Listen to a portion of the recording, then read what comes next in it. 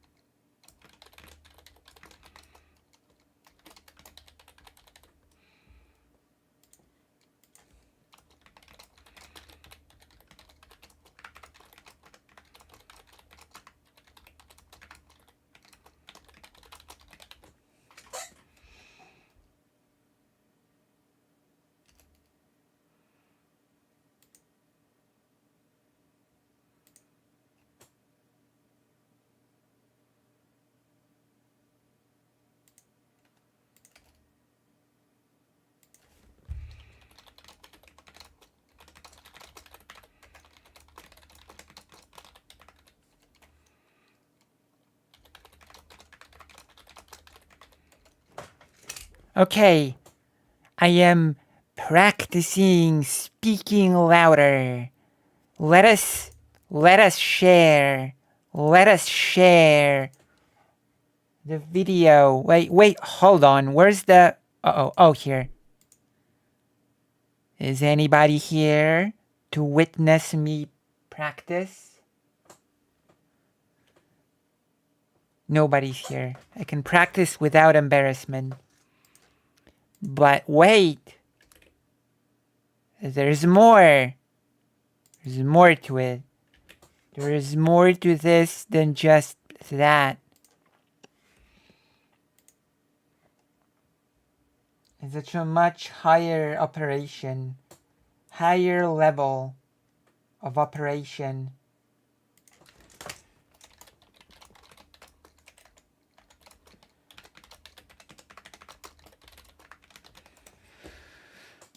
Okay, louder and clearer. Clearer. Hello, Lil 10. As a warm-up, you woke up. JK, true. So, today as a warm-up, I am trying to be more clear. Because as I watched the whole premiere of the video, I feel like I speak very, very unclearly.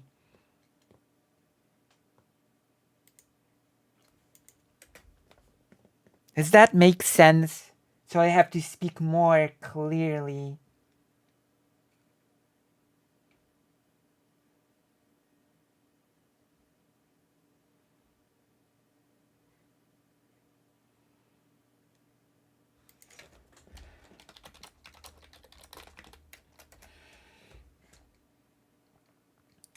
Okay?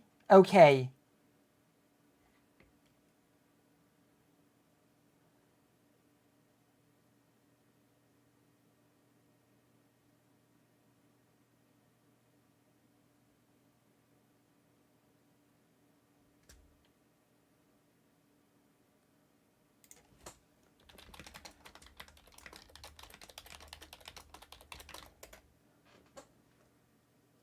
Okay.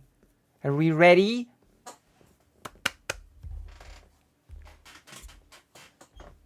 We have a few topics to discuss. Oh, I forgot. I forgot to tell you some bad news last time. But first, okay, we're gonna wait. I have to share the stream. I do have to share the stream.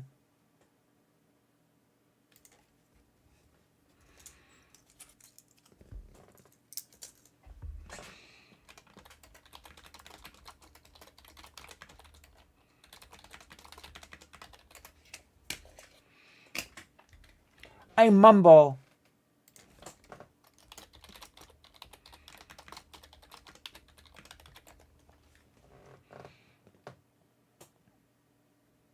Okay, listen.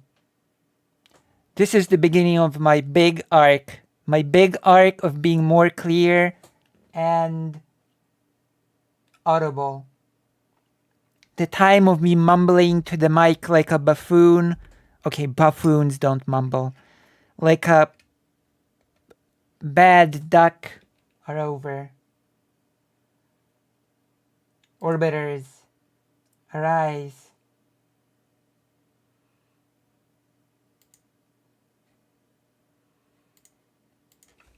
Everyone.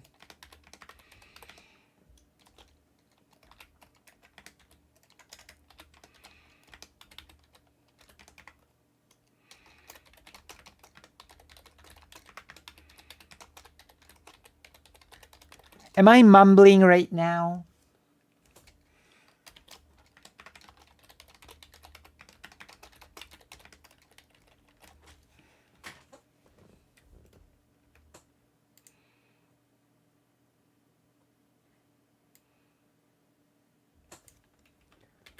Boom.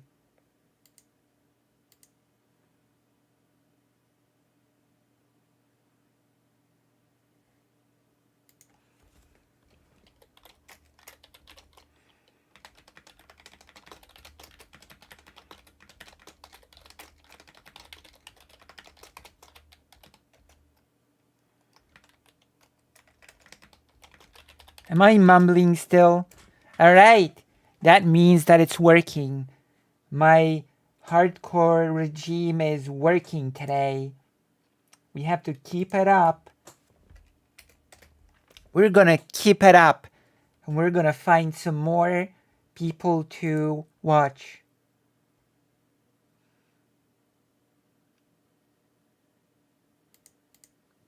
Okay, you know what the best way to practice your inflection and your way of speech is? It's by playing a game. So we're gonna play a game. And you will not guess what game we'll be playing today. A new game. That's the only hint that I'm willing to give. Have you guessed? Have you guessed yet? Were you able to guess? That's right. You are not mumbling. Have you seen the One Piece live action? I've had a whole discussion about it in Wix server, believe it or not, with Boots.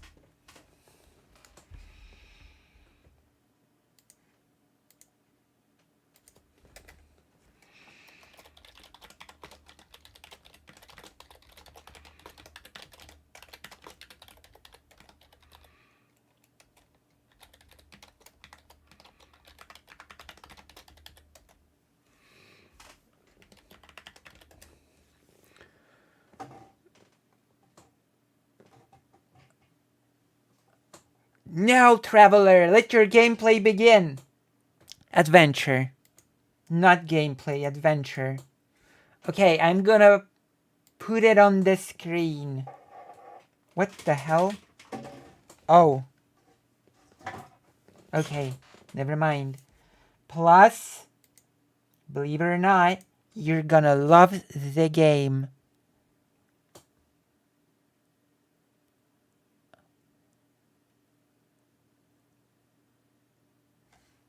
Oh, it's here. Wait, how it... Huh? Oh!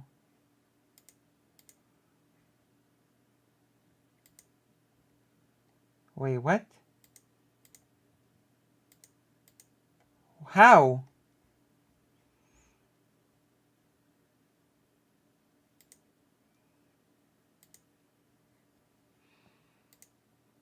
Oh.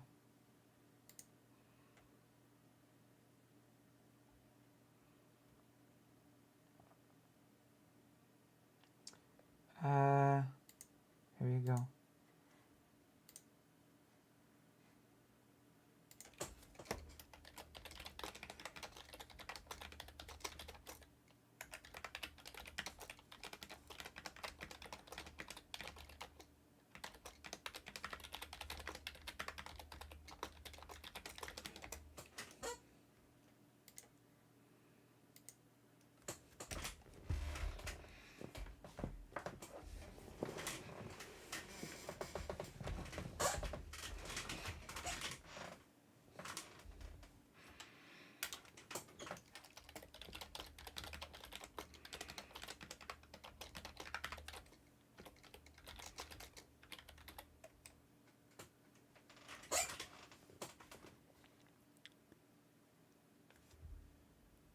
Wait, is this stream ending or starting? I'm confused. It's starting, but right now I need to practice my speech. Wait. Oh my god. Something horrible happened to me when I... see, I'm mumbling again. Something horrible has happened to me when I was going home. Don't be scared. The thing is just beginning. I can tell you, we've just been streaming for 12 minutes. 12 minutes.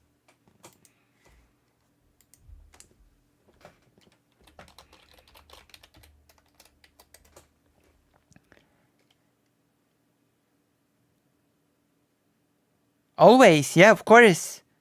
The page chat is permanent. It never disappears. It never goes away.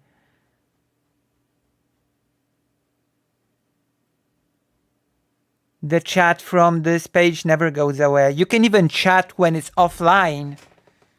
There's offline chat on the page. You can always chat on the page. The chat can be never ending on the White Forest page. So you will see messages from the last thing.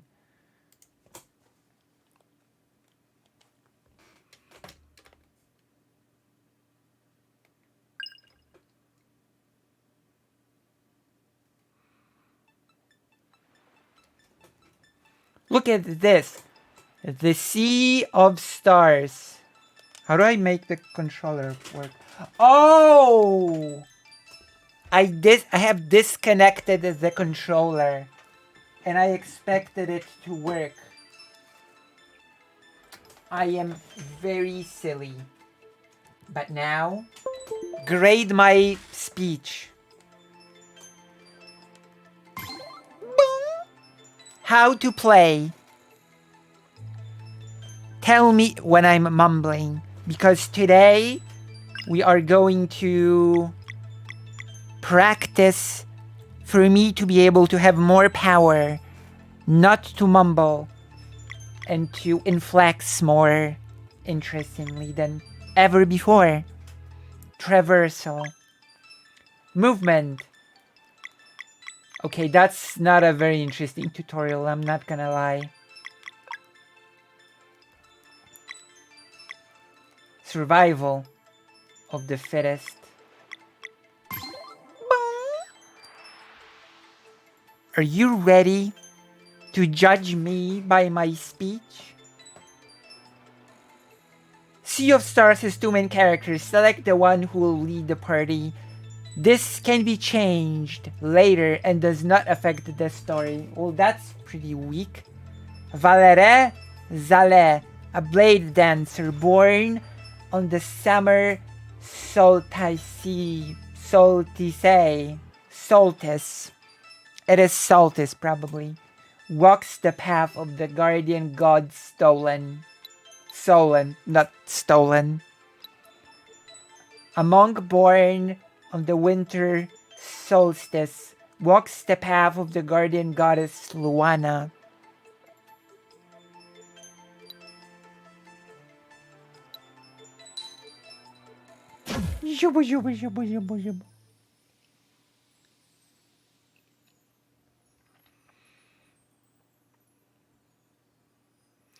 Are you excited for this game?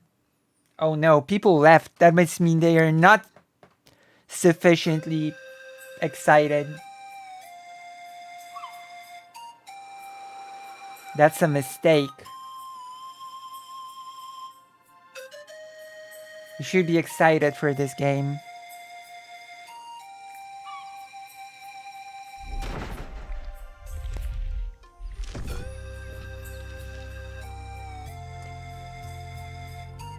No way! That was awesome. Yeah, what a ride. The Elder Mist wasn't kidding. So the eclipse will happen soon, but we're no closer to Wraith Island. I doubt we'll find a ship at this altitude. To ground level then. Only one way to go from here anyway.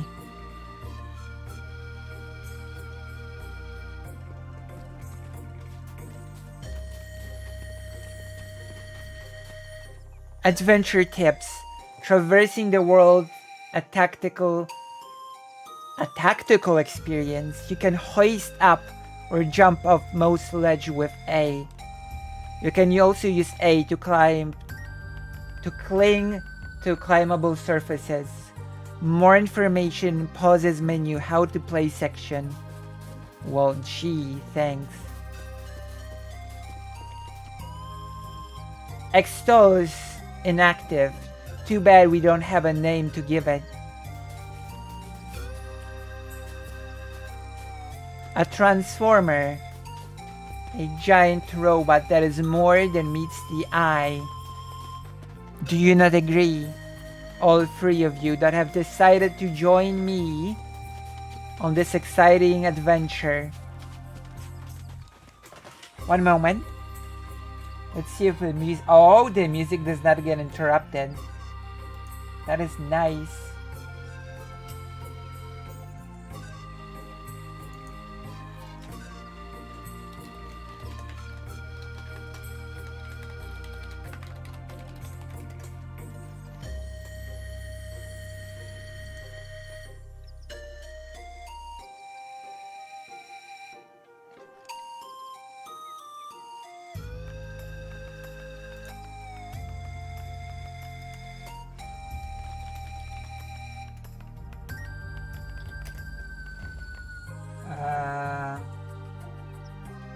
Where is it?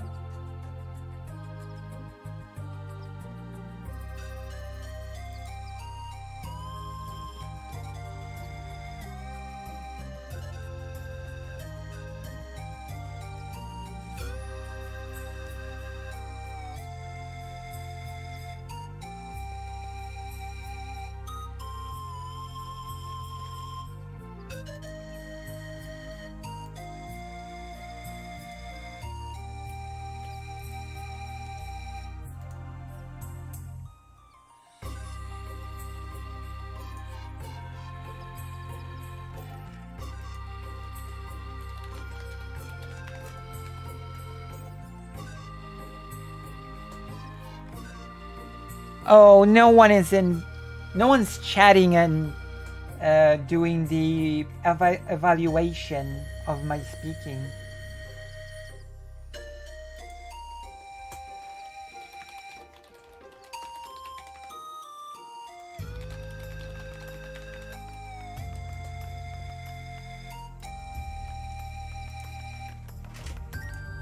All right. And now,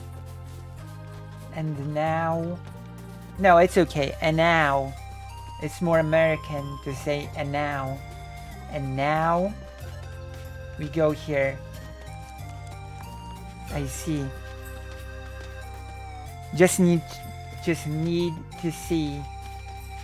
Don't see, listen if I mumble or not. Found 90 gold.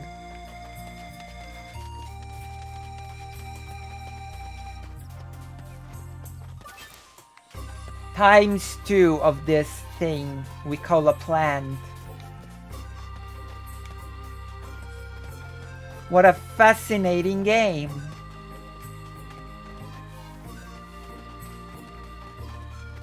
Fight me.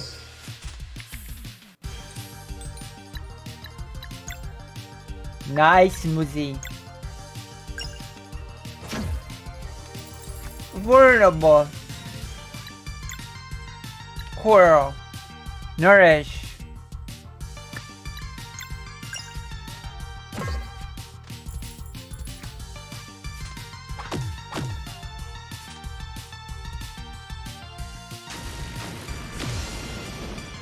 What the hell?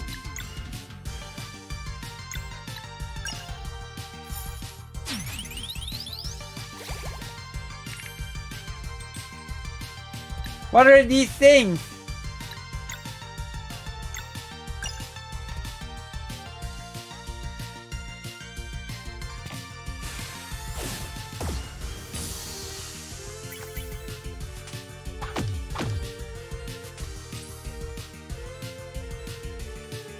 Oh, I thought you meant the game. No, no, no, I meant me. Right now, I practice not to mumble. You see.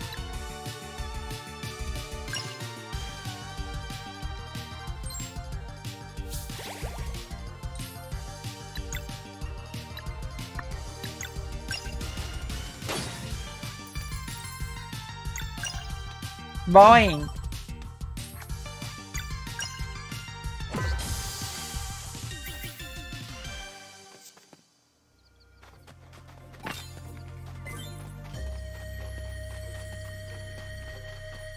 I see. The game needs a proper tutorial, not just a bunch of dry texts. I hear you loud and clear. Alright, we're gonna work on my intonation. How do you like the game so far? What do you think of the game so far? Do you like it? Do you not like it?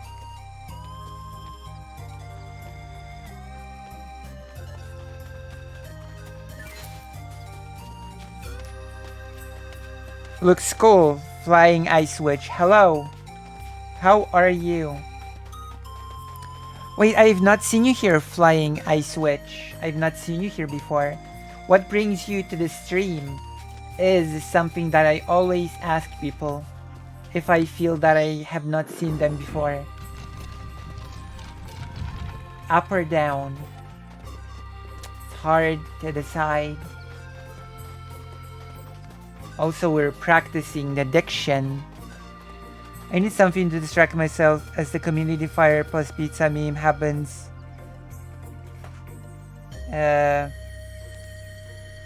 my life. Not gonna lie. You know that one with Donald Glover holding the pizza? I see. And so you have found your way to this stream. I hope you enjoy yourself. Also, yes, send me a GIF. Also join the page. Wait, you mean on Discord or?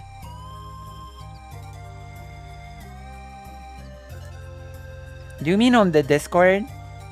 It's interesting, entertaining, very nice. That is very good to hear.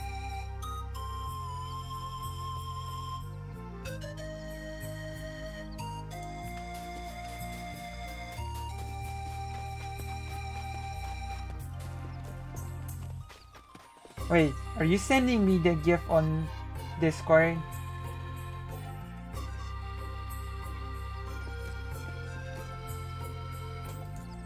Wait, I'm gonna write to someone.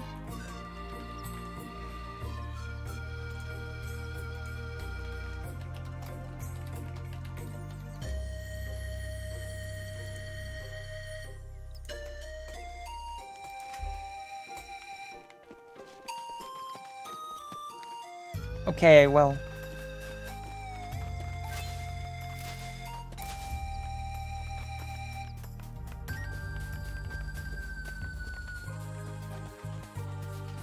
Do you have me added on Discord?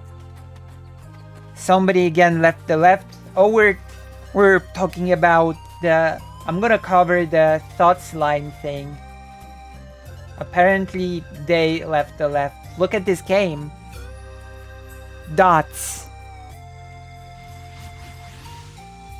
Teleport. Wow.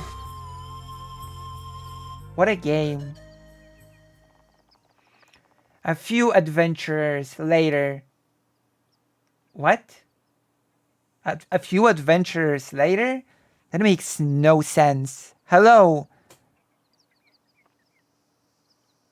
I'm firing rapidly on no cylinders right now. I posted on Sunday Chord Main. It's my left as we speak. Wait, I'm gonna watch it.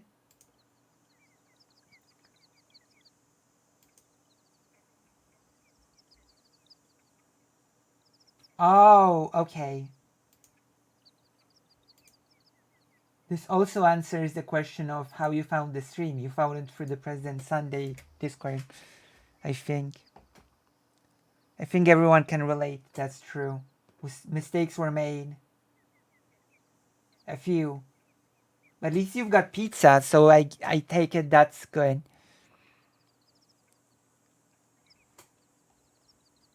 I take it that's good. A few adventurers later makes no sense. Our heroes make it to ground level. Okay, click. In the port town of Brisk, a pirate crew promises to get them to Rafe Island in time for the eclipse. On one condition. You will all die. You will all go as corpses. Or something. Some wild condition like that. It's not like you have other options, says this person that does not look like a pirate in the slightest. Still making a deal with pirates? They seem nice enough to me. Now that's better. Alright, here goes nothing. Wait, who was that fourth person? Who was that fourth person?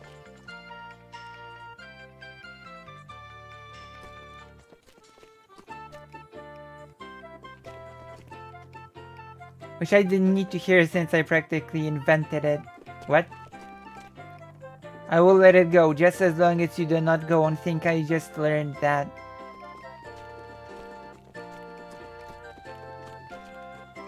I asked for coffee and explained I had to study for an exam.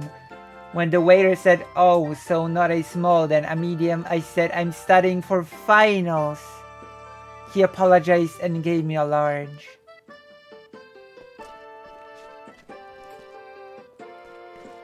Wait, someone complained about mumbling?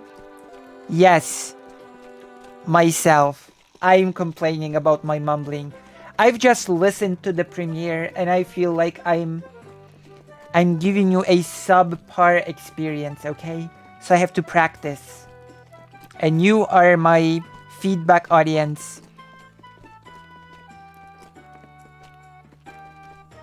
Oh, okay. See, I'm blind in addition to mumbler. I'm blind in addition to being a mumbler.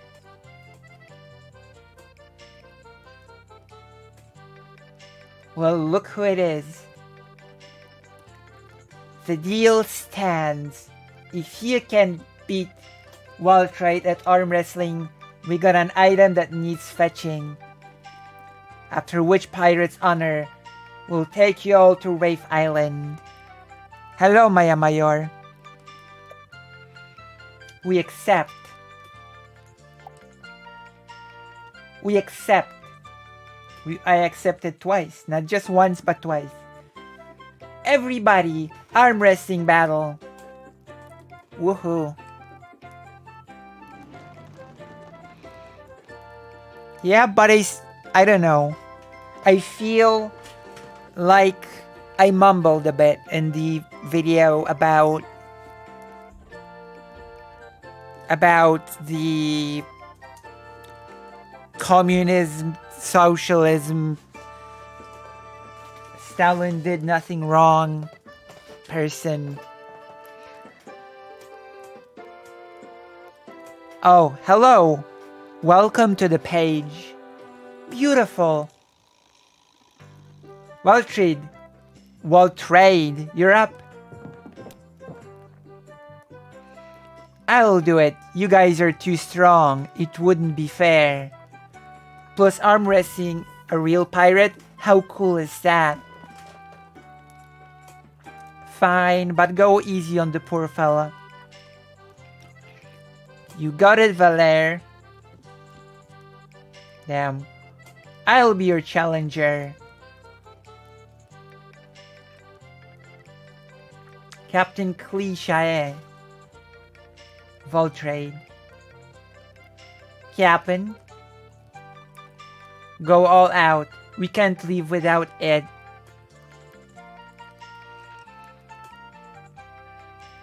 Oh. That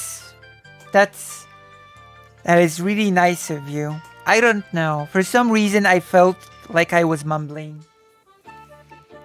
Oh. Aye, aye, Captain. Captain. Right, tough one. You look like ready? On 3. 1. Wait, where was the... What? That's usually...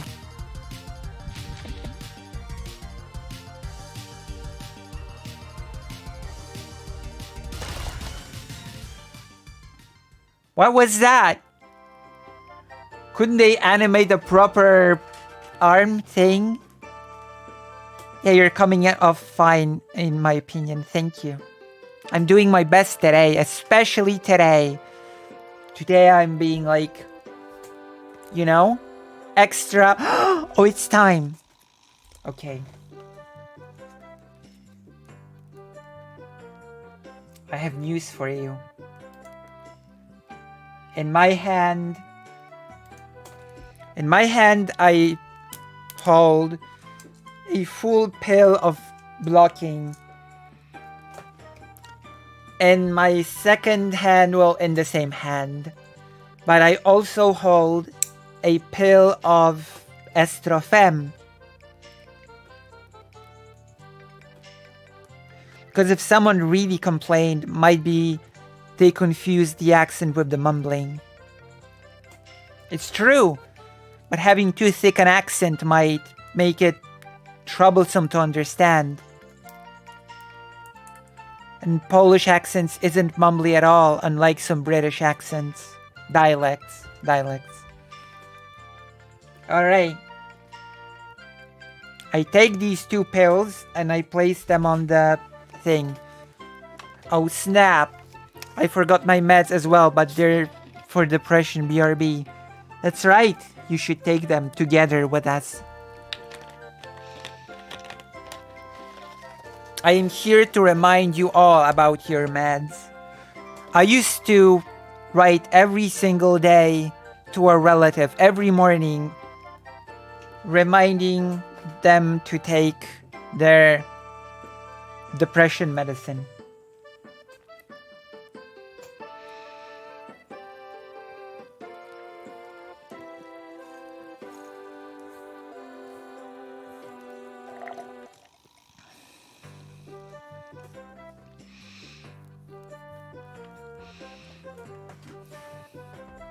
I haven't taken an actually fun pill in ages.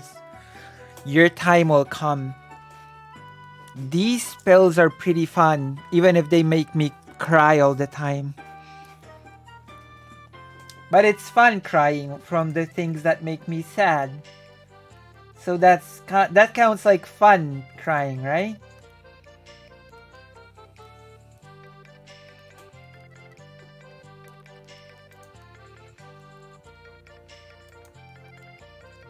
So there we go. Haha. Oof. Cheater. I'm sorry, did I miss the part where we agreed on a no magic shirt rule? Oh, it was a magic shirt?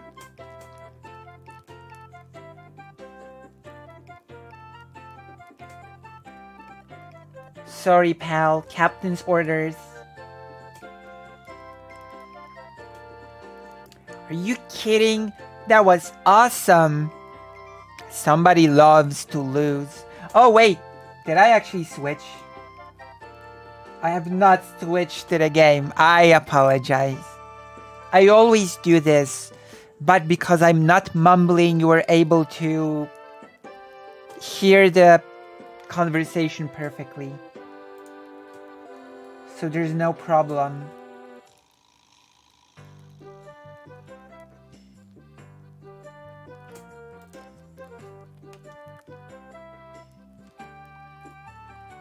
This will be my best anecdote for sure. Show me again.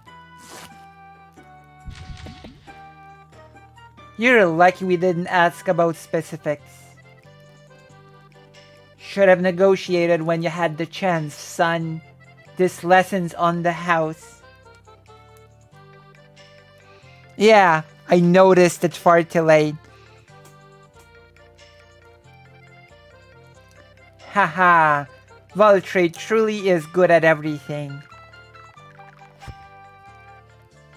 You know it, pal. Now, since you lost the arm wrestling challenge, how about we discuss the little errand?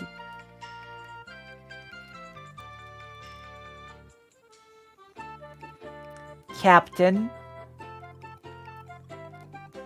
north of Brisk is the abandoned lab of an arcane wizard who died long ago.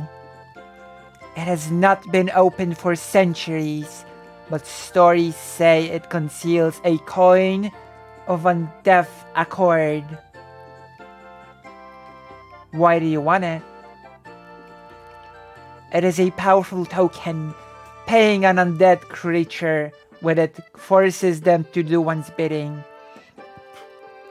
I will do it to redact it for spoilers.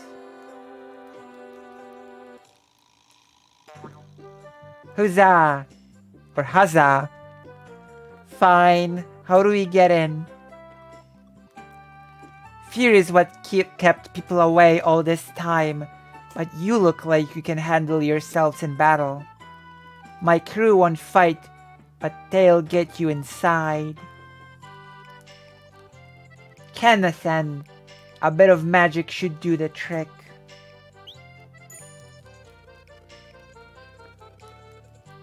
I shall open the way to the abandoned wizard lab, or my name is not Kennethan. Ahoy, Captain. Ain't ya coming with? I will stay here and make preparations for our departure. For spoilers, fetch the coin of undeath accord, then meet me at the docks. Aye aye, Captain. The cargo? What do you mean joined the cargo?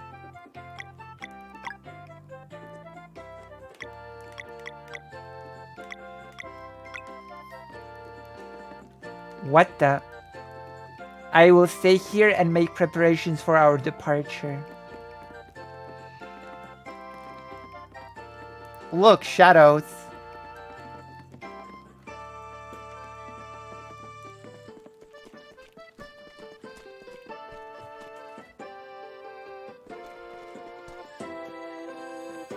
Where do I go now? Oh, swimming! Oh my gosh.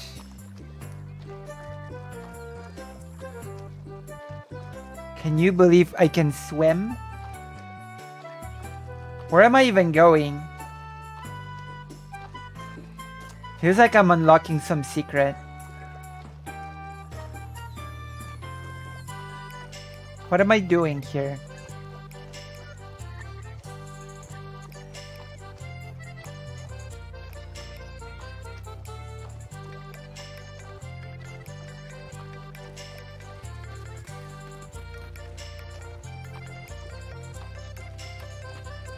What a big game.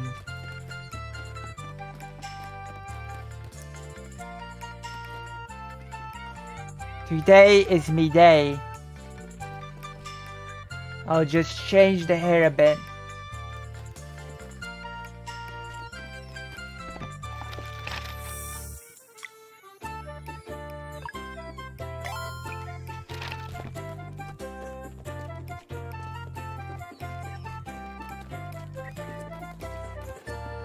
Where are we supposed to go?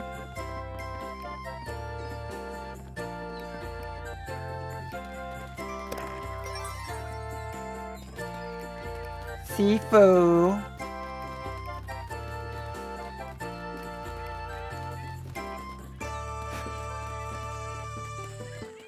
They never told me where to go. What the hell is this?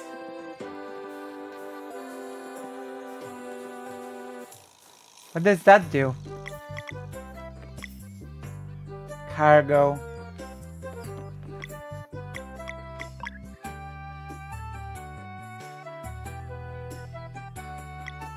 Easy mode.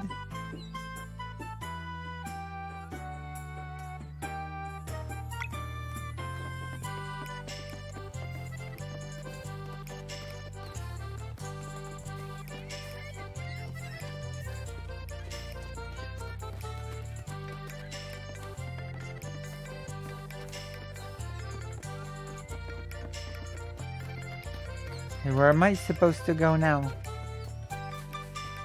Here.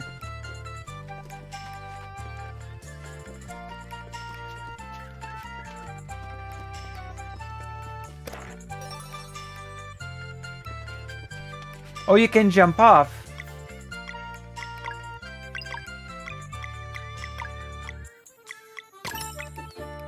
Amazing, huh? Overpowered.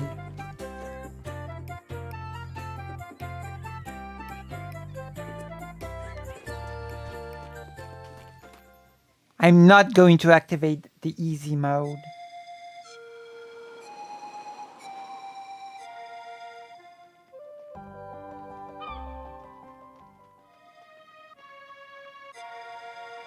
Sleeping dragon.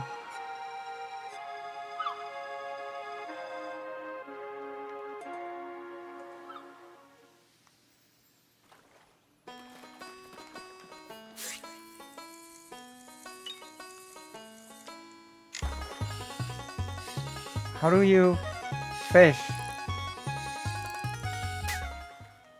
I have no idea how to fish in this game. Thank you for this. I'm used to a different fishing system.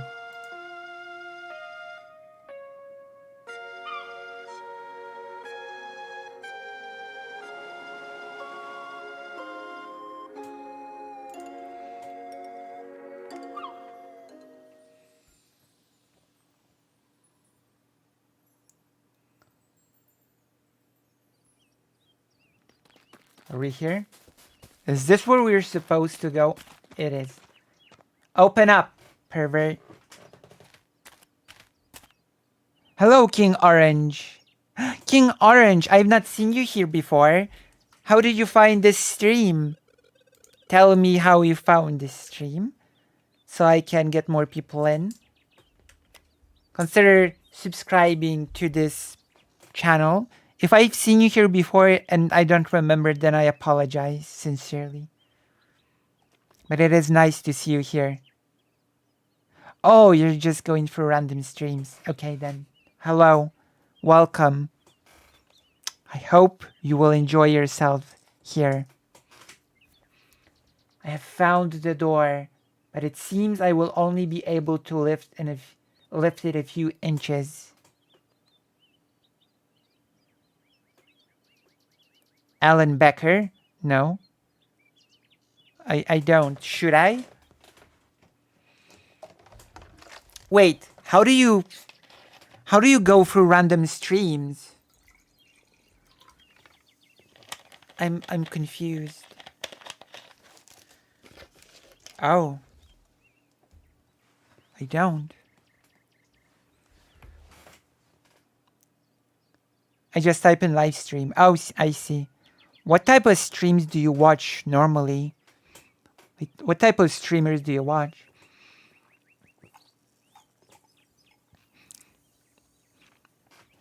I have found the door. Thank you for the subscription. Thank you. Also consider joining the page. Valtrade. On your mark, pal. Are you a fan of history? This stream is big on history. Comments. Damn. How does this magic shirt work if it rips every single time? Hurry. No swick big guy. Demolition is my middle name. Is it? This is a new game, by the way. It just came out. We're playing the demo, but the full version is out. Sea of Stars, that's the name. Haha, that's what you get, you old ruin. That's one way to do it. Job well done, mateys. Better let the captain know our part of the mission was a success. I'll remain with Valor's crew for now. These rings are fascinating to me. Sure, can't hurt to have a mage around. Oh, I will prove to be a valuable companion, or my name is not Kina-san. Oh, you don't like history? This is a video game, history, politics, art, and languages stream. So you have a lot of different stuff. Aye, good luck in there. Alright. Oh. Wait. Cargo. How are you supposed to help him if you're in cargo?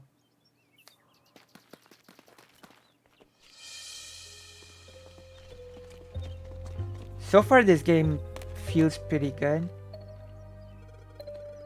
My, what an improbable place. And look at this device. I wonder what it does. This is a lot to take in. Why don't you explore a bit?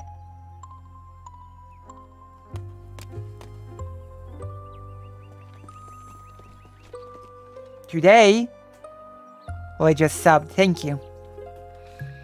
Today we're gonna be talking about the Great Synagogue in Warsaw, if everything goes according to plan. Sorry, what? Press X for your Mistral bracelet to release bursts of wind. Oh yeah, I remember. It looks like it should emit light, but it's inactive right now.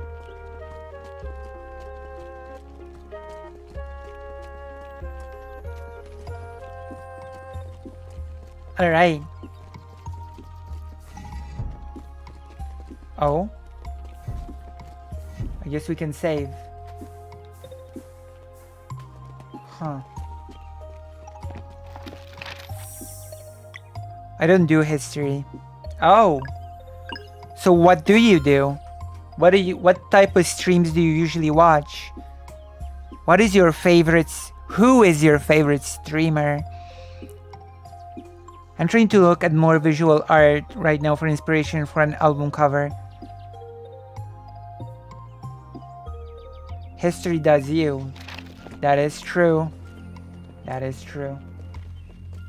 That is often how it works. How it ends up working out. Already camping? We just came in here. How are we already camping? What a lazy crew. I wonder how long ago this wizard lived. This place isn't real. I hope Malcolm is doing alright. Want me to read you a story? Who are you? You're not in the party. You're not in the cargo. Who are you? Maybe the wizard lived for 100 years. Maybe. Who is this character supposed to be? Let's hear it. Well, yeah, but who is Teak supposed to be? Not in the party. Not in the...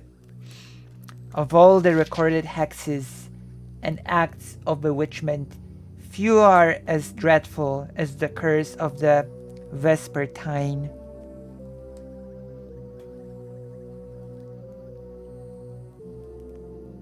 I am from Alan Becker.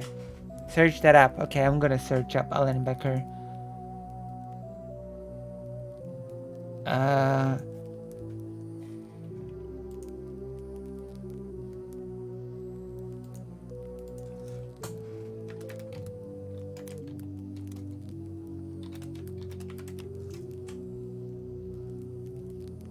24 million subscribers. Oh, interesting. That is a huge YouTuber. How strange that I didn't know their existence. Is their content good? Animation, I do animation as well, just so you know. Wow. I dabble in some hand-drawn animation. That looks pretty nice, actually. I'll have to check out the content, thank you. I'm actually baffled that I didn't know about this creator before. 24 million subscribers. Okay. 24/7 live stream, and it's live right now. Oh. This game looks like a lot of fun. Like, this is one of the more satisfying games to watch on a stream. It is? Well, the full version came out today. So if you decide to donate today, I might be able to get the full version to play on stream. See how nicely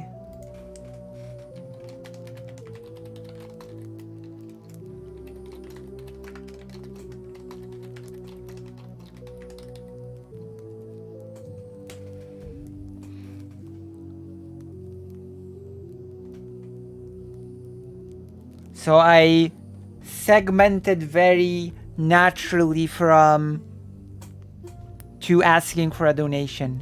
My bank account is 0, like, unironically. I'm applying for a second job tomorrow, actually. Oh, I see. Sorry to hear that. Oh, King Orange. You should join the page. This is like a page from which you'll be able to watch the stream, but it has features that YouTube chat does not have, like special emotes. The story takes us back centuries to a time when a certain band of pirates ruled the seas. Wait, I have to click here. Stormcaller was the name of their captain. He was the most powerful wind mage the world had ever known. And their navigator, Hortense, remains to this day the shrewdest mariner on record.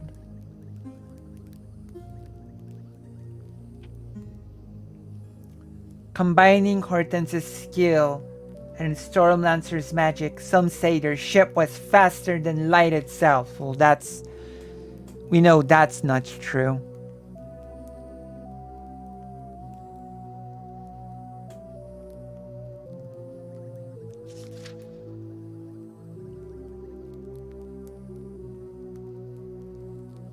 Oh, dogs are cute.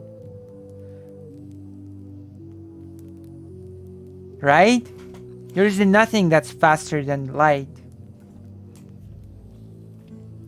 The crew went on many adventures and accumulated countless riches until one day the inevitable happened.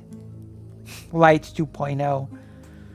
Hortense, whose first love was music, announced that she was ready to quit the pirate life.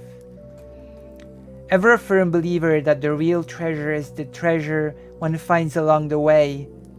The friends you found along the way. Stormcaller took her resignation harshly. Utterly insulted, he stopped conjuring wind for the sails and locked the ship right in the middle of the ocean. And we shall remain here, he said, till our navigator gets that silly idea out of her head. Blackmail. The ship worked fine until everyone started speaking Latin. True. But Hortense had already made her final decision. Days went by, the both of them sulking while their crew begged for some resolution. My goodness. What sort of a story is this? Are they gonna die because of this? Bruh, I know. My goodness. First they ran out of patience, then out of food, and eventually out of drinkable water. Then one day after sunset, the pirates, driven mad by hunger and thirst, mutinied and made their captain walk the plank.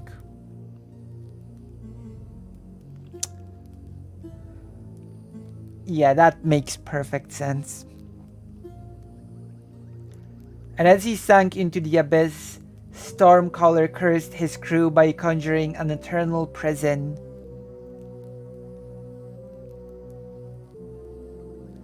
In the Sea of Nightmare, he would channel a deadly storm for them to endure forevermore. Over centuries, the crew members lost their minds to the ghastly place until only Hortense remained. To this day, the battle goes on in the Sea of Nightmare. Stormcaller's hatred pitted against the navigator's sheer will. Some say Stormcaller's fury will one day sink the ship, while others believe he will eventually bow to the indomitable Hortense. This is like Berserkers on steroids if Griffiths decided to, I don't know, starve the Band of the Hawk because Guts decided to leave or something. Sounds like Berserk. Legend has it she gets a short break once a day, but a few seconds. At the precise time the curse was first conjured. Countless sailors and fishermen have since reported sightings of the legendary ghost pirate ship that appears at dusk. Hello, Palm Dad. They call it the Vespertine. While some have half a mind to climb on board in search of treasure, most avoid sailing at dusk for fear of being sucked into the Sea of Nightmare. The end. Okay. I'm not going to be able to sleep anymore. Thank you for this. What have you got to tell me? Based on all scriptures, you should be able to mix light from different crystals to open new paths. Quite fascinating.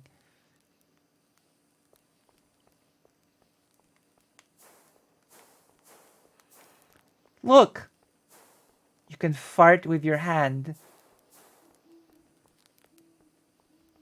I've never expected to see a game in which you can fart with your hand. This is now my favorite game, I guess. Mind blown. Joke, that story is kind of lame. Well, you know. It does feel like Berserk on steroids if Griffith just locked the whole Band of the Hawk in a house and starved them until Guts changes his mind about leaving. I can cook? How do you cook? Berry jam. Mushroom soup. Well, unfortunately we have no fish because I don't know how to fish in this game. Why would you just eat fish without anything? Delete 8-way animations.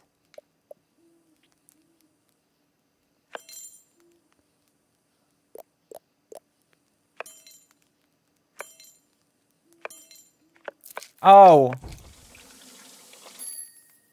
I needed to hold the button. Why would you eat fish without anything? I mean, a grilled fish is better than jam. I don't have any fish. But yes, a cooked fish is better alone is better than just jam alone. I feel the mushroom soup actually feels like the best choice. You could eat the fish together with the soup, like technically speaking.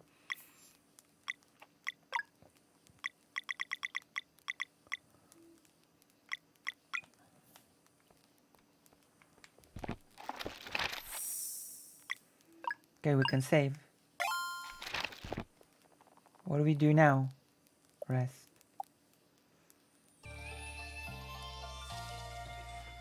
The soundtrack is nice, if anything. And yes, just so you know, I've not played this game before, so I do not know what to expect. You know? I don't know what to do.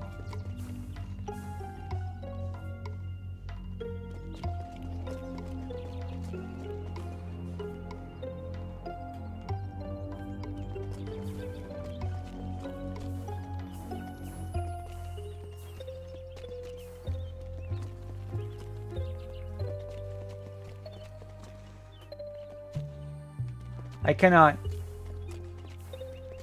This is the max.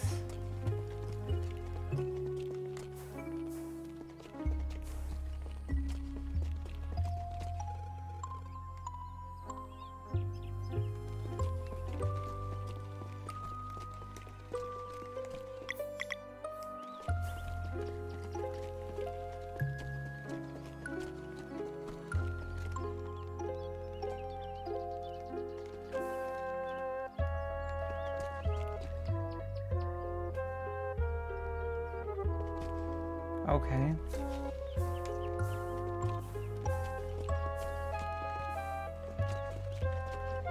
Two crystals needed for the portal. I think so. Maybe I can... This does nothing.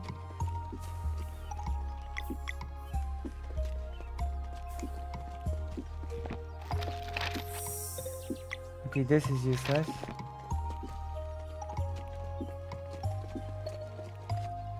Oh! Well, duh. I forgot you could do that. Found green... I'm not used to being able to climb things in RPGs, okay? I'm just not accustomed to this. Look, you can probably jump down here. See? I like it when games allow you to do stuff like that, but yeah. Okay. This was just me being silly. Need to cook the fish. Oh. The game looks pretty. It does, doesn't it? Okay, still, I have not... Oh. Oh, maybe here?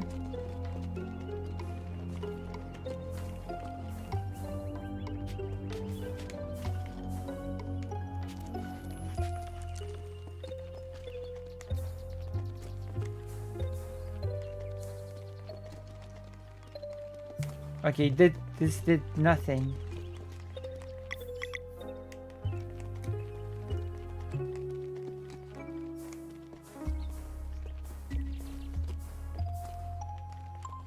And you have grapple and stuff.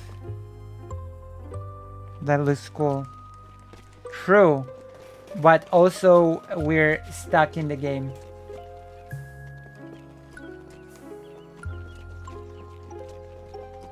Oh, wait! I see. What does climbing here do? Oh, wait.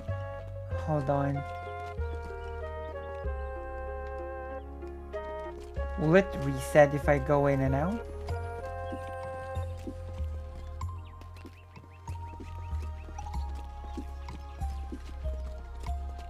Oh, I got a crystal?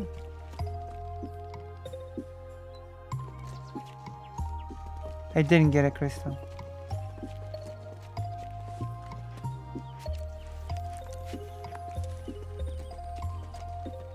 Did I?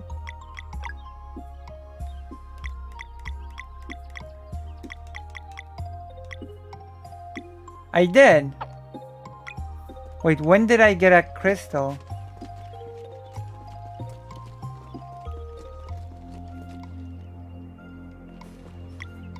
I haven't even noticed I got the crystal. Okay, that did something. Oh. That's right.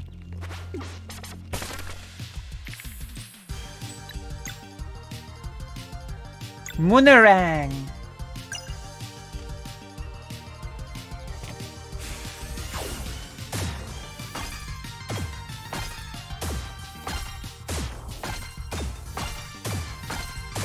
Oh my god!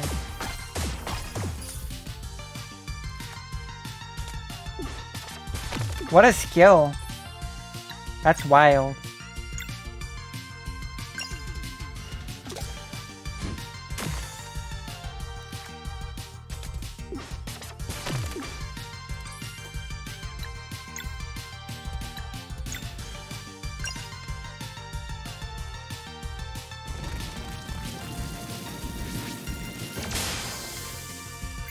Okay, that's pretty cool.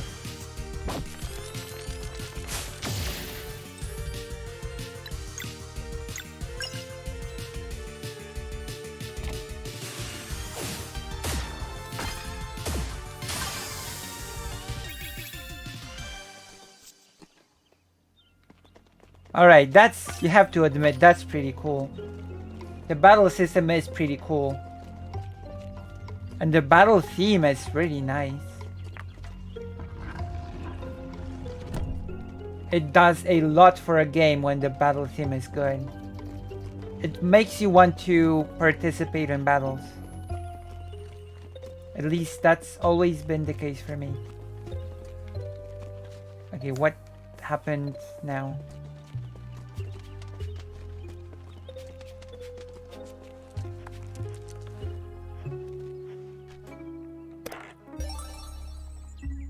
Teal Amber Staff, which should be for... Okay! I'm done now. This is what I'm talking about.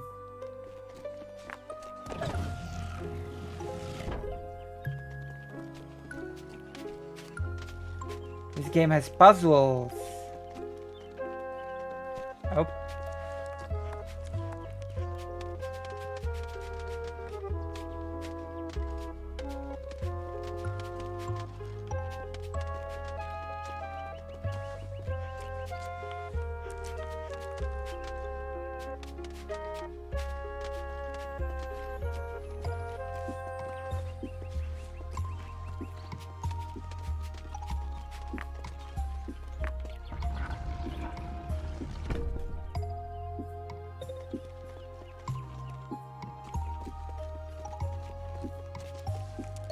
I'm so glad that the combat is Baldur's Gate 3 is about as engaging as real-time combat for all the mechanics, never even being a fan of turn-based systems.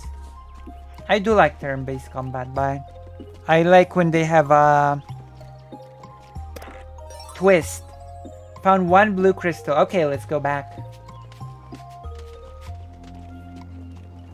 This is turn-based, but it has like elements that are real-time within the turn-based system.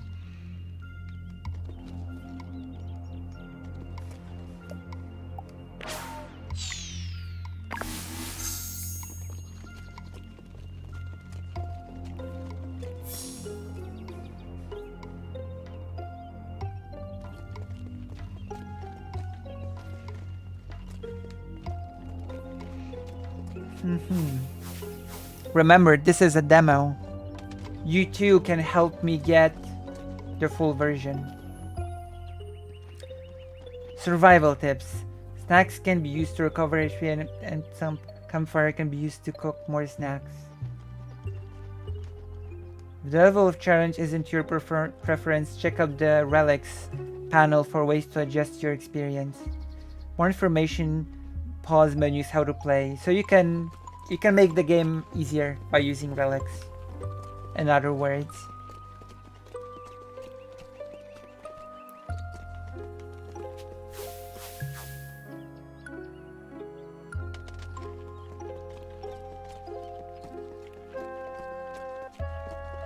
Huh.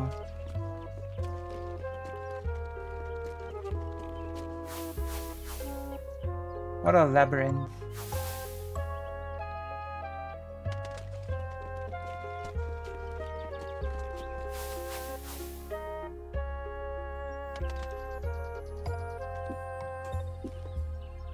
Oh. I mean, I do like to have a tutorial that's not just a bunch of dry text.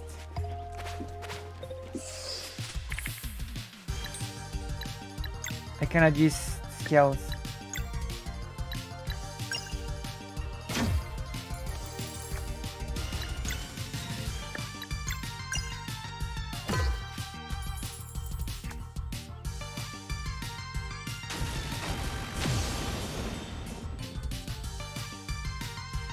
Did the game freeze?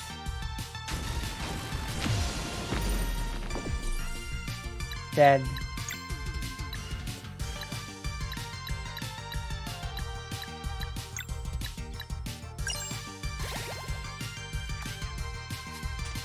Uh-oh. This game is not easy.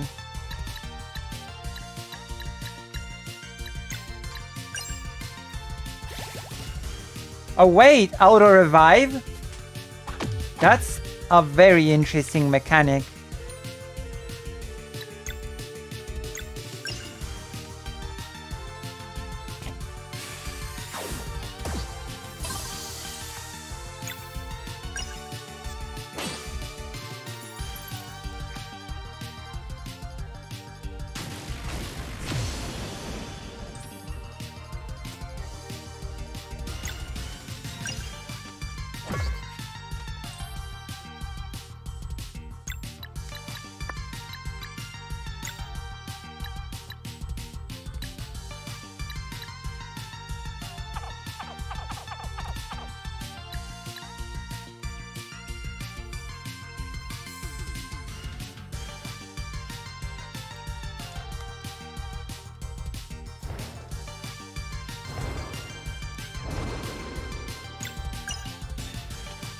Huh.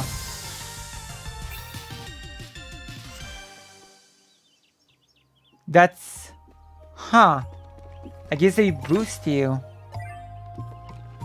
I don't know what I'm doing. I'm experimenting, okay? We are in this together, in this big experiment of this game. Should probably eat some soup. And jam.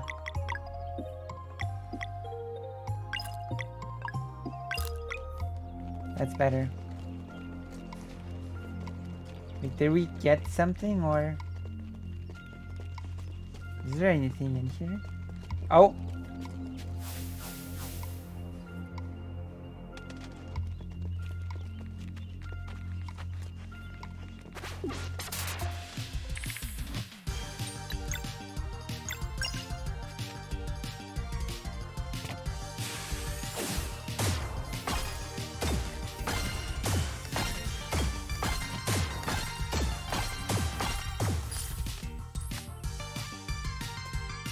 Alright, I think I have not done horribly.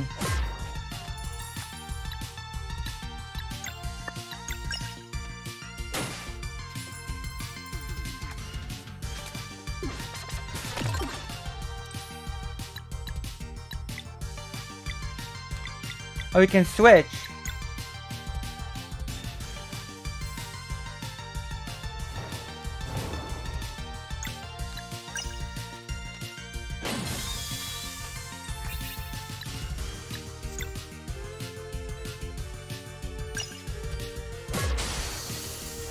I think normal attacks make the orbs.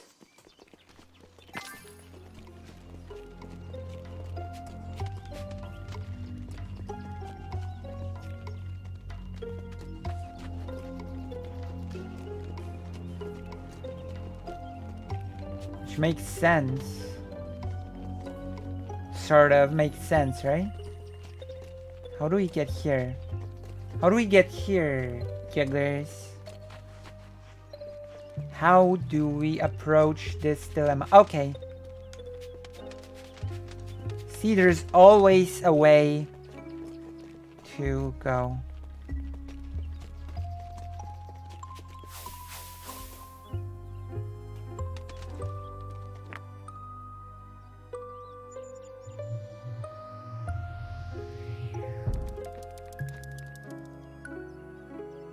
Let's get him.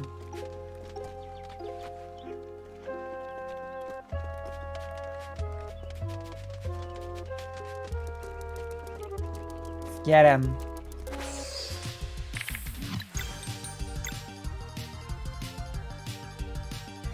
The game froze.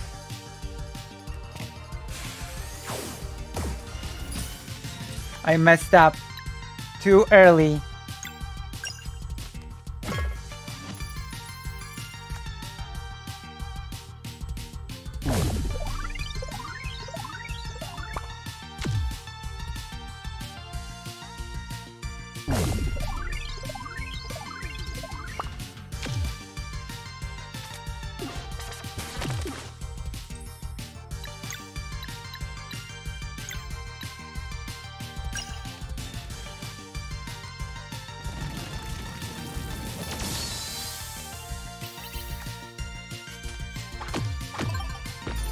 Uh-oh.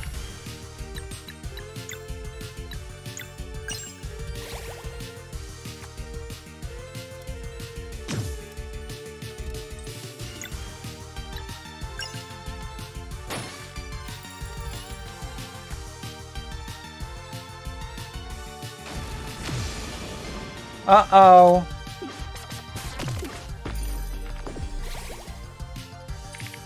There's no reviving items. So I think it might be part of the mechanics of the game.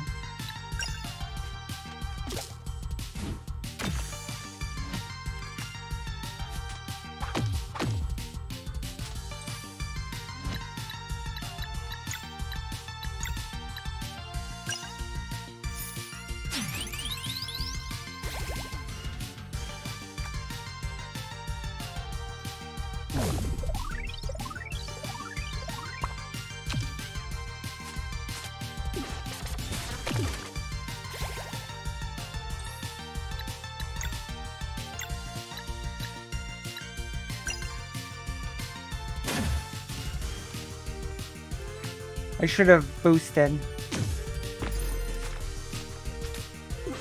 These are tough enemies, actually.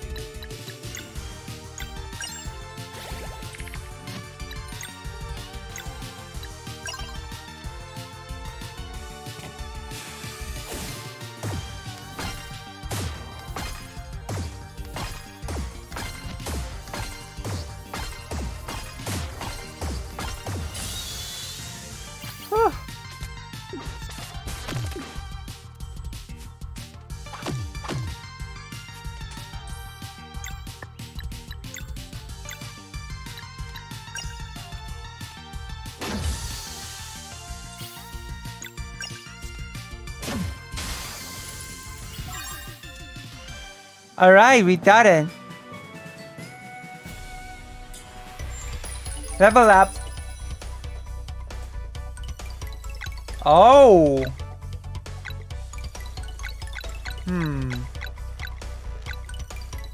What to do?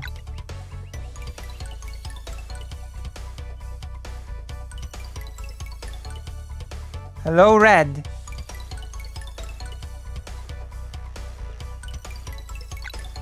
Don't try to kill each other. Don't try to kill each other. Better look at this and decide physical attack, hit points, physical defense, mana points. I usually want to go either physical attack or mana points.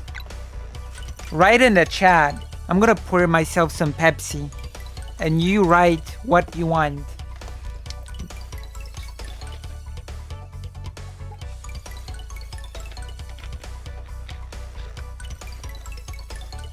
You have 12 mana. I do, yeah.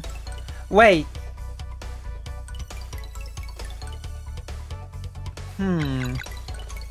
So it's not really worth getting more mana for now.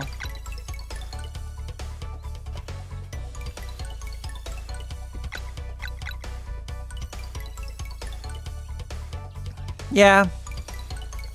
Let's get physical. What about you? Magic defense. Okay, you could use some more MP actually. You... I have no clue. Wait, you cannot even... You cannot even make his strength bigger.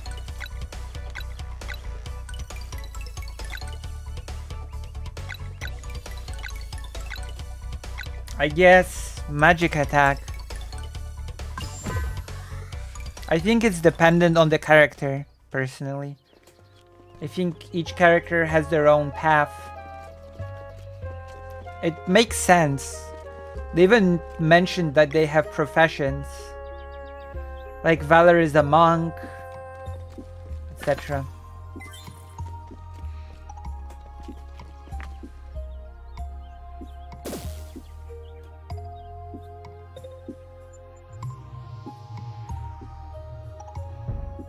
Oh, there's a lever. Let's jump in.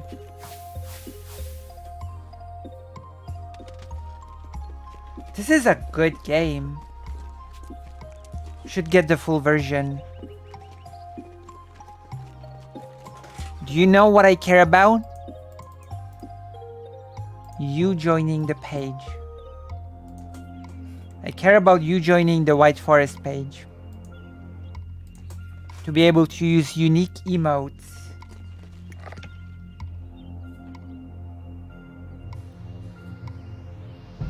Okay, where's this supposed to be? Oh!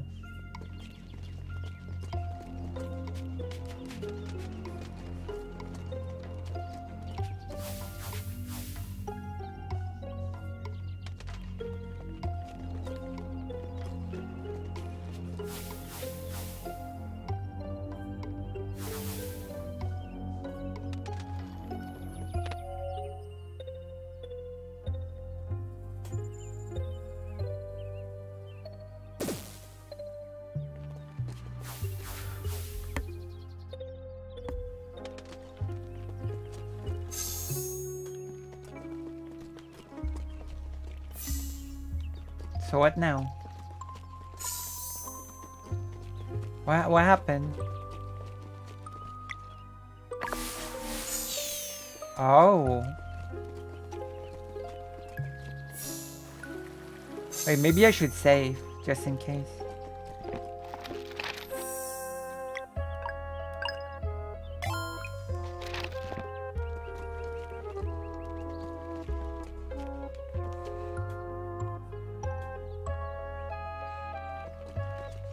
It's okay. We all fight from time to time.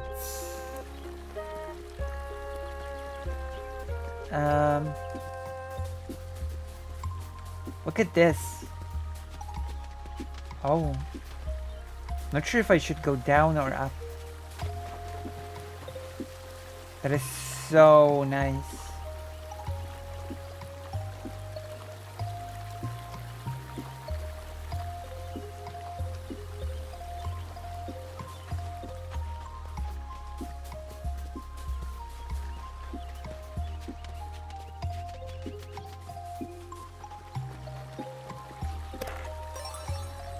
Silver Blade, which is for Zaleh.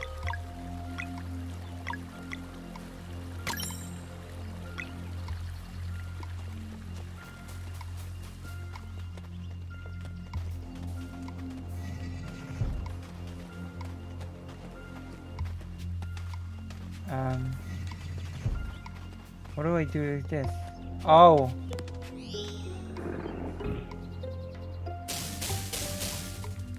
Wait.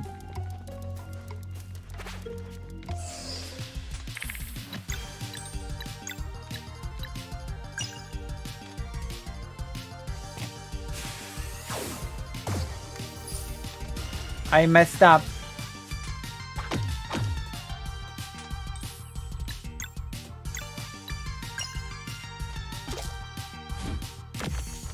All right.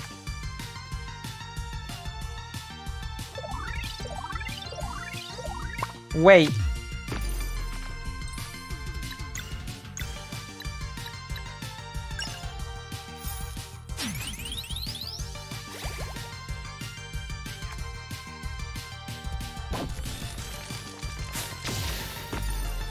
I should have rested at the camp.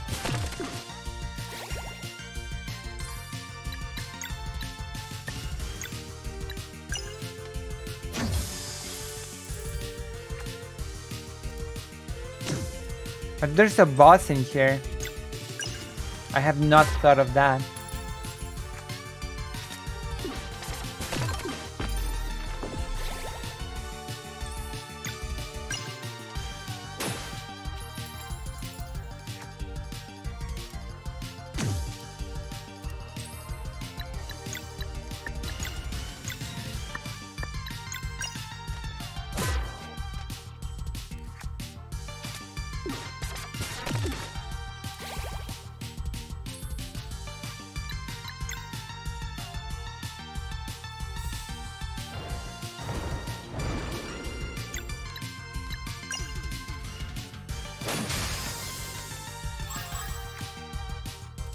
Alright.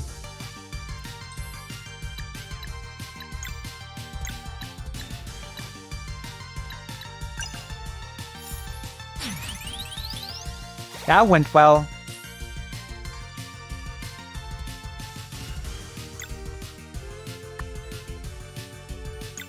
Stagger deaths? What do you mean? What does that mean?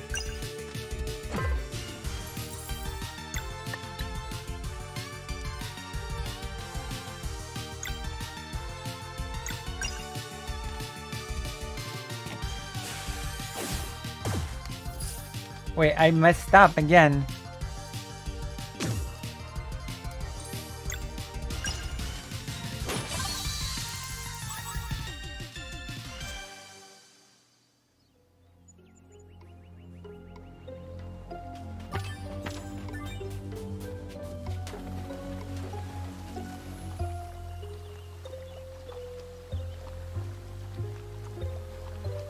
Huh.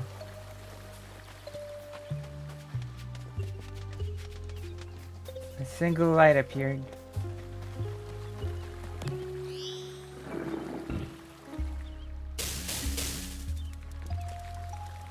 Uh-oh.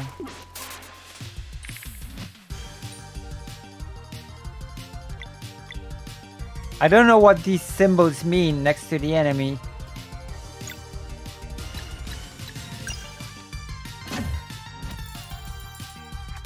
Oh! I think I understand now. I think the game is telling me what skills I should use. I think the light ball should be the best skill.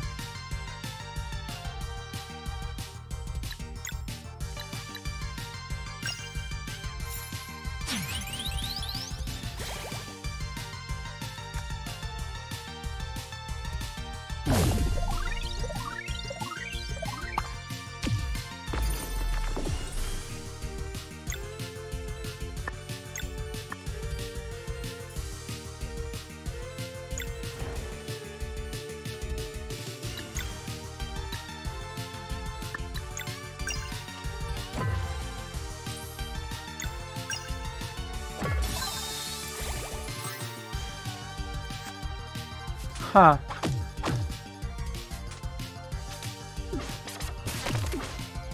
Where is it? Where's the combo meter? Oh, I do, right.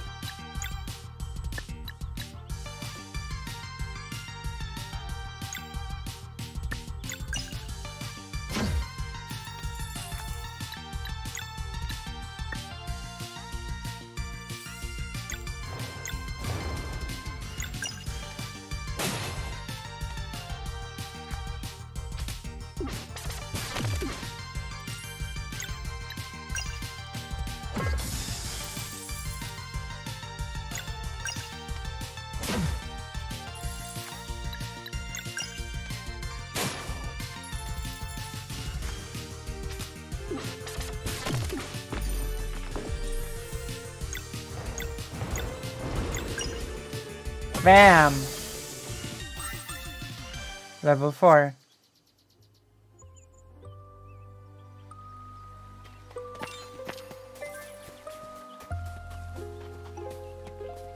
Here. I have to go get here somehow. But how?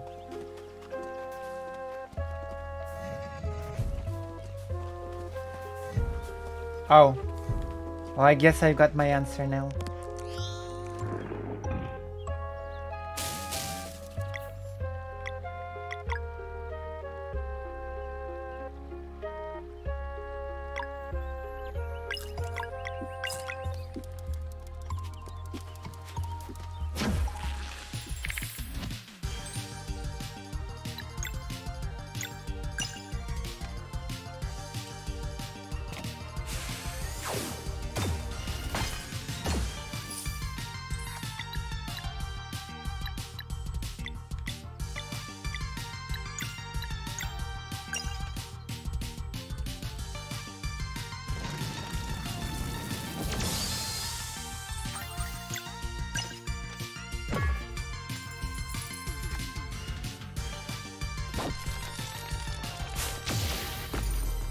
Oh.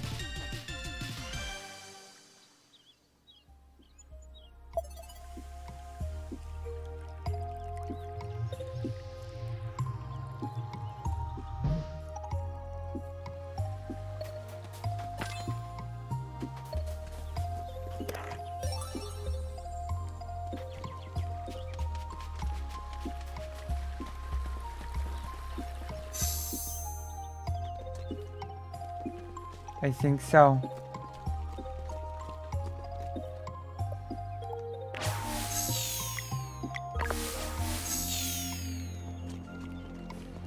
Okay, we're gonna rest.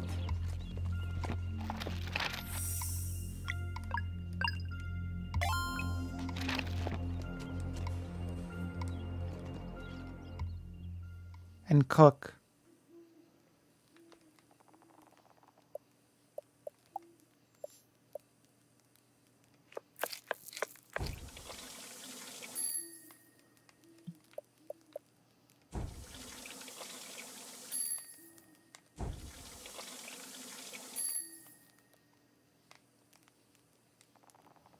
Wait. Okay.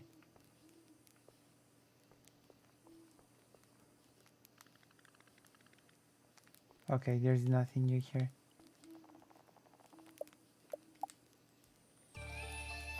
True. Communist crystal. It is what it is. We're fully healed.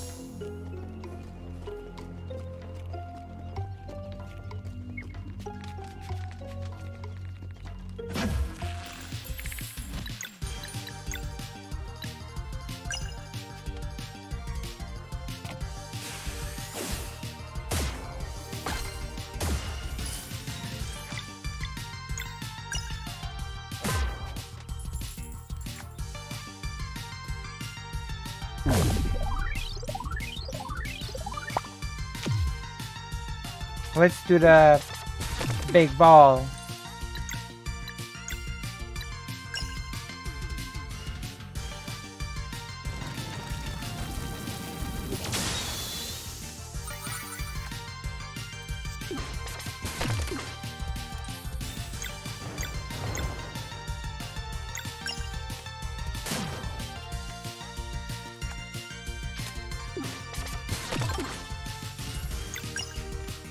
Bam.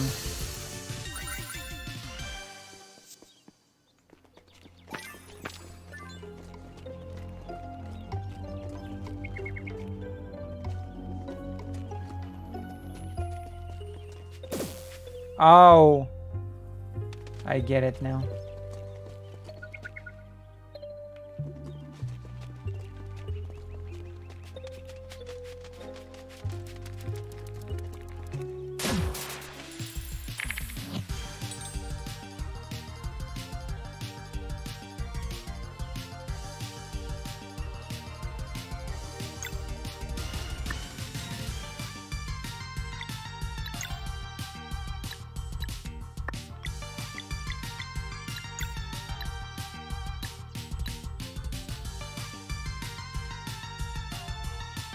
What is the hammer thing?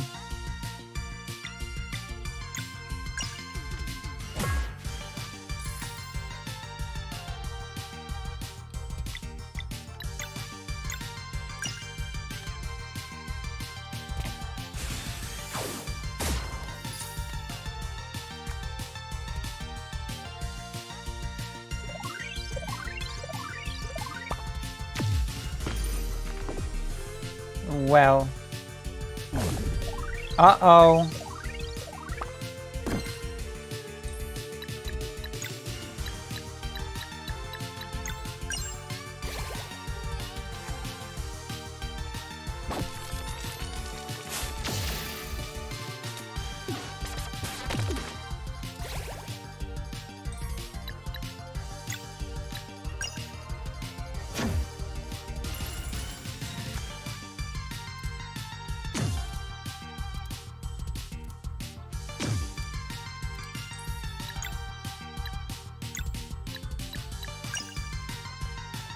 It feels like I keep becoming worse at this skill.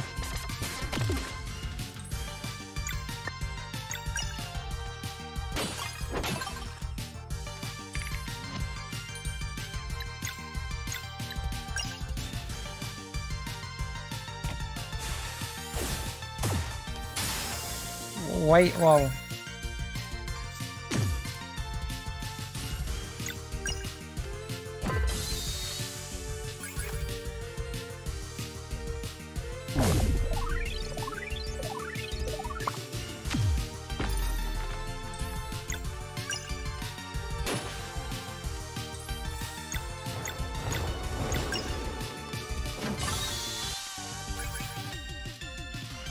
Okay, we've done it.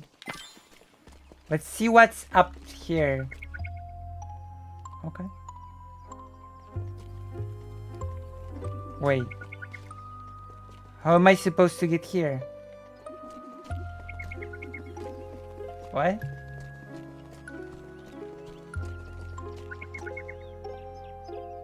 Oh. So like here.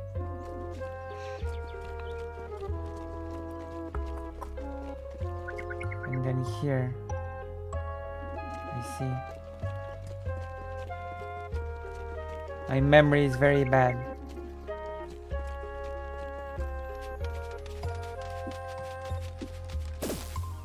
Uh-oh. It's okay. Told you my memory was bad. What? I'm not good at this.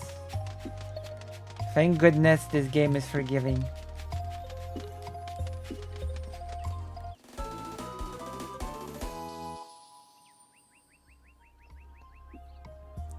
Scroll of Bash drop. Wait, what does that do?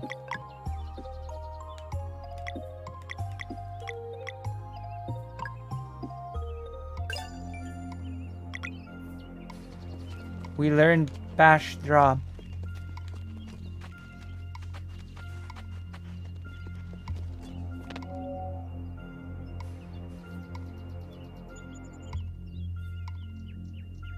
Oh. Okay, I get it. This was not the last thing. Now we'll probably fight a boss. I have no fighting items. I mean healing items. That's okay. We're probably about to beat the demo. Isn't this exciting?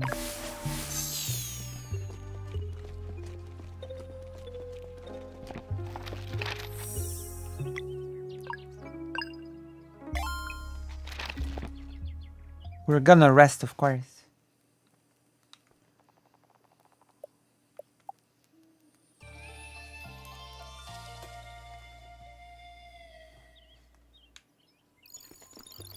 Or, well, isn't this exciting? Huh? That's my line. Hello, anybody out there? Be careful, girl. You don't know what to expect here. I found something.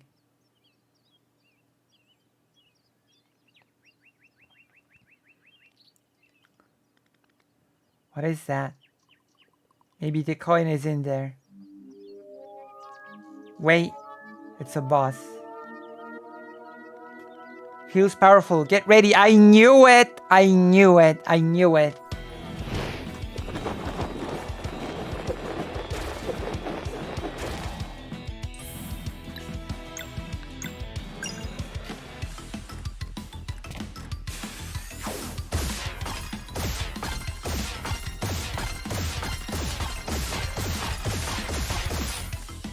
Okay. I managed to get the skill right when it counted.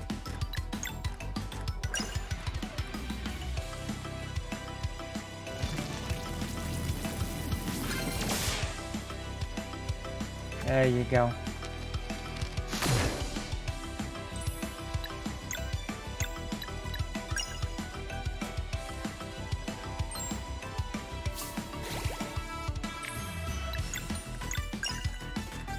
Hopefully I'll get it.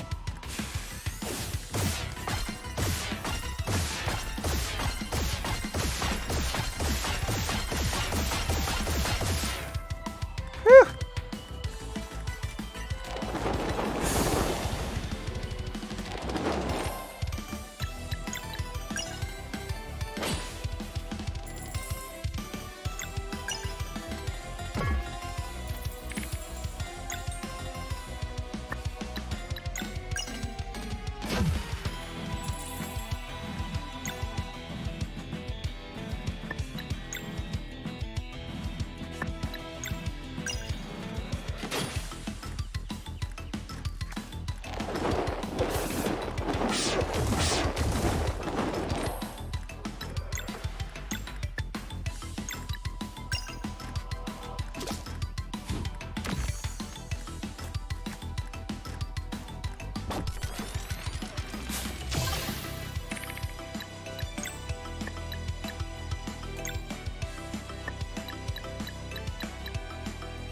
We'll try to get a better combo now.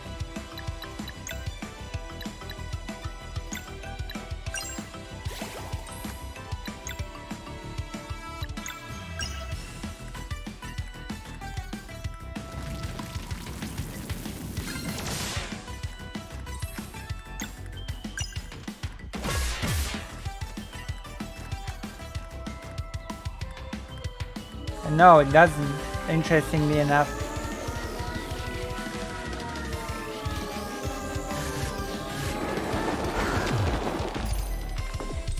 Wow.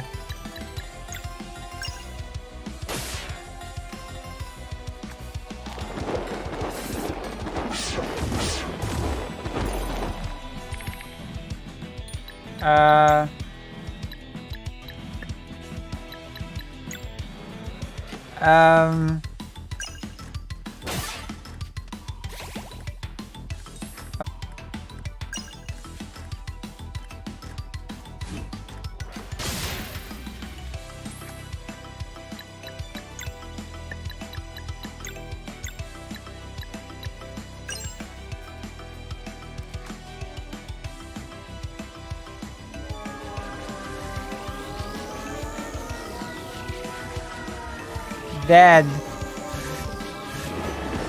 Uh-oh. I guess this is how a game over looks like.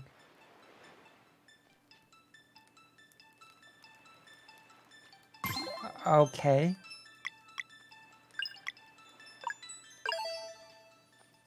Okay, we need to beat this boss. It's our duty. Uh-oh. Uh-oh.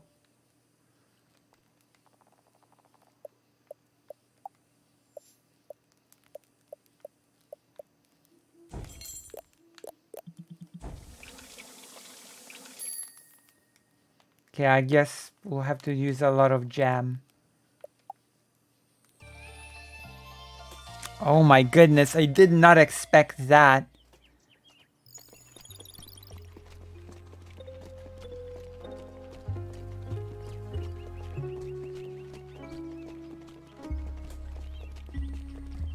Hello, not here. How are you? Look, we're playing a new game today. Okay, we're gonna do with jam. I'm not sure. We're just gonna try to beat it. The problem isn't the level. The problem is the lack of healing items. But we can do without the healing items if we use the jam smartly. You'll see. I hope.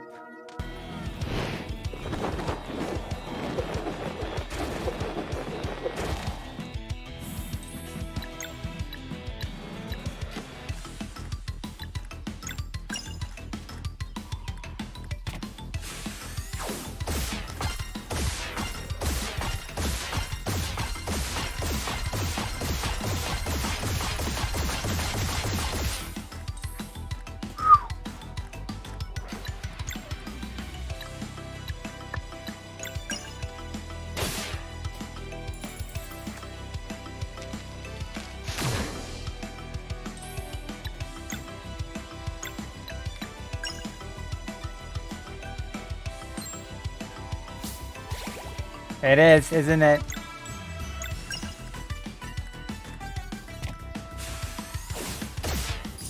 I'm messed up. That's not satisfying, messing up.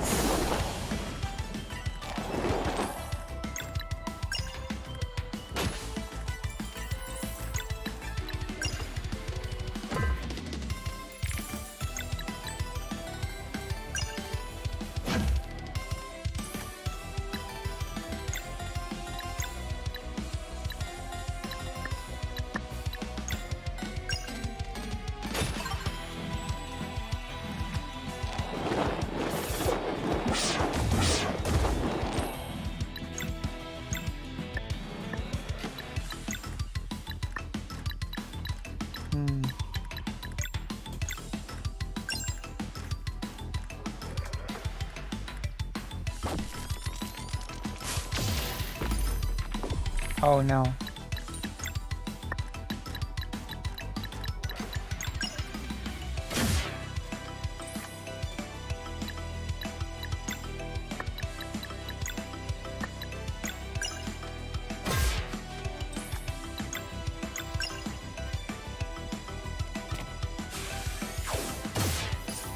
Okay, I messed up again.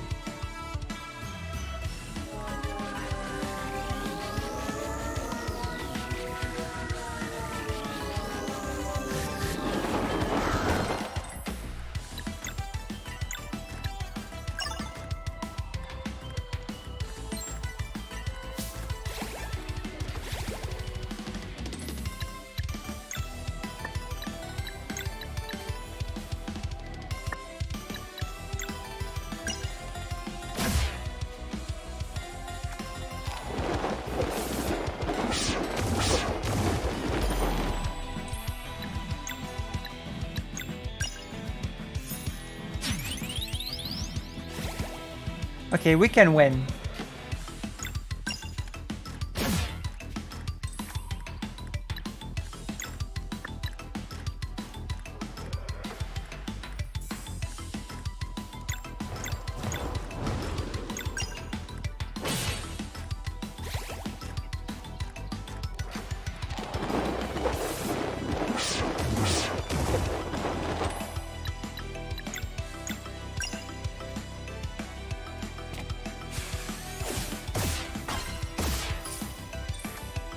I cannot believe I suddenly keep missing it.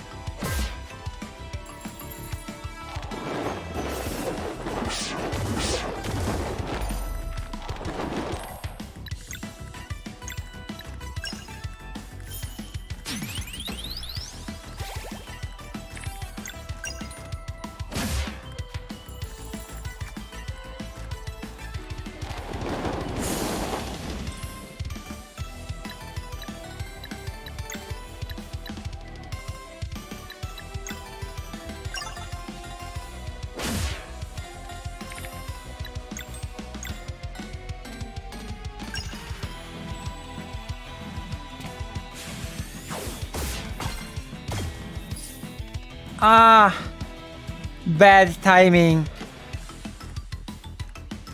Lulu, did you ever seen FDS news video?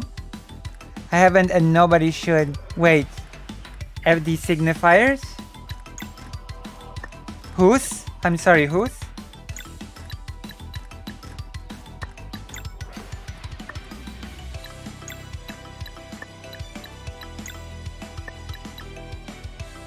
Oh. I've heard about it. I'm gonna watch it. Maybe.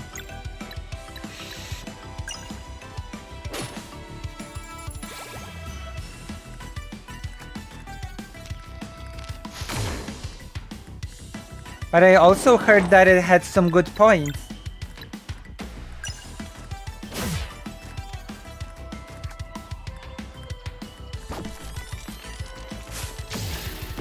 Uh-oh.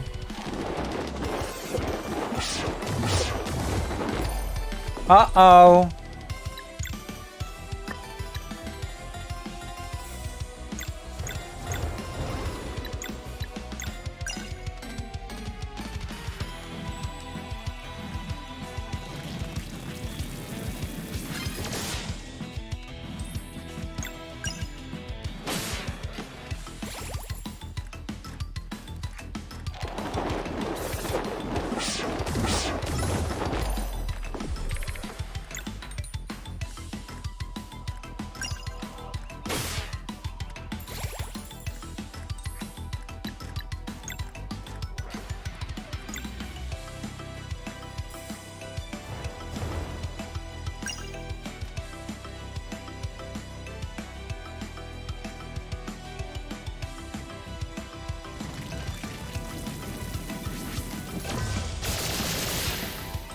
All right.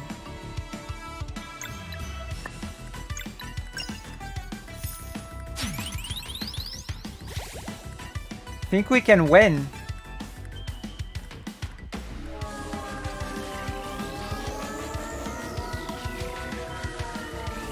Yeah, Lulu as in Lucy. That is how fake Alec Kyle Parker calls me.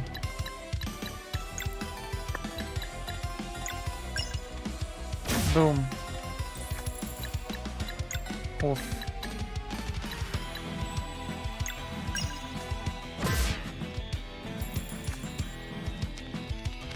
Oh, I see. Well, I guess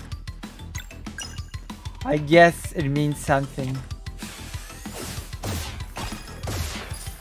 I messed up again.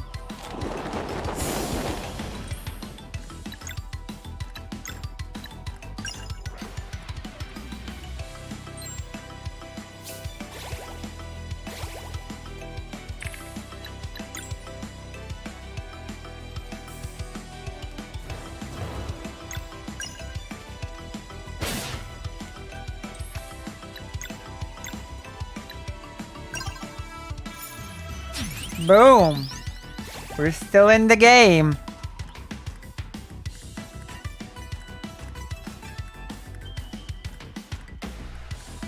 Yeah.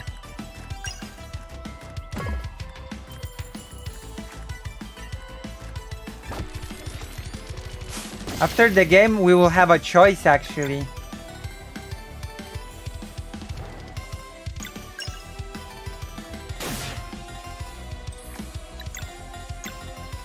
The choice is FD Signifier, Thought Slime, or the Synagogue.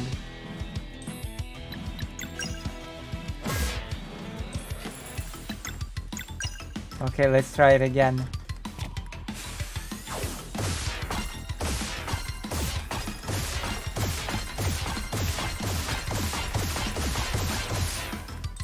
There we go.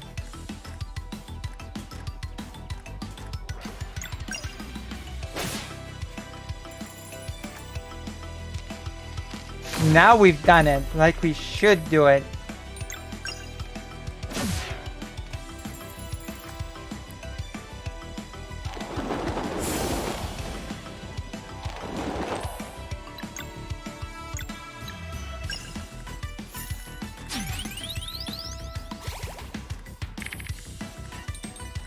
I say FT since I saw the slime on Sunday the other day.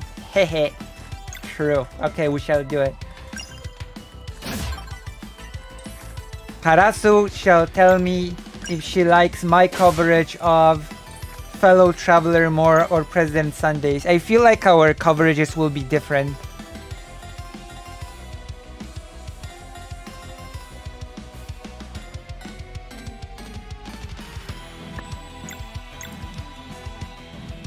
The synagogue. Oh.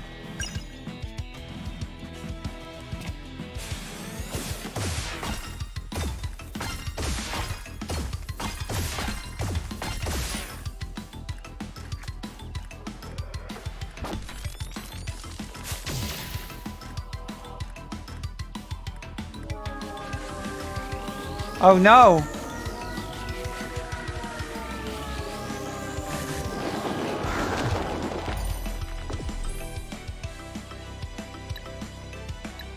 Yeah, he said today that he has something to cover now.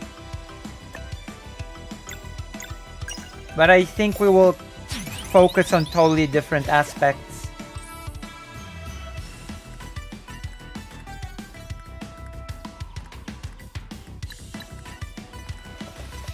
Because I think President Sunday will focus more on the political science aspect, and I sort of focused on the historical genocidal aspect.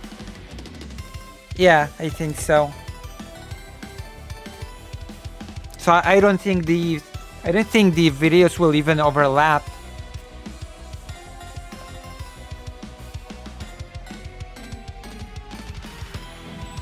Because when it comes to centrists being right-wingers, I just agree. You know? I just disagree how this person frames it by saying everybody who is not a Stalinist is a centrist, which is ridiculous.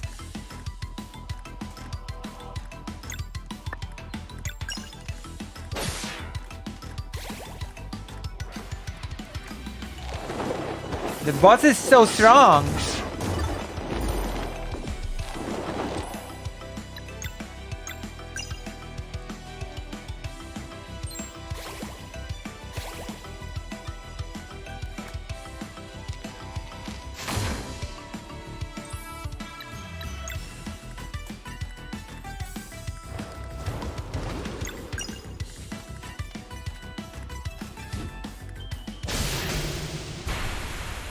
Yes!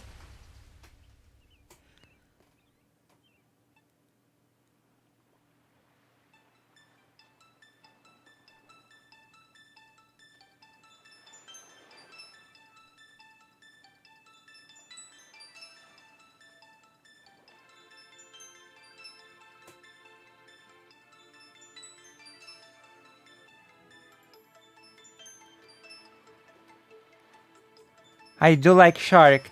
Also, I am the cool channel that does a bunch of videos on Jewish history. I am that cool channel, okay? The cool channel that does Jewish history is me. My goodness.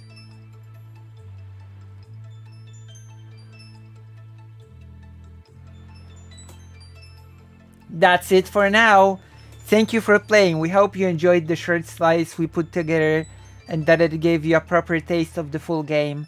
Feel free to replay it as much as you like. And should you be up for a challenge, rumor has it that a certain relic can be purchased at the hidden market somewhere in Brisk.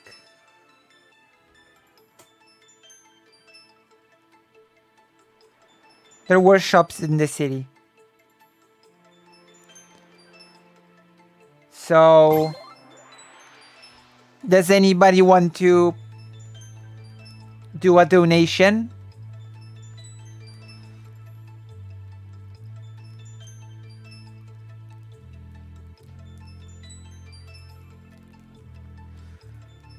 Sabotage Studio.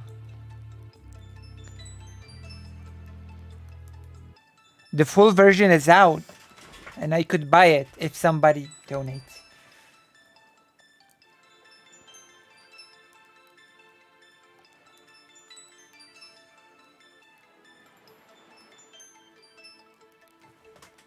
Yeah.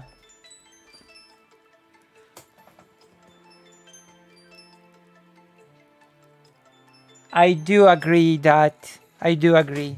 Yeah. Like the thing that shocks me the most about the shark thing, and I I've said it a bunch of times, so I guess I might as well say it again. Shark is the most wholesome streamer. How can you attack the most wholesome streamer of all? There is no more. There is no wholesomer streamer than Shark. So when I saw him getting attacked, I was like, what? You know? Does that make sense?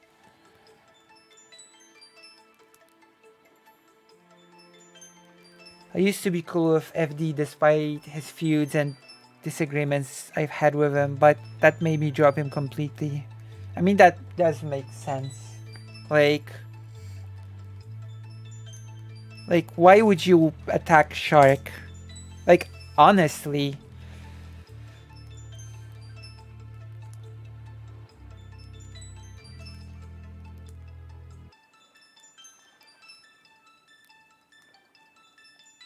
I don't know. I'm not a big slur person personally, if that makes sense. And I think Shark did a really good move on, even when Shark used a slur in some posts on Twitter, for example, he deleted it because he said he didn't want people to think that it's okay to do.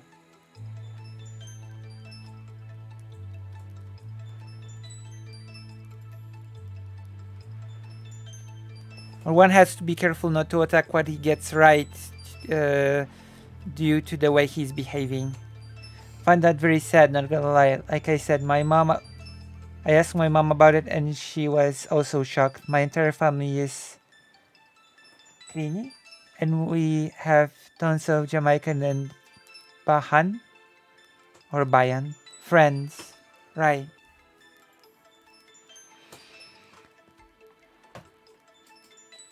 Nidayan. Oh. One moment, I'll be right back. I'll be right back. Don't go anywhere. In fact, stay here. And we're gonna decide on what to do next.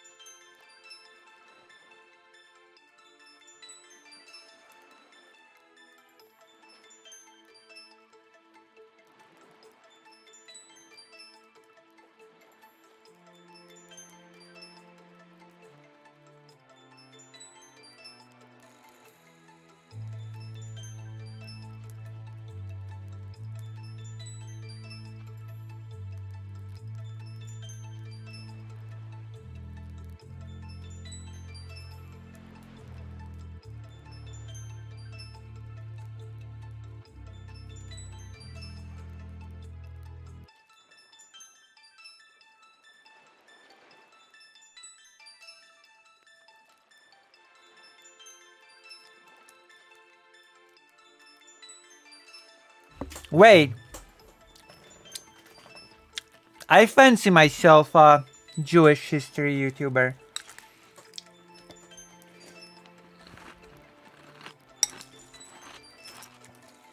My best video is about Jewish history.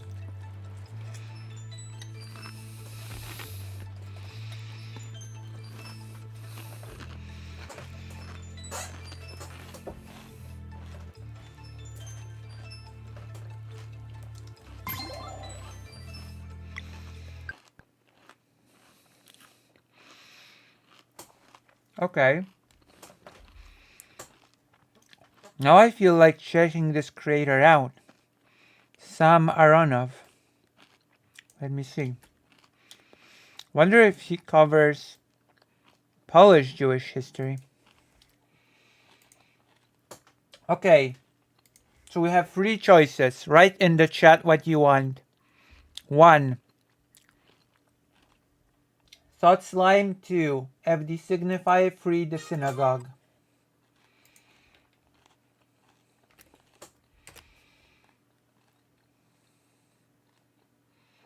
Hmm.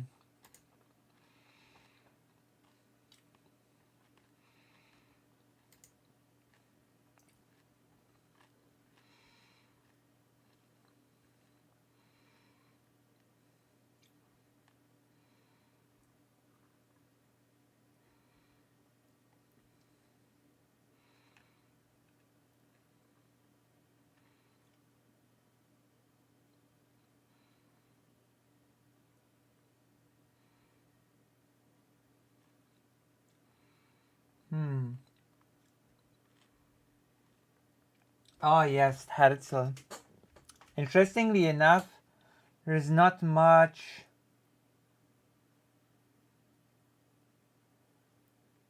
about the Polish-Lithuanian Commonwealth here,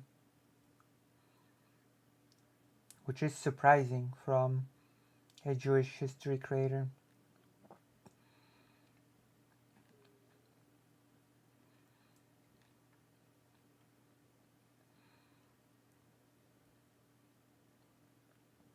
Okay, this person does not seem to be covering any of the topics that I cover, interestingly enough.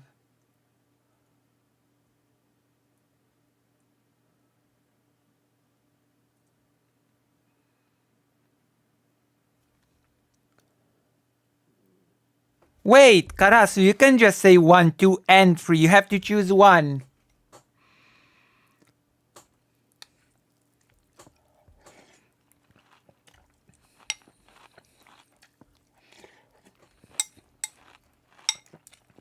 You've all voted the synagogue? Okay then.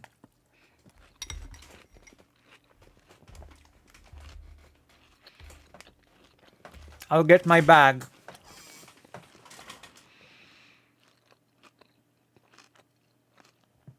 Which number do you choose, Karasu? One moment. That's not a choice. It's you want 2 or 3. You know what they represent. One moment.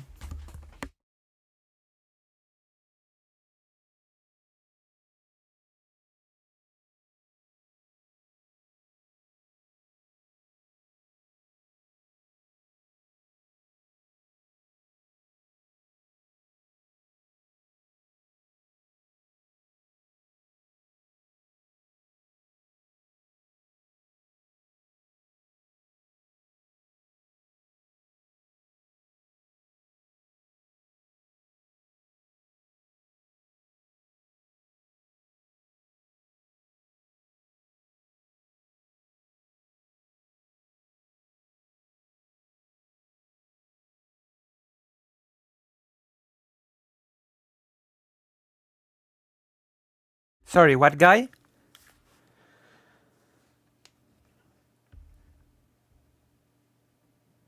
Wait, what guy? I'm sorry, what? Oh, synagogue is not a guy. A synagogue is a Jewish house of prayer.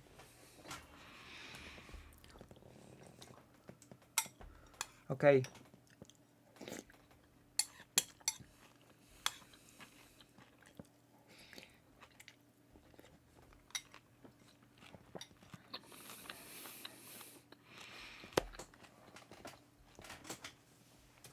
Let me get my notes. Okay?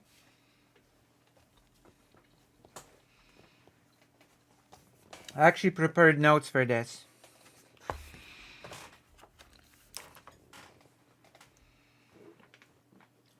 It all started with me finding out about the existence of the Great Synagogue in Warsaw. And me finding out that the synagogue was never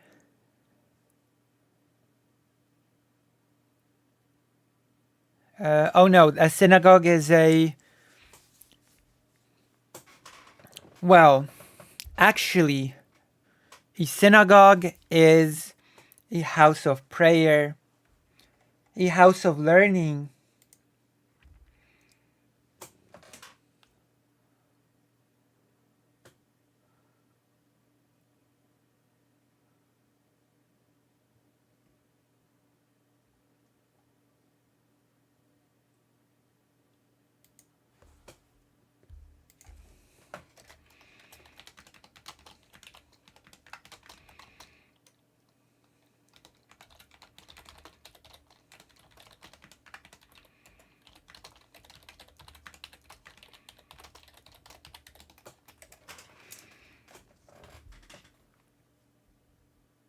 Oh, I just got bad news. So, a synagogue has many things. House of prayer, a house of learning, and the synagogues also, believe it or not, served as a place where poor people could get food or even stay the night. It was even, yes, someone just wrote me that that they are stranded in the middle of nowhere and they are having trouble getting home. So that's the bad news. I've just received that message.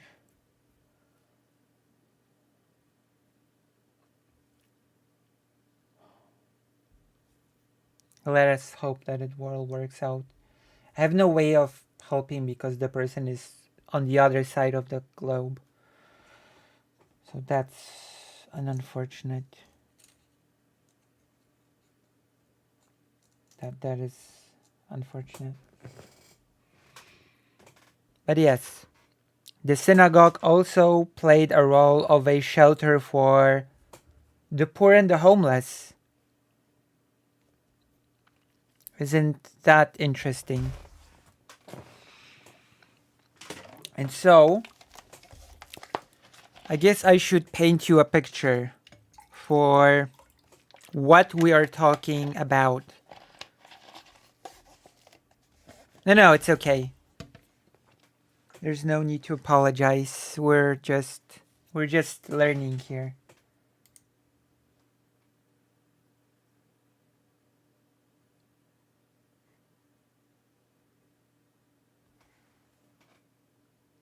So,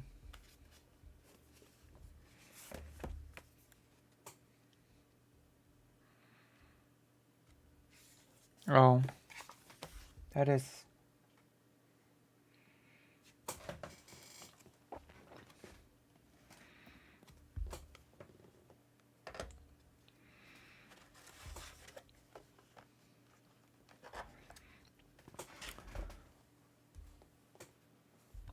no. In fact, it was the cab that sort of stranded them where they are now, because the driver was racist, apparently, from what I'm seeing.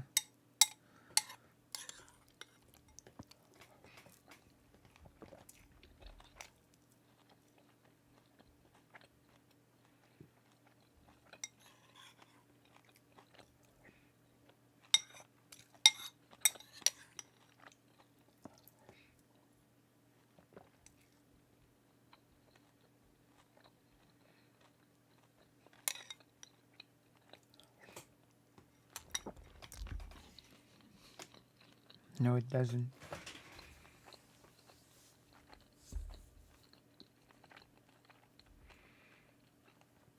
Actually sounds pretty awful.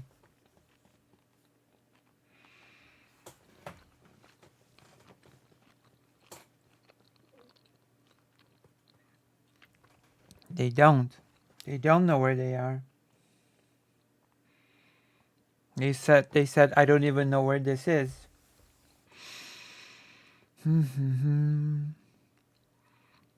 Their phone is starting to die. That's another problem.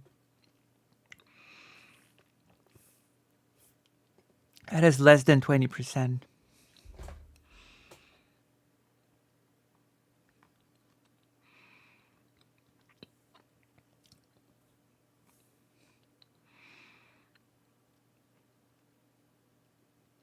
They're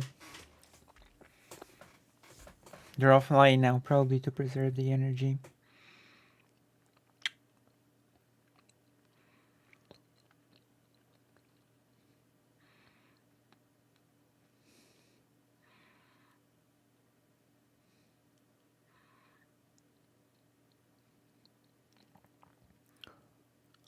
Yeah.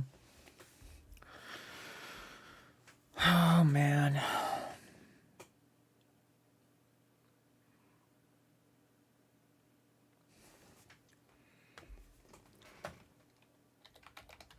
They are offline, so they might not get my message back.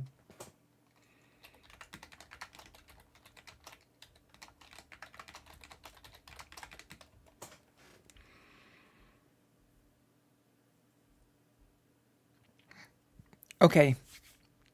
So, racism is like among the worst things in the world, in my opinion. There's little worse things in the world than racism. Okay.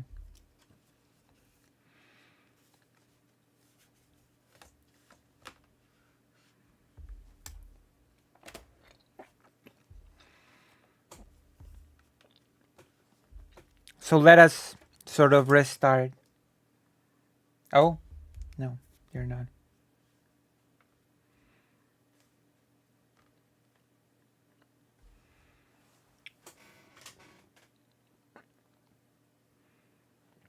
So,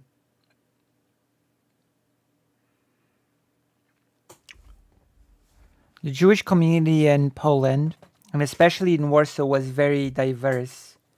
You had the wider population that spoke Yiddish.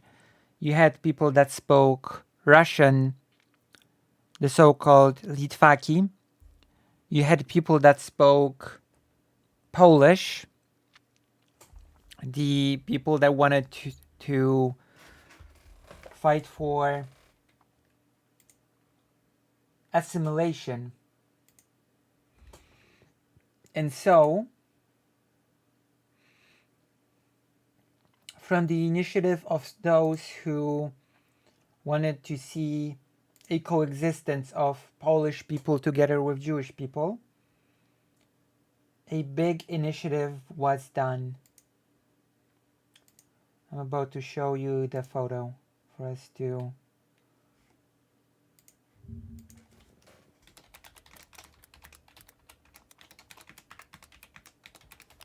The Great Synagogue in Warsaw.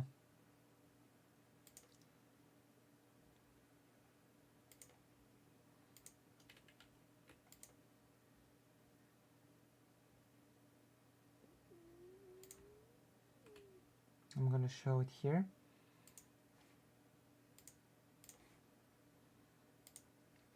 This is the picture of the Great Synagogue in Warsaw, as it looked like when it was constructed.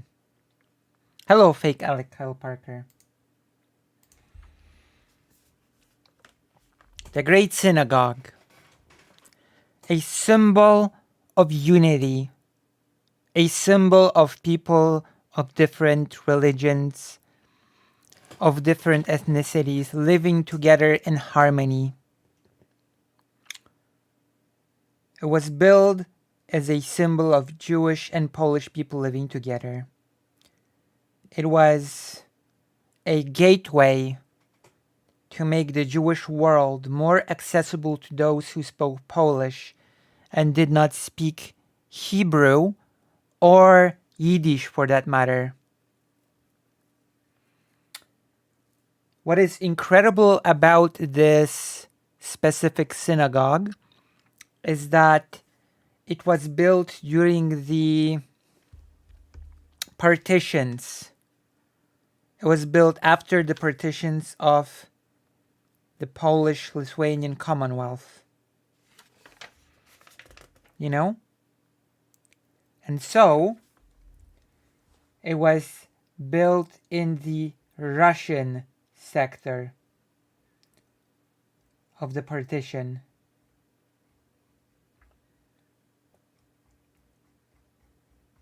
And when it was built,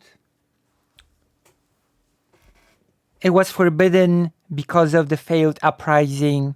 It was forbidden for any religious ceremonies to be held in Polish.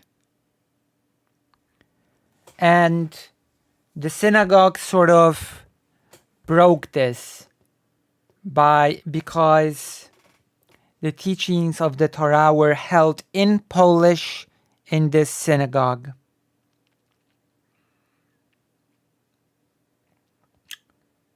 The construction of the Great Synagogue was initiated by the rich Jewish people of Warsaw who wished to see Jewish people assimilate with Polish people. The building of the Great Synagogue was a joint effort because just as Jewish people helped fund it, so did the Christians. The Christians also gathered funds to build this magnificent building.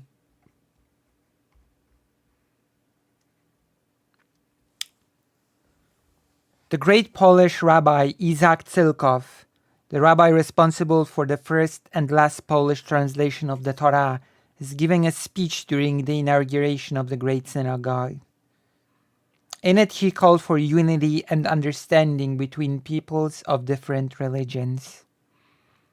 So as you can see, this building had very special significance in Warsaw. It was important on many levels. It was important because it was the synagogue where prayers were held in Polish. So it was a progressive synagogue. It was an important building because it was one of the most beautiful buildings in the entirety of Warsaw. It was also very important because, as I've said at least a few times now, the whole purpose of the building was to call for unity of different peoples, to bring people together, Jewish people and non-Jewish people.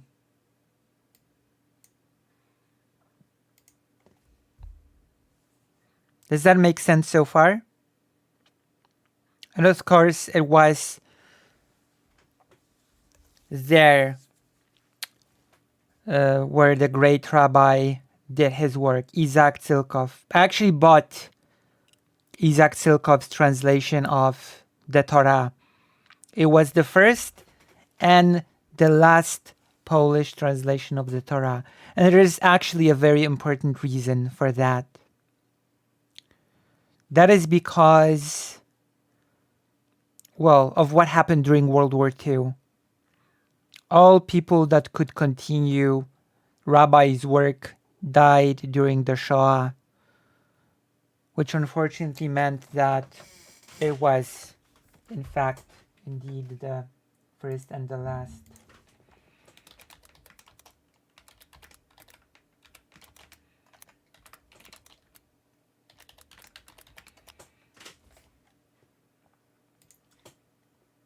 I'm going to read you a few facts from Wikipedia about it. English.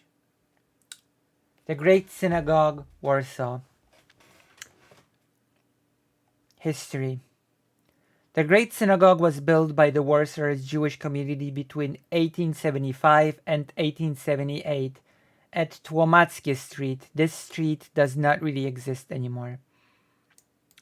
In the southeastern tip of the district in which Jewish people were allowed to settle by the Russian imperial authorities of Congress Poland. Congress Poland was part of what later became Poland that was held by the Russian Empire after the defeat of Napoleon.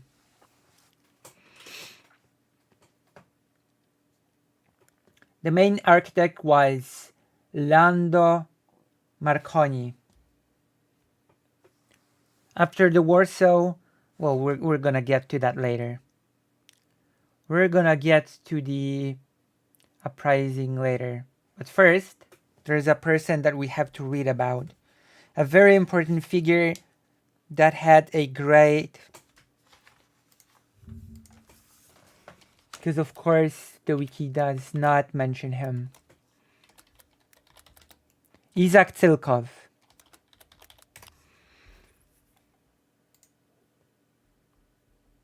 Very important person in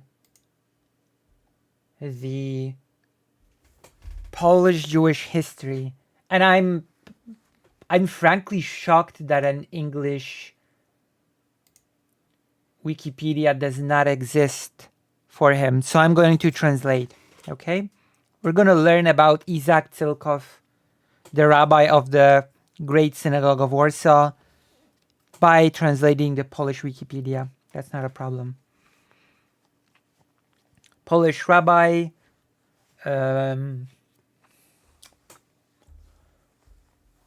someone who gave sermons, translator of the Torah from Hebrew to Polish.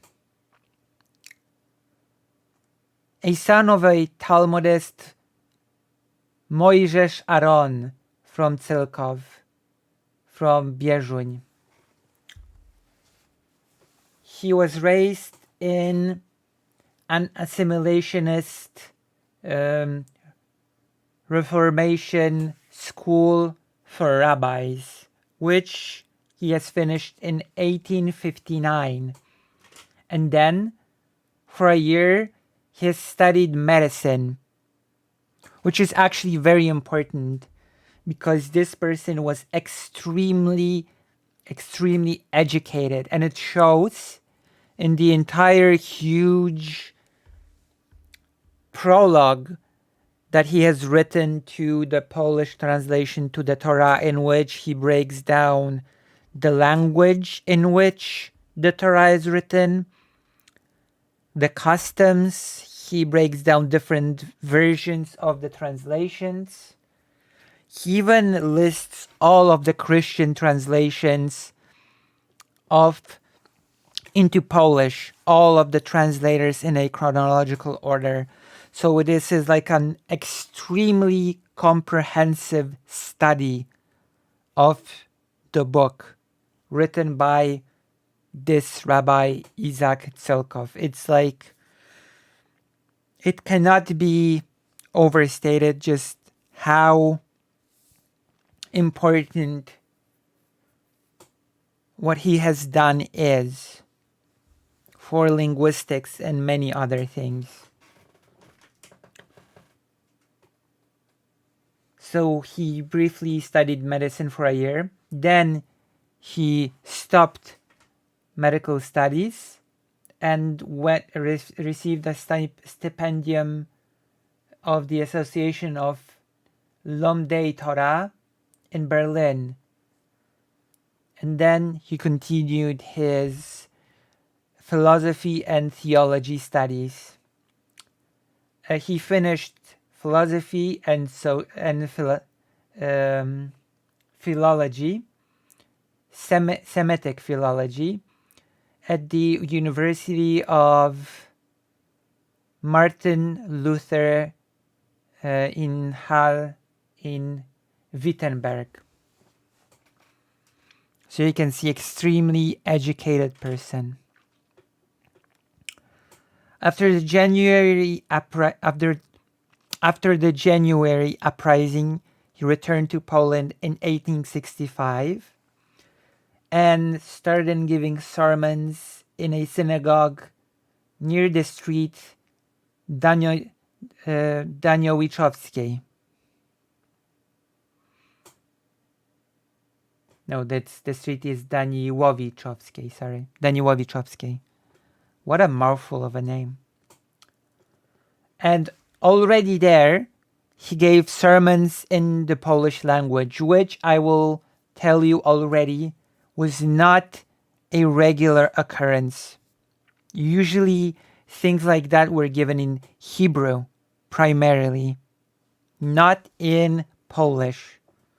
That was not a regular, there was not a normal sort of way to conduct such religious gatherings. He became the first rabbi of the Great Synagogue near the Tłomacki Street. So our main topic, the first rabbi of the synagogue, where he gave a speech to its official opening in 1878, calling people to understand one another and tolerance between religions. That speech was given in Polish, even though Russian law forbade it, which was a major turning point in the life of the Reformed Warsaw Jewish people. Even though it was forbidden, the speech was given in Polish. That's extremely important. And there's another huge factor, another gigantic factor, actually, that I wanted to touch upon.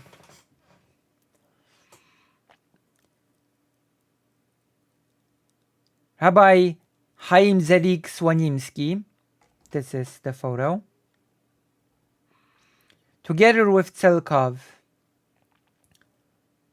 Ignacy Berenstein, and Mojżesz Moszkowski, opened a library, a Judaic library that was right next to the Great Synagogue. Why am I mentioning this library if it's not the main topic of our discussion about the Great Synagogue? There is actually a reason. Here, to the left of the Great Synagogue, was created the Great Library, the biggest Judaic library in Warsaw. And unfortunately, the synagogue itself did not survive the war, and it has not been rebuilt. But the building of the Great Library has in fact survived, and even though a lot of the books got burnt and destroyed, the building itself survived, and it became what is now known as Żich, Żydowski Instytut Historyczny, which means the Jewish History Institute. So while the synagogue is not here anymore, the building of the library is still here, and it has been transformed into the Jewish Historical Institute. So it was very important that the first rabbi of the Great Synagogue co-created this library that could continue its life in a different form after the war.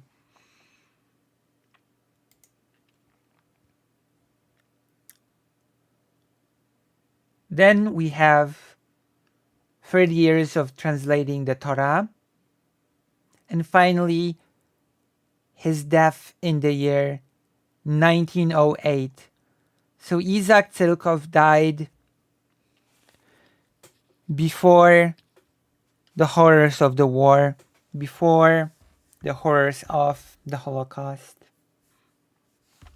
And this is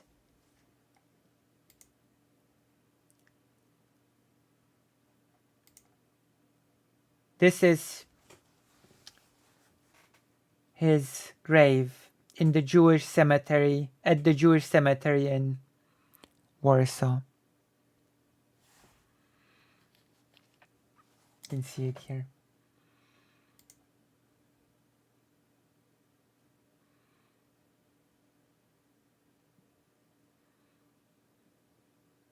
See?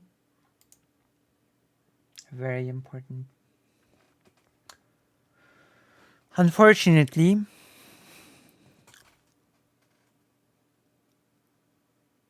the symbol of unity was cut short. It continued to serve its function all the way till 1939, and then the war erupted, and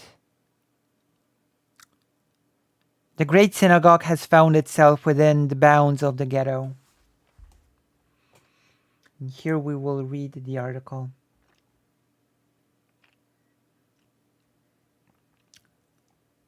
In the evening of 16th of May 1943, a powerful explosion has shaken the remains of the Warsaw Ghetto. And a horrifying noise and a flash of light that blinded people, and from the fire disappeared from the earth the Great Synagogue of Warsaw, one of the greatest and most beautiful Jewish synagogues in Poland.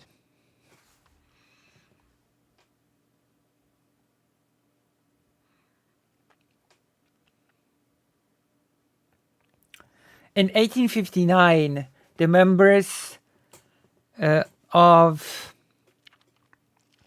a progressive circles of the Jewish community in Warsaw have proposed a plan of building a new synagogue. It was supposed to be more representative, bigger, and in a better location from the already existing synagogue by the Daniłowiczowska Street. The government commission of internal affairs has given its okay to build the synagogue. However, it could only be built in a place which by law was allowed to be settled by Jewish people. In 1872, the committee of building the synagogue decided to buy the possession near the Tłomacki Street.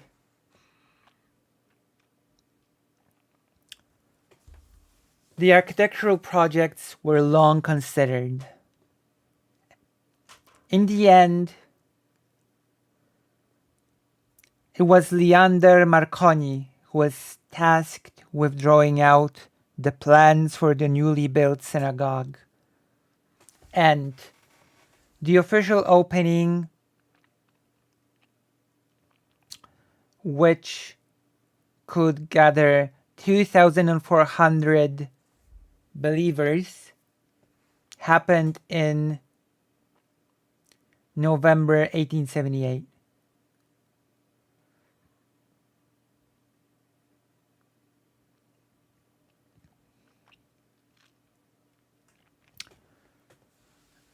An impressive classical building was finished with a dome, which made people think of the East.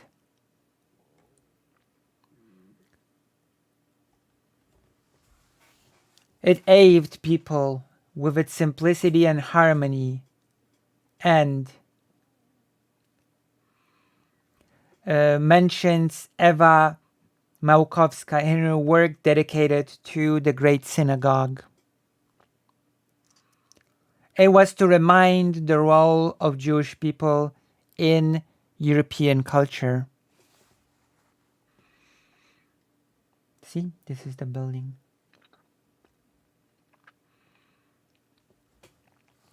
In the 20 years between the two World War I's, in the synagogue near Tłomatskie Street, official sermons were given from celebrating national holidays, for example, 3rd May Constitution and 11th of,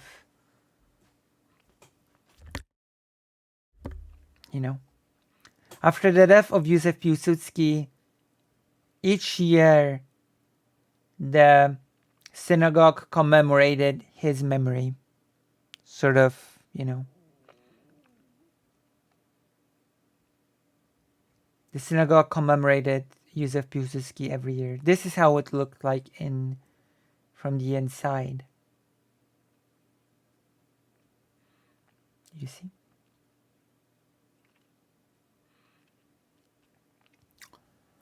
With the Second World War came a terrifying time for the Jewish community. The Nazis have attacked religious Jewish people with special viciousness. In the beginning of the 1940s, they forbid any sermons in synagogues and private apartments. They ordered them to work on Saturdays, so during the Shabbat, which constituted a transgression against Jewish religion. They devastated synagogues and destroyed any religious objects. Many Jewish people have decided to follow Judaism in hiding, to follow conspiratorial Judaism.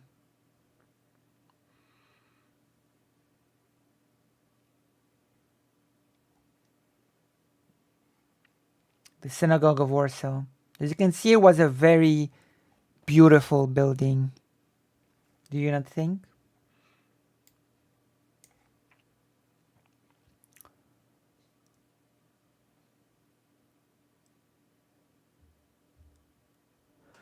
In the spring of 1941, some of the things forbidden by the Germans were lifted.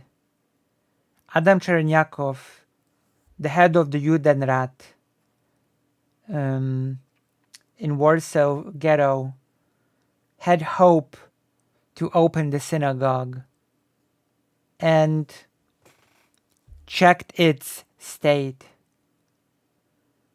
He wrote in his journal,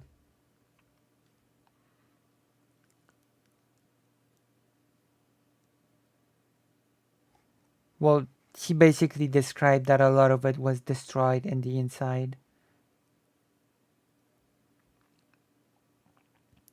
I decided to call a committee to get funds to rebuild, to fix and start the synagogue. And Later in 1941, the fixed synagogue was officially opened.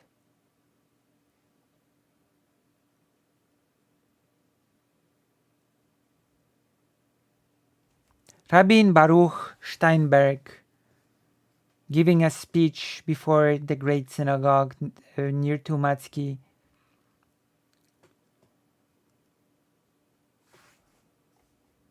see, in 1924.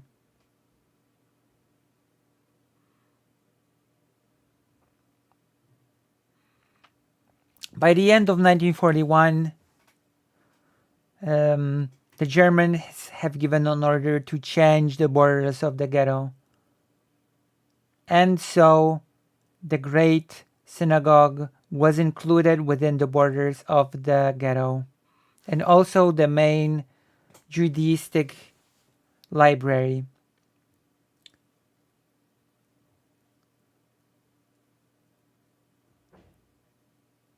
Adam Chernyakov fought to keep those buildings within the borders of the Jewish quarters. Wait, sorry, my translation is off. It says that the Germans decided to exclude the Great Synagogue and the main library, Judaistic library, from the ghetto. Adam Chernyakov fought to keep those buildings within the Jewish quarters. Alas, he realized that the synagogue cannot be saved. In truth, both the synagogue and the library have been became not a part of the ghetto in March 1942. Later in the synagogue were Jewish driven to Poland from Germany, and then it became a place where furniture stolen from the ghetto apartments were stored. Furniture was stored from the robbed apartments in the ghetto. This is a Pauline miniature of the synagogue.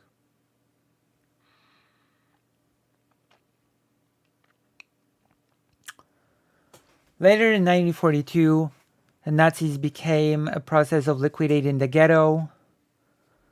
To the death camps, 250,000 people were driven. In 1943, the ghetto uprising erupted, which was snuffed out without mercy. The people were murdered, and the Jewish quarters was burned to the ground. The last act, a symbol of the total destruction of the ghetto, was blowing up of the Great Synagogue.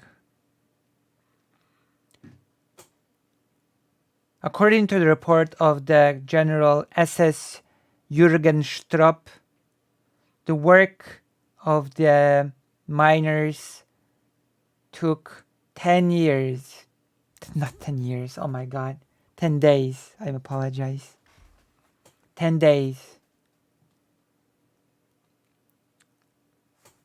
Many holes were drilled in the walls, and in those walls were set explosives were put. On the 16th of May 1943, at 8:15 p.m., Stropp has personally detonated the synagogue. The beautiful synagogue has ceased to exist. After the war, the synagogue has never been rebuilt. And in its place, we see the so-called blue building. In the future, we will talk about just how and why one of the greatest symbols of Warsaw has not been rebuilt. In the meantime, because I am reading this amazing book, The Place After the Synagogue. And I'm going to show you a few photos. First of all,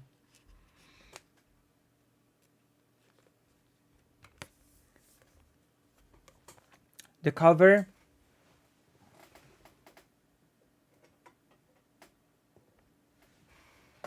The cover shows, as you can see, the Great Synagogue, along with a small park. The ruins of the Great Synagogue, along with the buildings around it. Keep this detail in mind. And then the next page shows what is there now.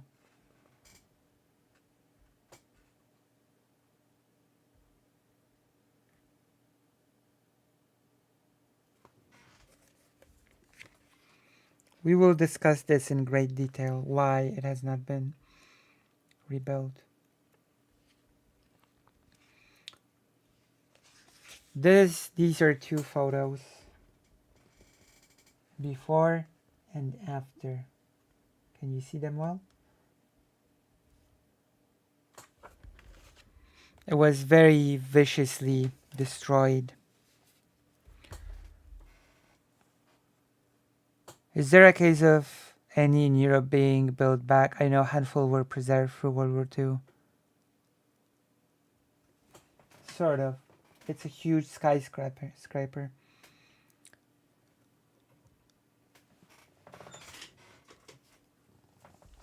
Is there a case of any in Europe being built back? I know a handful were preserved through. One synagogue was rebuilt in Warsaw. I'm gonna show it to you. One synagogue was rebuilt.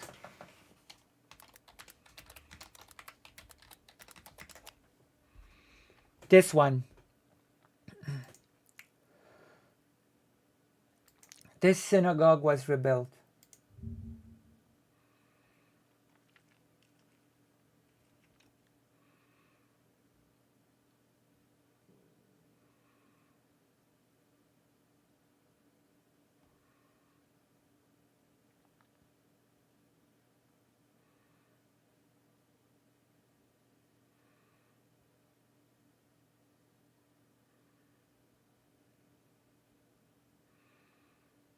These, so let me show you.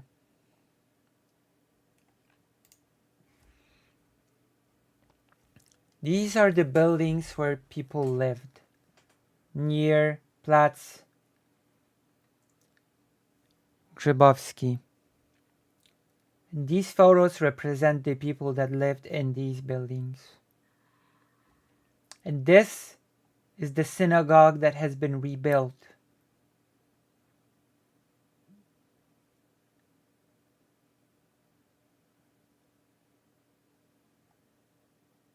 Nożyków.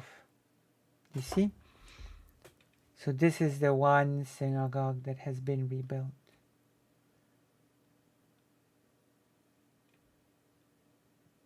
It is not a small building, as you can see. So yes,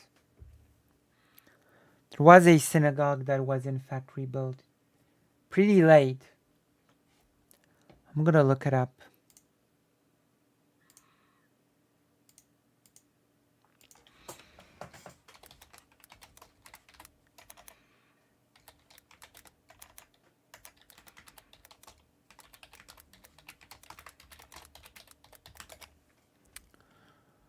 Here we go.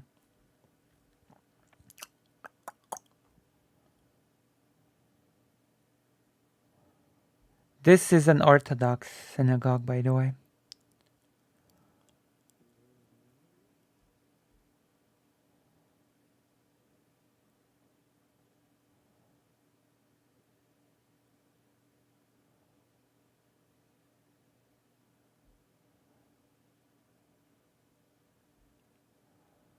It was fully renovated and fully opened again in 1983.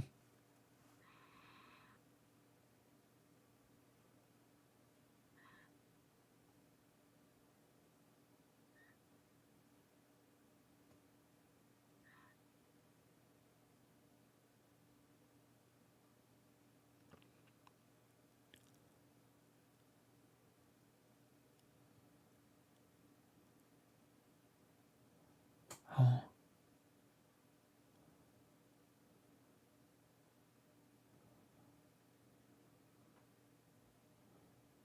So yeah,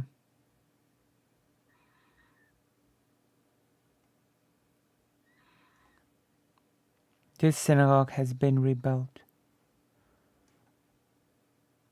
And finally,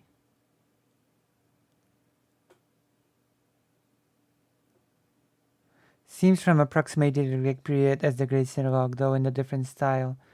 Okay, this synagogue was built for the first time in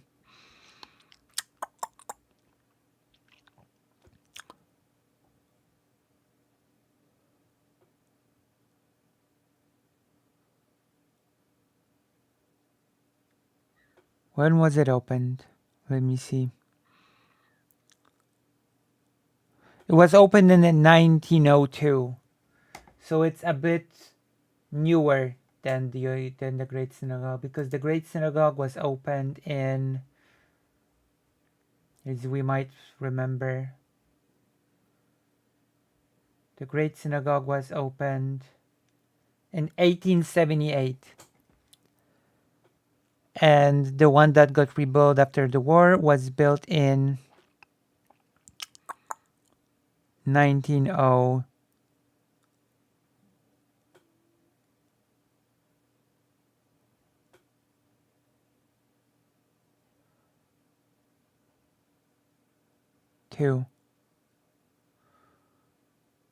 Yeah, 1902.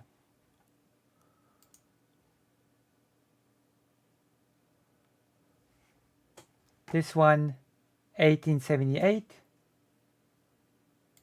This one was opened in 1902.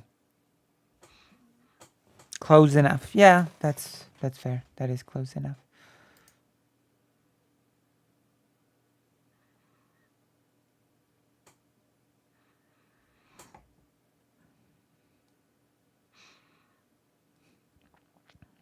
So yeah.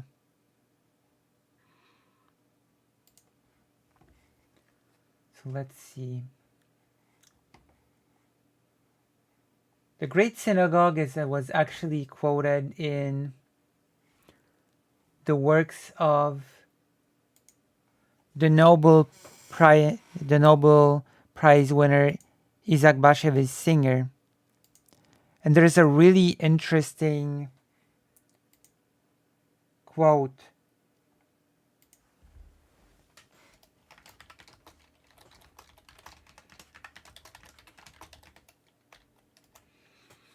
He says that the protagonist of the book has passed the synagogue, the Great Synagogue, and heard the prayers in Polish, and wondered if the Great Synagogue would accept poor people, just as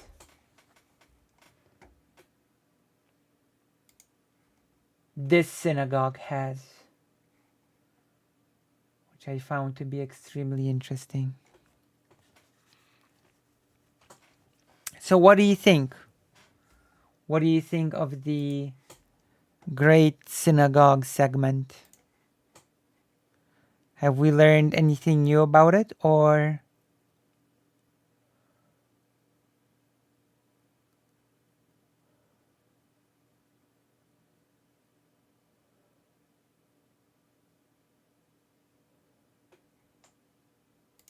If you've enjoyed the segment about the Great Synagogue, then press like, subscribe, the bell, and all that good stuff.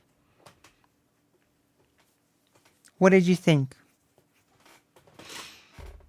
I think we might need to revisit this topic in greater detail.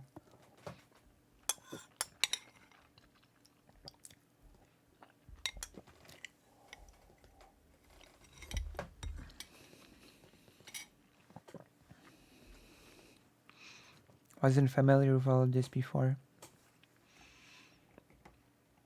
It is a pretty specific piece of information. I think many people don't know about the existence of the Great Synagogue in Warsaw and what it represented. The union between different peoples who spoke different languages and even had different faiths.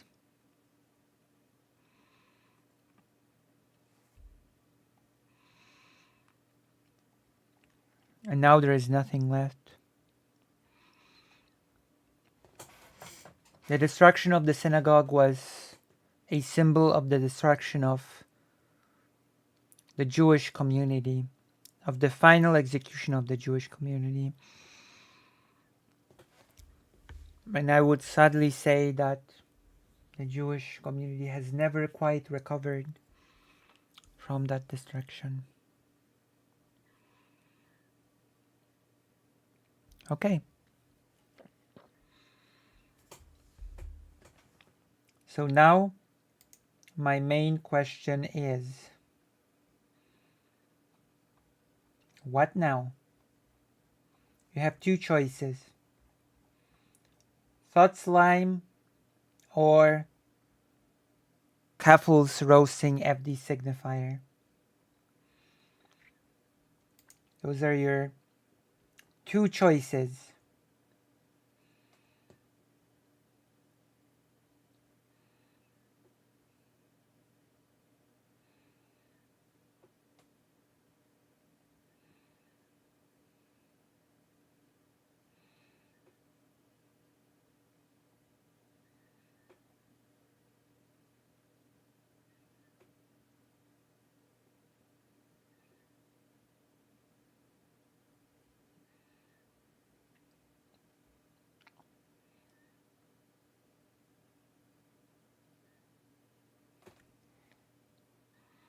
So, what do you think?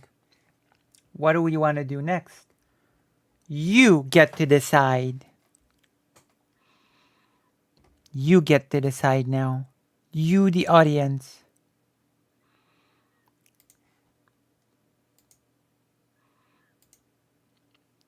And I Walking, get biking, to... cooking, driving. Oh my gosh. Jump scared destiny.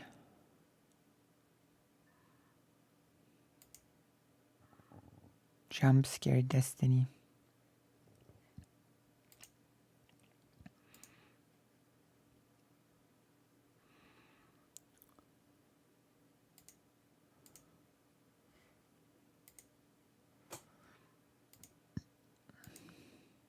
Thought Slime, says our family. Okay. Thought Slime it is. Let me check the title. Change the title. Because right now it's still the old title. Forgot to change it for the synagogue thing.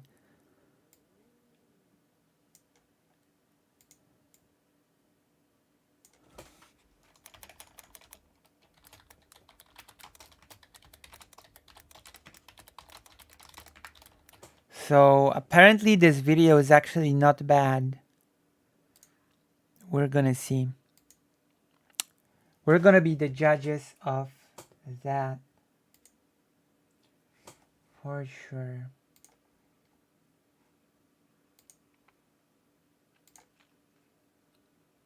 That are inherently...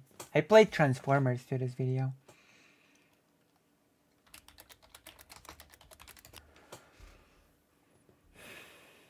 Abolish the left. Is that the video?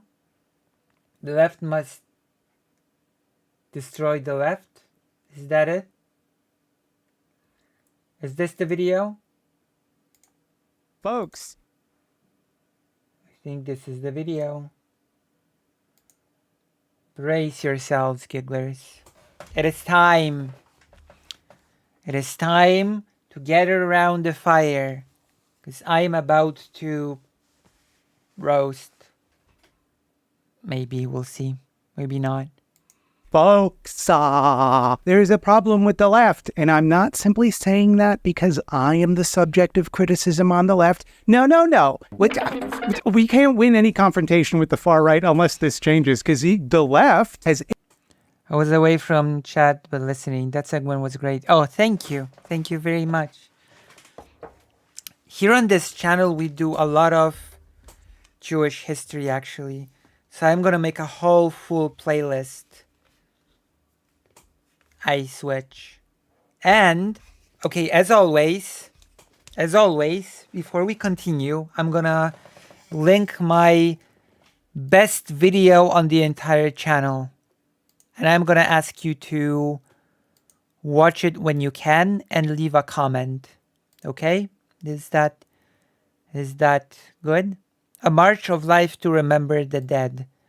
Like, this is a video that is close to my heart. And I always encourage everybody to watch it and to give it a comment. So I'm gonna link it here. And in the other chat as well. And then we'll continue with the thought slime thing.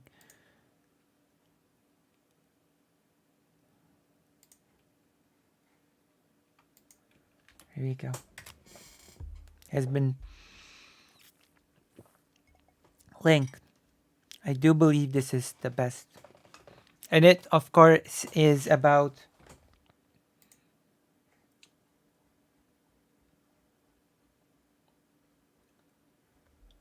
Jewish history. Okay, let's go. Let's continue with the thought slime. alienated the average person, which in this case is me, with a focus on niche boutique issues. And it needs to focus on outreach specifically towards the white working class, a term I mean, are you really an average person? Am I in a stunlock and can't identify the specific Baroque style of the rebuilt synagogue? I guess, okay, before we continue, I can help you.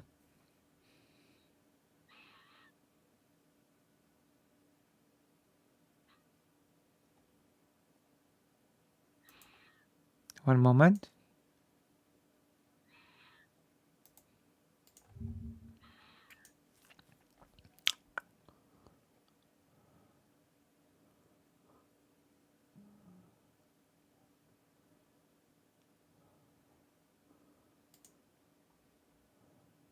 Oh.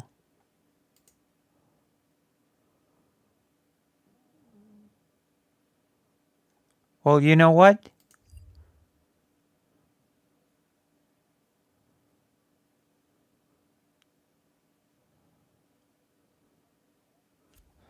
I'm going to look for the style. But there is a strong theory that the architect for the Great Synagogue was the same person that also created the project for the rebuilt one.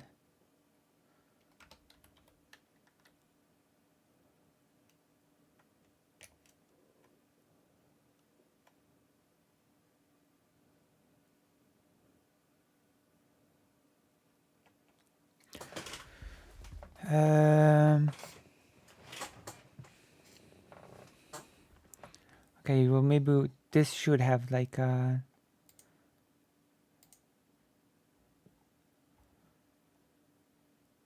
Oh.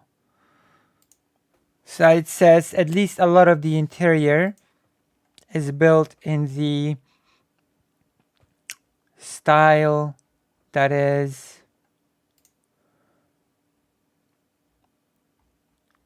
Let me see.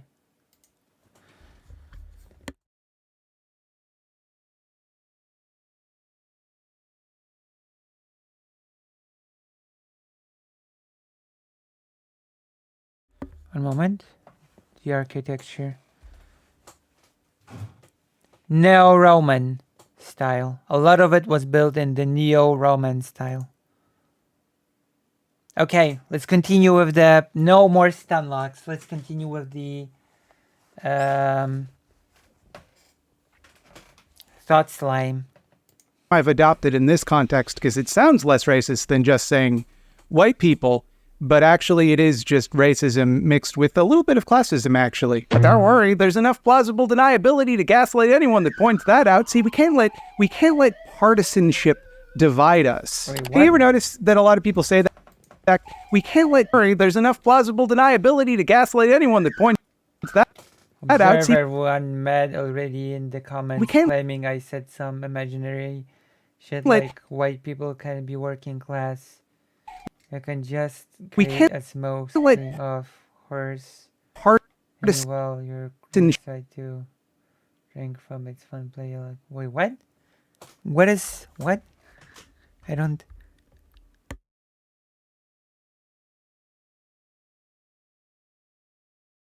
I don't know what this is supposed to mean. ship divide us. I don't know Have you what ever that noticed means. that a lot of people say that kind of stuff and they say it right and then they follow it up with some of the wackest horseshit you've ever heard in your entire life? Like what?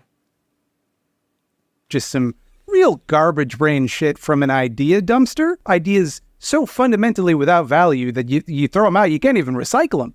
You just throw them right in the dumpster. Oh, And here's okay. the thing about the left. Can we talk for a minute about the left, please? Why is nobody talking about the left? There's something I simply must say about the left. Okay, say my it, my please. thought on the subject is fuck the left. I don't care about the left. I don't owe it my loyalty. Neither do you. The left isn't anything. It's not a group of people. It's not a tendency. It's not an ideology. That's actually not true. It is actually an ideology. It's a set of political principles. So I don't agree with that. What do you mean by the left? Well, there's the left wing in politics. But I'm not sure what they mean with the left.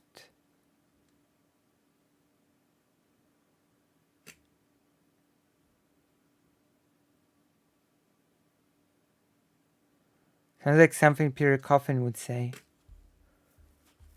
Like, the left wing definitely exists.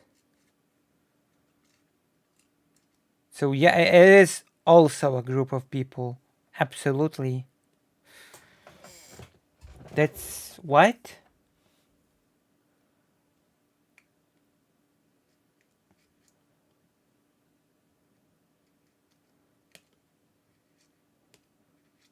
Well, it is a set of ideologies, but it is a set of political principles for sure as well. The left But it's nothing. is not even like a coherent set of goals or policies. That's not true either.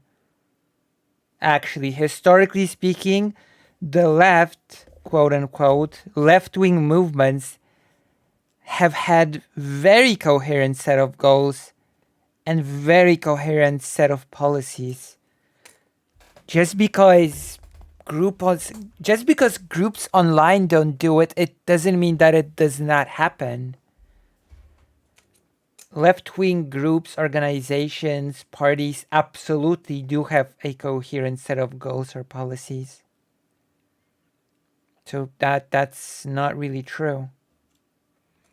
The Bund had a very specific list of goals and policies, which is why just before the war they were able to get into the government. The left does not exist, aside from as a rhetorical device used to mean like anybody who considers themselves on the left or anybody who considers themselves on the left would consider to be like their pals, their buddies. There is no consistent set of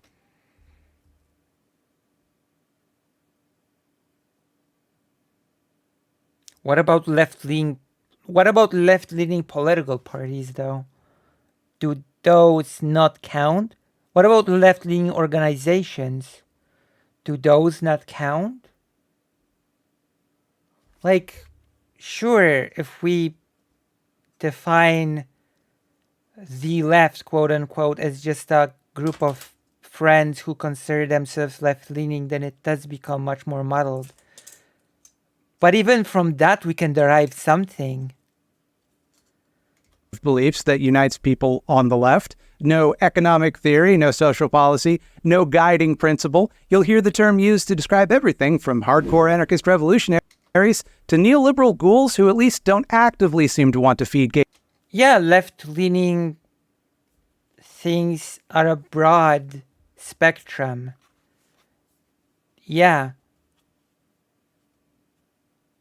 People into a wood chipper right now, and like everything in between that too. And perceptive viewers might notice, from the examples that I just gave, any such coalition is doomed. Those groups can work together over common goals, but also they have mutually exclusive goals that at some point they're going to need to resolve. And Yeah, but those groups are pretty big.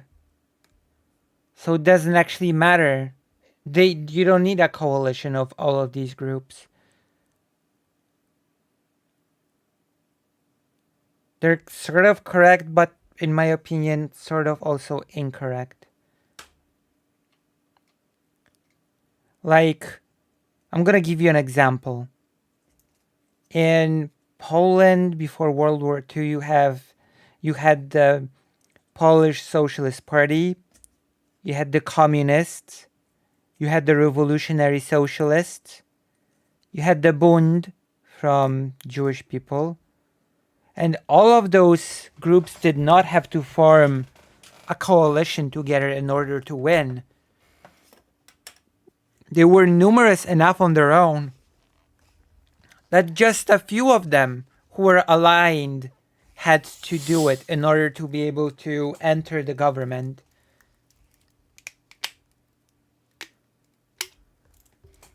Does that make sense? You don't need to have a coalition of all of the groups. Just have a coalition of a few of them that agree on things. I think they would agree with you, but they're just phrasing it in the most pretentious, well, actually way possible. That is possible. That is certainly a possibility. The Bund were socialists, which is why they managed to cooperate with the Polish Socialist Party.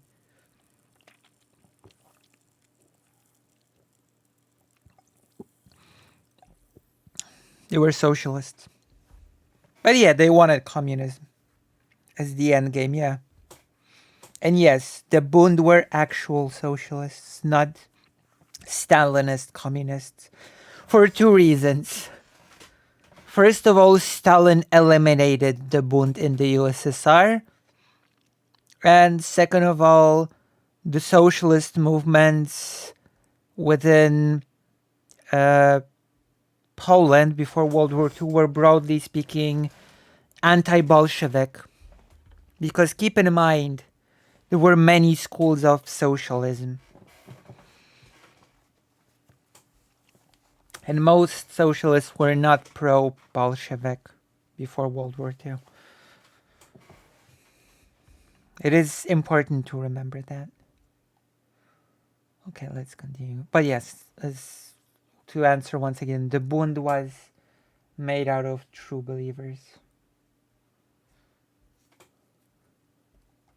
That's good. There's, like, to be clear, that's a good part about that. That's a good job. That's part of coalition building. You set aside your disagreements, temporarily if need be, to achieve something desirable to all parties. But at some point, you gotta go. Yeah, but there are certain things that cannot be set aside.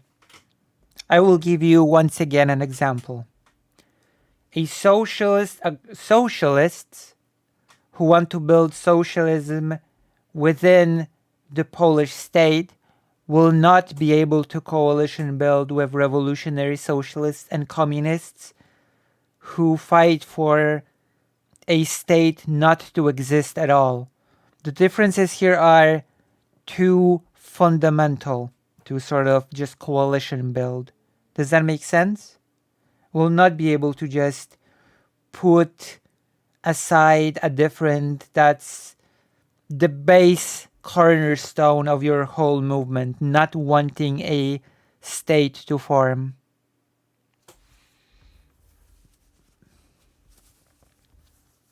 Does that make sense? So in some cases, coalition building is just impossible.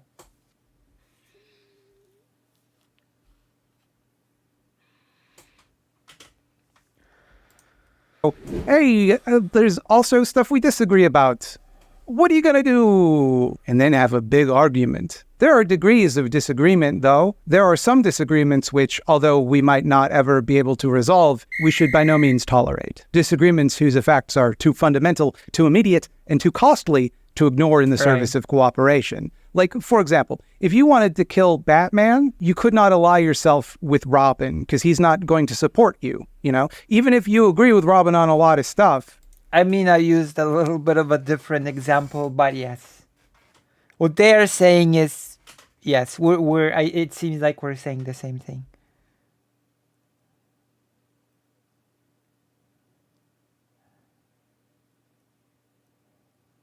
Well, that's true. It depends on what situation you're finding yourself in. That's also true. That is also true. Poland after World War I was not in an immediate threat of being taken over by the Nazis, so I guess that's a big game changer. I guess that would be a big game changer. You're going to come into conflict about the whole Batman issue. Now, where you draw that line is going to vary. I'm not going to give you some prescriptive commandments about who you are and who you are not allowed to cooperate with. I'm not an organizer. I'm a blowhard. I have a YouTube channel. I am the least entitled person to an opinion on anything. That shit's complicated and difficult. I'm in no position to tell you where the line is, you know?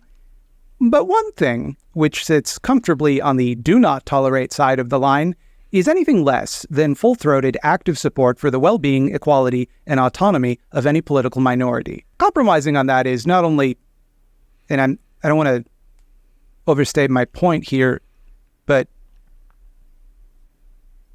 evil, but also foolish, tactically speaking. Because, like, if you're in a situation where it isn't tactically foolish, if you have a goal where it makes strategic sense to throw a political minority under the bus, then probably what's happening there is your goal sucks. You have an asshole goal for shitty asshole guys that an asshole might have. True. Never throw minorities under the bus. No disagreement here. There can never be disagreement here. I guess if there is one thing that people could always try to cooperate on, it would be this: protecting the rights and dignity of minorities. Yeah, that is a good point. Concern trolling for the well-being of the left invariably presents itself as the moderate, sensible, popular position. Anything these people don't like is too unrealistic, too utopian. You'll never sell it to the normies. Frustratingly, this type of rhetoric is used even when the position of the people using it is less popular or less credible, or, in some cases, flat-out trash brain garbage for idea babies to piss and shit their brain diapers with.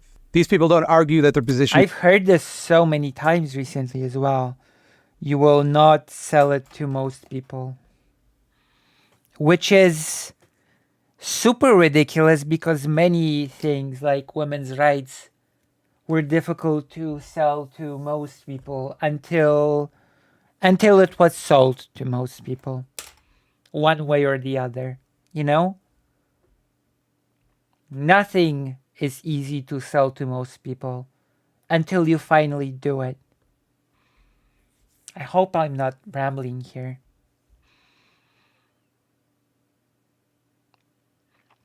I would say that equality is non-negotiable, which is why stuff like co-ops is secondary.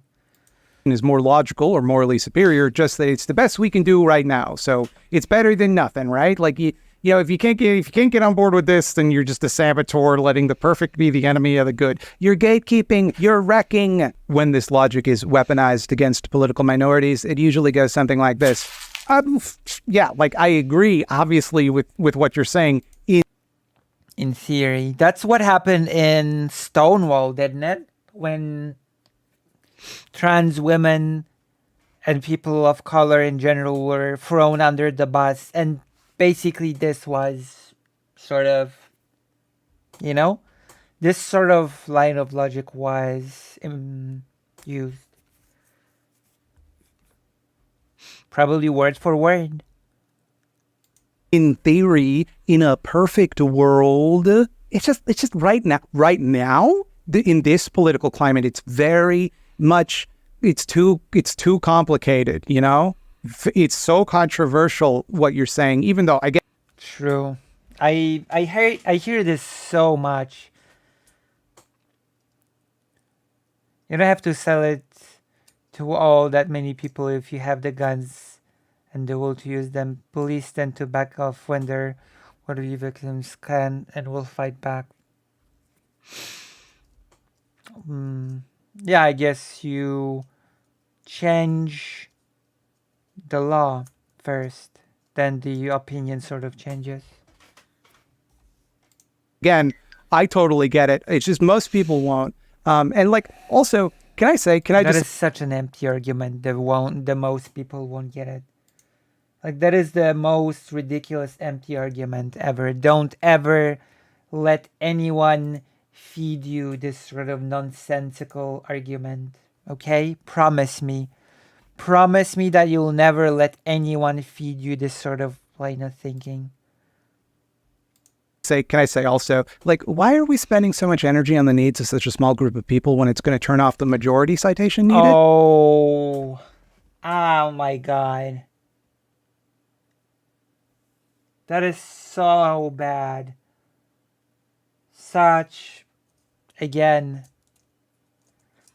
I love this citation from a Polish newspaper from the early 90s, where people were thinking and writing in the press, what does democracy mean? What is freedom? What does it mean for the people? And a beautiful article wrote, a lot of people think that democracy is when the majority rules, that it's the rule of a majority. And the author continues, it is not. A real democracy is when the majority chooses their representatives in the government. Representatives who will fight and protect the rights and privileges of the minorities, the most vulnerable minorities. They will protect them.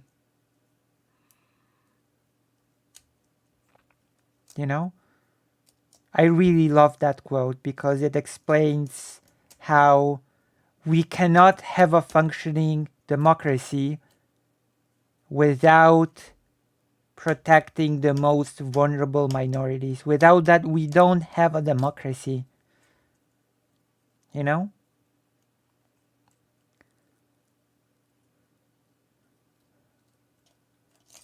I think that's truly the case. Yes, Ty mainly argues against Anna and the like. This is a solid video. We got to think a big picture here. And that makes a certain surface level. Like, I'm so saddened by the fact that we have to think big. That's not even Anna Kasparian. That's also Destiny, who says things like 99% of people agree with me, as if that meant anything. Like, so many people utilize this horrible line of logic that it's just sense to a particular type of asshole. But there are some problems with this argument. Firstly, and this should go without saying, it's cowardly. It's the type of argument you can only make if you're a complete spineless chicken shit, a moral infant. If you make this type of argument, I'm forced to assume you are, at this moment, concealing that you've been bitten by a zombie. Secondly, consider this little thought experiment. I got a little brain tickler for you here. Whose support do you think will be more valuable for you? People whose material well-being specifically depends on your success? Or people who don't really give a shit either way? People are so disinterested that the slightest discomfort will stop them from engaging in the issue whatsoever. Thirdly, the whole premise rests on two assumptions, of which at least one is always total horseshit. That the rights of the political minority in question are some sort of highly unpopular third-rail position, and this is usually justified by, like, a conversation they claim they had with some sort of archetypical common man. They talked with their bus driver about gender self-ID, and they didn't get it. So, like, how can you expect the working class to understand such ideas? Because the second assumption is... Okay, that was funny. I want to listen to it again. Huh?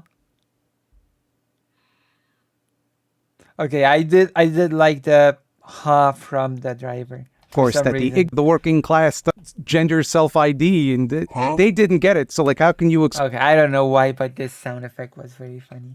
So I will give it that, okay? I have a very specific sense of humor.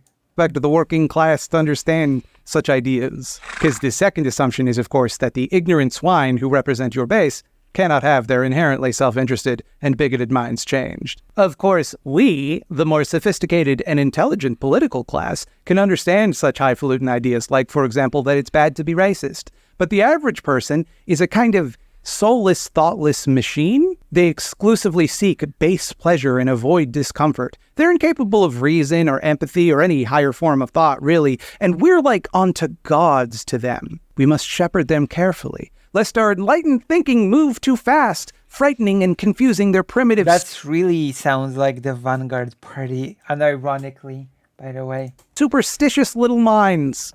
You see, you dumb utopian baby, if we fight for something so unpopular or out there, as the logic goes, it hurts the broader and more achievable goals of the left. You know, the ones I support, not the ones you support, because we have to be willing to compromise. I don't want to alarm you, but the far right, they're on the verge of winning. They're one election away from taking the whole pot. Okay, they're gaining momentum every day, and the only way to stop them now, I hate to say it, I really do, is to do the things that they're asking for, is to specifically do the things that they're agitating for. That's the only way to stop them. They want us to do that because it would stop them and make them less powerful. And, you know, plus, like, if they do win, like, you know, I'm white, so if they want to do racist stuff, I would bet. These compromises, of course, are always in service of power, in service of the status quo, in service to the exact structures we are meant to be opposing by making these compromises. It never works in the other direction. Never is the more moderate left asked to adopt a more radical position based on its popularity, feasibility, or outright necessity. We're meant to dismiss allies who agree with our positions in favor of courting allies who do not. Because maybe, if we do everything they ask for, they'll get on our side. That's what it means to get someone on your side, by the way.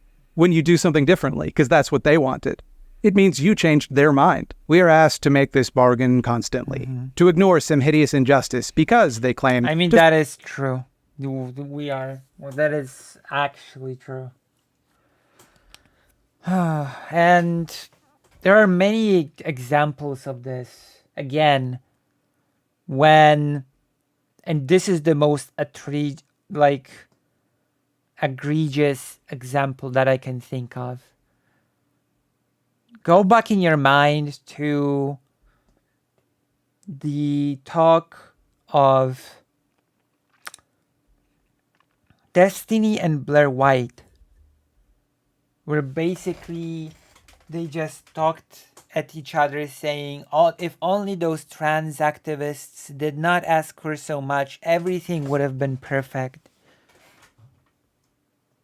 Like implying that trans rights are not where they could be because people just want too much, and it sort of sabotages the broader trans rights movement, which is no. Right? to focus on it necessarily distracts from all others. So you end up in this shell game scenario where the one true meaningful injustice is always the one you're not putting every iota of your effort into. And in order to fix it, you just got to ignore every other problem in the world. Those are all distractions. And this isn't a new technique. Throughout history, wherever there have been people fighting for any sort of social justice, equality, freedom from oppression, no matter how just their cause, you can find examples of that movement hypocritically excluding others in betrayal of their own principles. Whether it's white women within the suffragette movement refusing to stand in solidarity with women of color, to modern-day quote-unquote anti-imperialists who deride and ridicule the land back movement without bothering to do the barest iota of research, just crack open Wikipedia and just really even look at what the definition of the term is, really understand what the thing that they're criticizing, just do the bare minimum, just really even look into any... And this is the problem that intersectional analysis was intended to help us study, to create the understanding that various forms of oppression intersect, creating unique material conditions and forms of oppression for those people who unfortunately find themselves within that intersection, beyond merely simple... It's naive. People like Destiny are taking the far right completely at their word. Whatever minute thing they pretend to care about is their real issue and not disgust and hatred. That's true. That is true on all accounts, Arkael.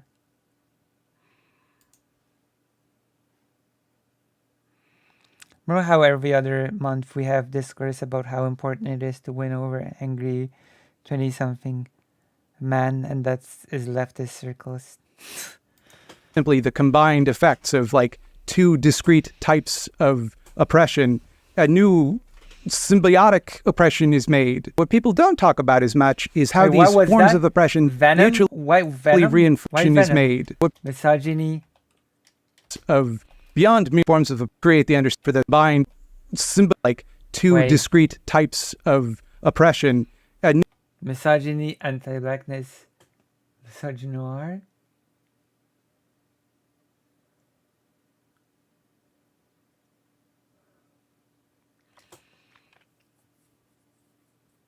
My God, what?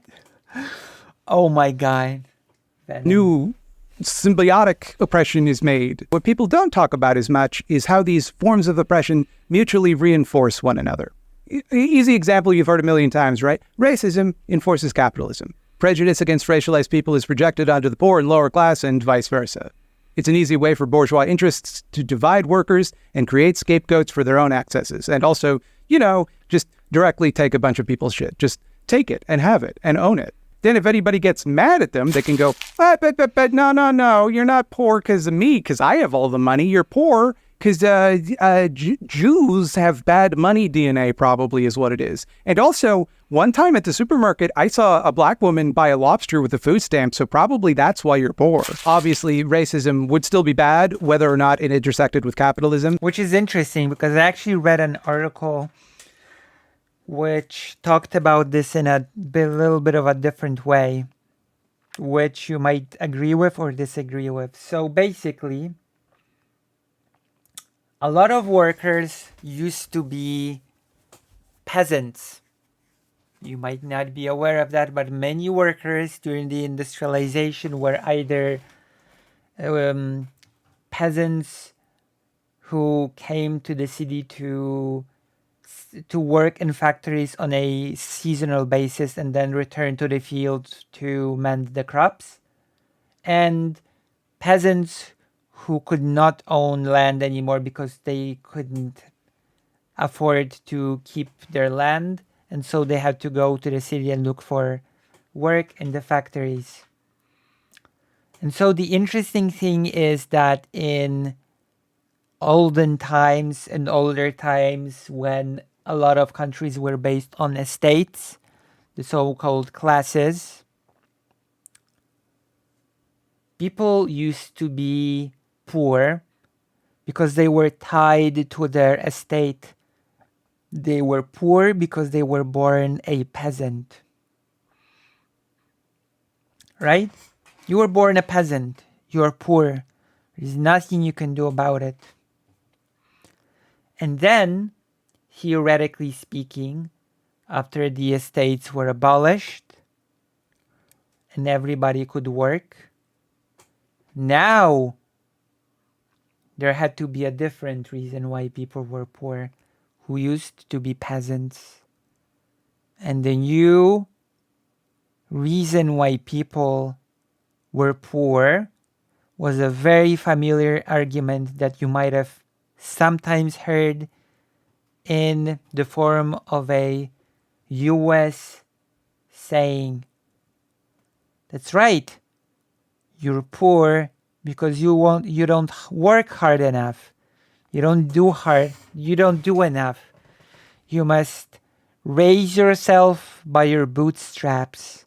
If you are poor, then that means that you're simply not working hard enough. Isn't that interesting?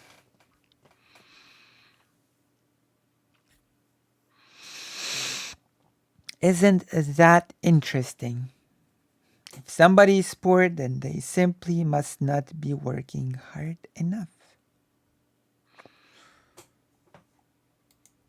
And capitalism would likewise be bad in any sort of hypothetical alternate reality scenario where it developed without racism. Both of these things would be problems that required solving without the other, but in a world where both exist, like this one, Earth, you have to fight both. Otherwise, the struggle against either is incomplete. Here's another example for you. Transmisogyny reinforces misogyny classic. The ways that trans women's bodies and behaviors are scrutinized and demonized are then ported from the trans engine to the cis engine, which actually is pretty easy because that's the engine it was developed for, and used to control the bodies and behaviors of cis women. Cis women become the collateral damage in attempts to stop trans women from existing and need to conform to cis heteronormative standards to demonstrate their womanhoodliness. Cut your hair too short or have too many muscles and you might not be allowed to piss anymore or run in a race. Because what if you're a secret trans in disguise? Better take your rights away, just in case. Simultaneously, trans women are themselves the collateral damage in patriarchal attempts to control cis women, to firmly establish the boundaries of the feminine and police the bodies and identities of all kinds of different women. Some tall, some short, some of them have swords. All women. In both of these examples, you cannot. I'm on the census on that particular issue. I think every group is worth targeting for bringing over.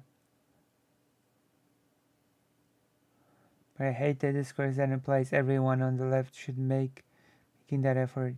On the other hand, I think winning over young men who aren't in that angry chud phase yet is important. Okay, you're replying to kidney. That's a big topic. Fight one problem without fighting the other. If you try, you're just putting it in another place I'm not for sure it to if get you're a stronger later centrist, and come though. back and get you. You're not dismantling an oppressive structure. You're just asking for permission to be let into the oppressing group. And I can't exactly judge anyone for that. I am the beneficiary of all oppression in the world. But I would like to extend a word of caution, if I may. If you do manage to get put into the in-group, that's not going to last forever. Helping the people who are oppressing you now cook up a new way to oppress someone else, you can imagine how that plan might backfire, right?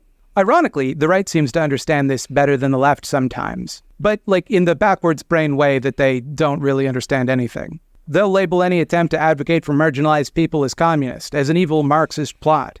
Like, Hello, Vex.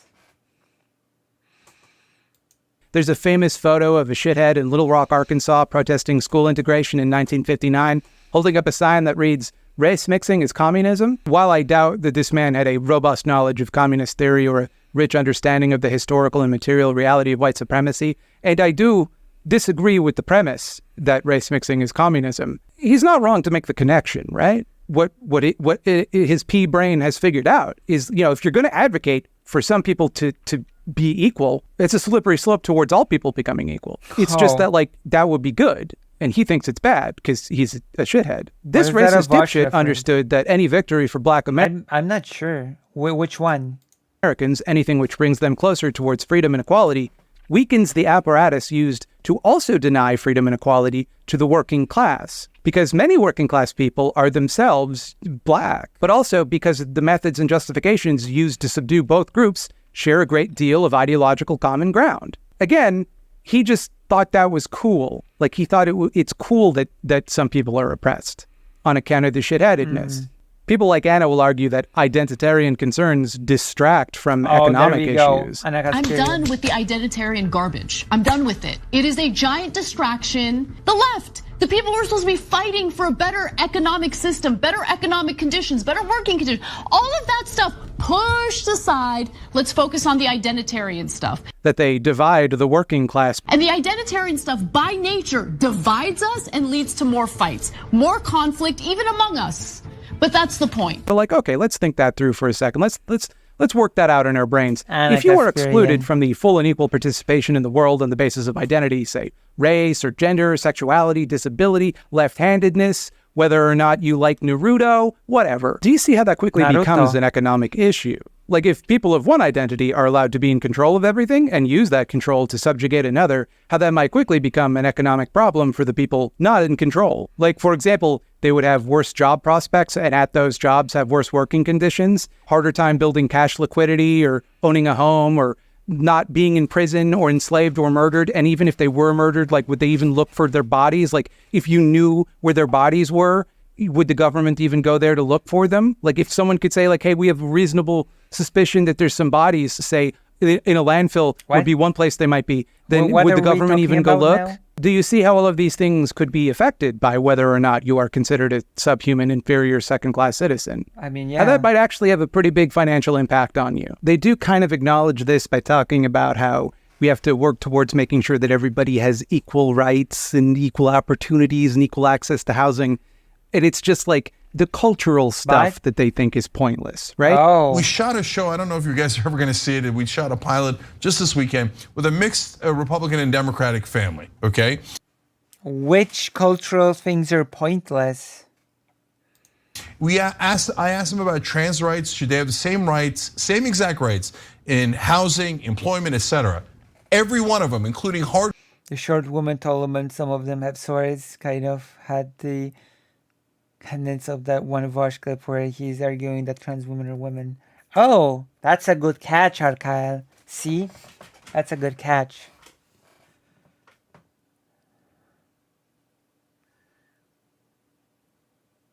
I'm not okay, I'm gonna address this for a second to add some commentary of my own, okay? I'm not sure that is saying that any group can be moved to our side, I don't see it as a centrist position, to be quite honest. I just don't see it as a centrist position. I see it as wanting to have as many people on your side as possible. And young men are also part of the people that you want on your side. I'm not sure I see the centrism in this. Maybe I'm misunderstanding something. And I was worried that there are people talking about ongoing genocides and that it detracts from talking about cops with anti-homeless embarkments in front of them or something. Yeah, genocide. The biggest cultural issue, genocide.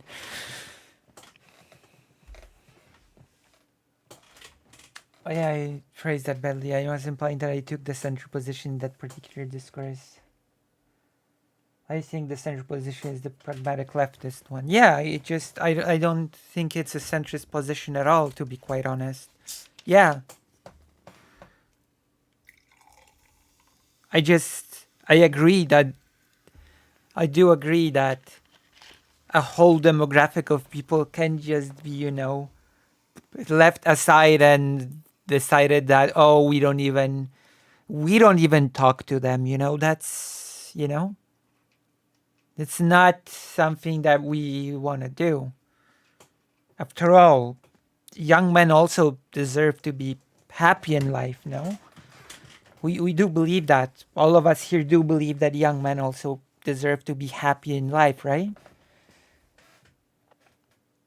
Love and solidarity is for everybody, right? Hello, meet Sirzlin. So many white names. I'm saddened. And I'm just saying that at some point it seems sensible to conclude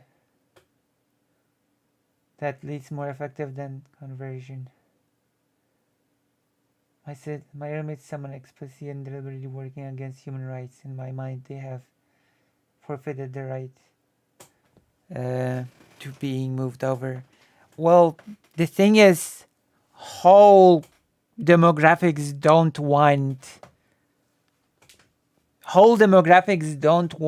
explicitly and deliberately to work against human rights, is what I'm saying. There is no demographic that across the board just wants to take away human rights. My husband is getting a job offer soon. He'll be able to go back to. Oh my goodness. Thank you. Thank you. Thank you.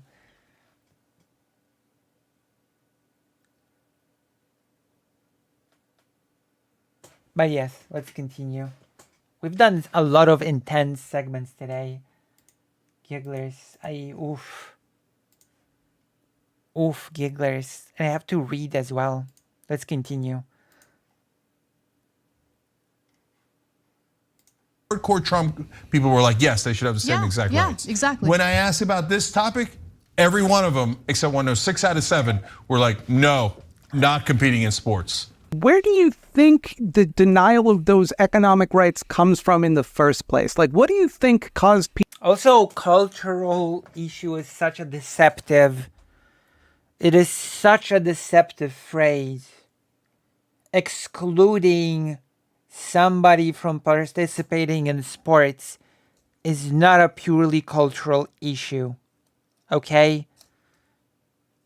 It's so dishonest because people use cultural in order to try to frame something as less important.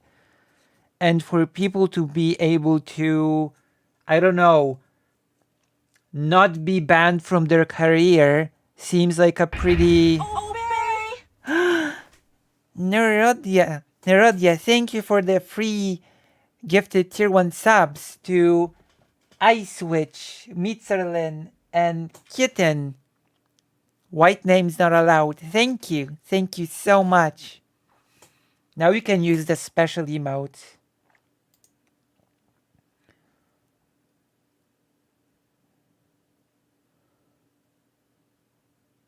Like the evil duck. There you go. Or this.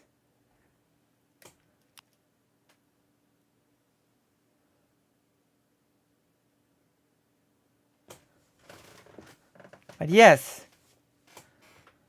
I don't know. When people say cultural, to dismiss it, it almost sounds like this dog whistly thing. Do you know what I mean? Do you know what I'm trying to say here? Like that people take things that are actually quite important to people's lives, quite big, and then they dress it up as cultural and therefore insignificant, which is, of course, horrible for me as a person that studied culture at university, and I realized that culture is basically everything we do, which people don't like to hear, that culture is actually every single thing that surrounds us at all times, but every issue is cultural on some level. Yes, Arkel said the thing that I started saying, that in reality, every single thing that surrounds us at all times, every single thing that we do is part of culture.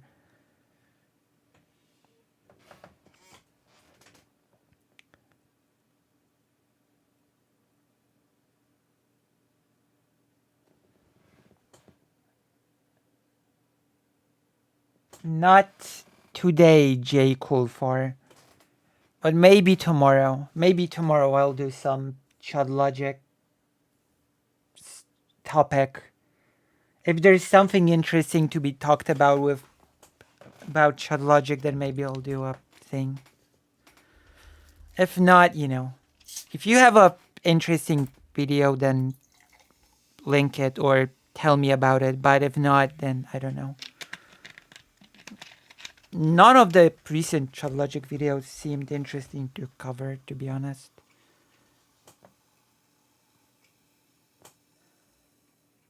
No, Lucy. Culture is neoclassical buildings and Shakespeare. True.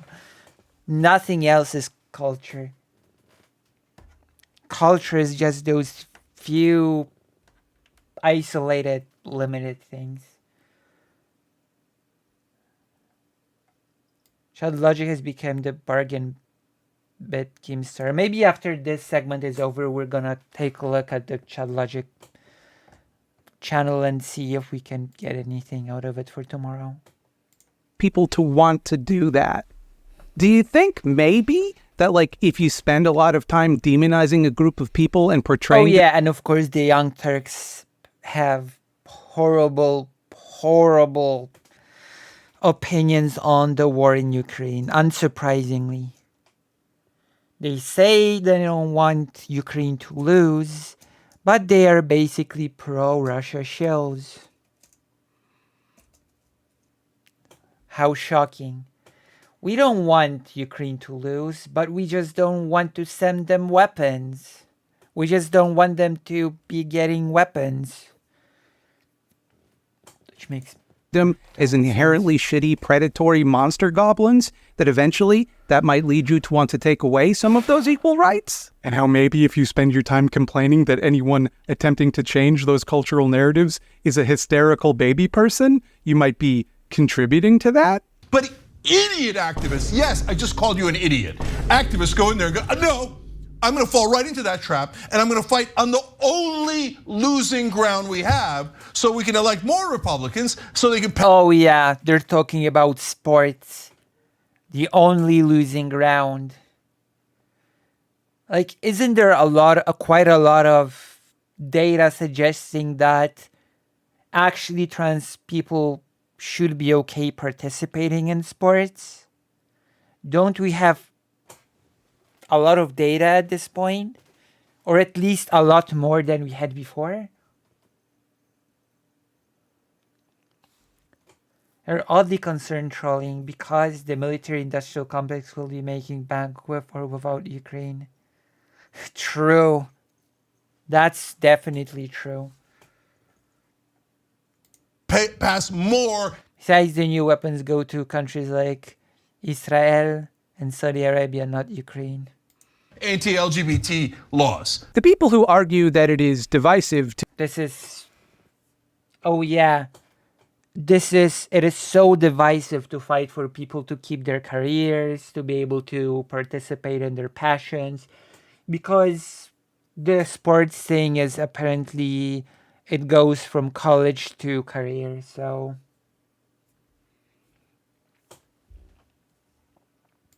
to be united with one another come in two general varieties. Either they're right-wing grifters who want to third position themselves into leftist spaces to spread their dipshit ideas around, or people that want to become right-wing grifters. I'm not sure if this is what's going to be said, but there's also the category of people who want to become the right-wing grifters. They're complete rubes. Useful dolts, easy marks for the aforementioned grifters. And it is pretty useless to Okay, there are also dupes, but I guess there's also a third category, people who want to move over to being grifters themselves. And I think the Young Turks is in that category. They want to move over to be grifters themselves. There's no strong data that trans women have an unfair advantage after hormones, in most cases, certainly not enough to discriminate. True. Yeah, that's what I'm saying, right? That is what I'm saying. Arguments in favor of discrimination are about the negative space, the possibility of an unfair advantage. It's not based in data, but in a lack of data. Right. And let's not forget the recent chess ban. That it's so transparent, and the chess thing has basically proven without a doubt that it's ridiculous. Forget career part. Conservatives want to exclude kids from elementary and high school sports. I know. I know it goes from school to career.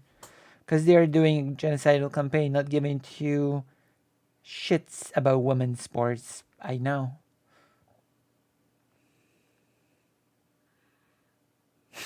It's okay. We're not gonna be nitpicky today because Thoughts Time is making a lot of good points in this video. So we're not gonna be nitpicky. We're gonna show solidarity today. I want to exclude and marginalize because exposure is the best antidote to xenophobia. Speculate which one any given person is, because as you can imagine, there's a lot of overlap in that Venn diagram, but I do have a rubric I like to use in these situations. A little test I use to determine if people are arguing in bad faith. When their position is criticized, do they A, defend their position, explaining their logic, or ignore the criticism, or B, whine about how it's unfair that people are disagreeing with them at all and they kick up a big stink about it. People saying they're wrong is actually them being silenced, and making them be silent about disagreeing with you is what free speech means. But then, well, the right does always say that they are being silenced. That is a classic right-wing move. I think the chess ban has a lot to do with the chair of the chess association being a Russian politician in Putin's party. So I think it's Russia's anti-LGBT policy getting pushed on the... Wait. I'm not even going to engage in that. With all that's happening in Russia, with Ukraine, Russian politicians are still allowed to have sway in international chess. With all that's I have no words. This is...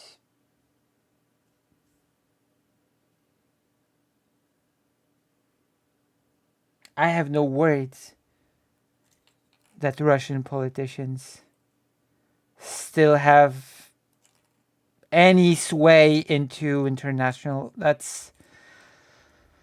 What a world we are living in. What a world. I'm gonna be honest, I am a bit of an extremist with this.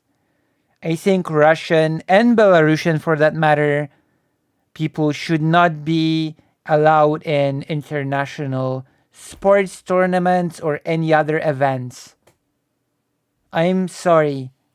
You should not be able to willy-nilly represent a genocidal regime on an international stage in some sports or whatever else event. Maybe I will be criticized for this, but I just don't think it should be a thing. Should not be allowed, in my opinion.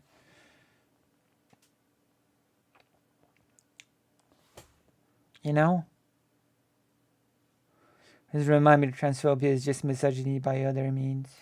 them disagreeing with you obviously shows that they don't tolerate disagreement. So they shouldn't be allowed to say that they don't agree, because that's not free speech. And it is a very handy rhetorical strategy because it means you never have to defend your positions. When challenged, you can retreat to a grandstanding speech about the importance of open debate and civil dialogue. You can tut-tut and finger wag about how rude everyone else is, and then claim that they're the ones scolding you? Like, it feels to me like the worst time to accuse someone of scolding you would be right after you gave them an etiquette lesson and lectured them about how to disagree civilly. It seems like a scoldy thing to do. To whine and cry and kick and stamp your feet about everybody won't let you disagree. Nobody these days will tolerate disagreements, but like... Absolutely agree with that, because international sports is by design nationalist PR. True.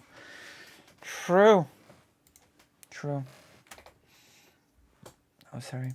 Nah, you can disagree. By all means, believe whatever you want to believe. It's just that the thing you believe means you're a big doo-doo dum-dum. That's my belief. This is It's an open dialogue. Which brings me back to the left. I ask you now, of what use is being part of the left?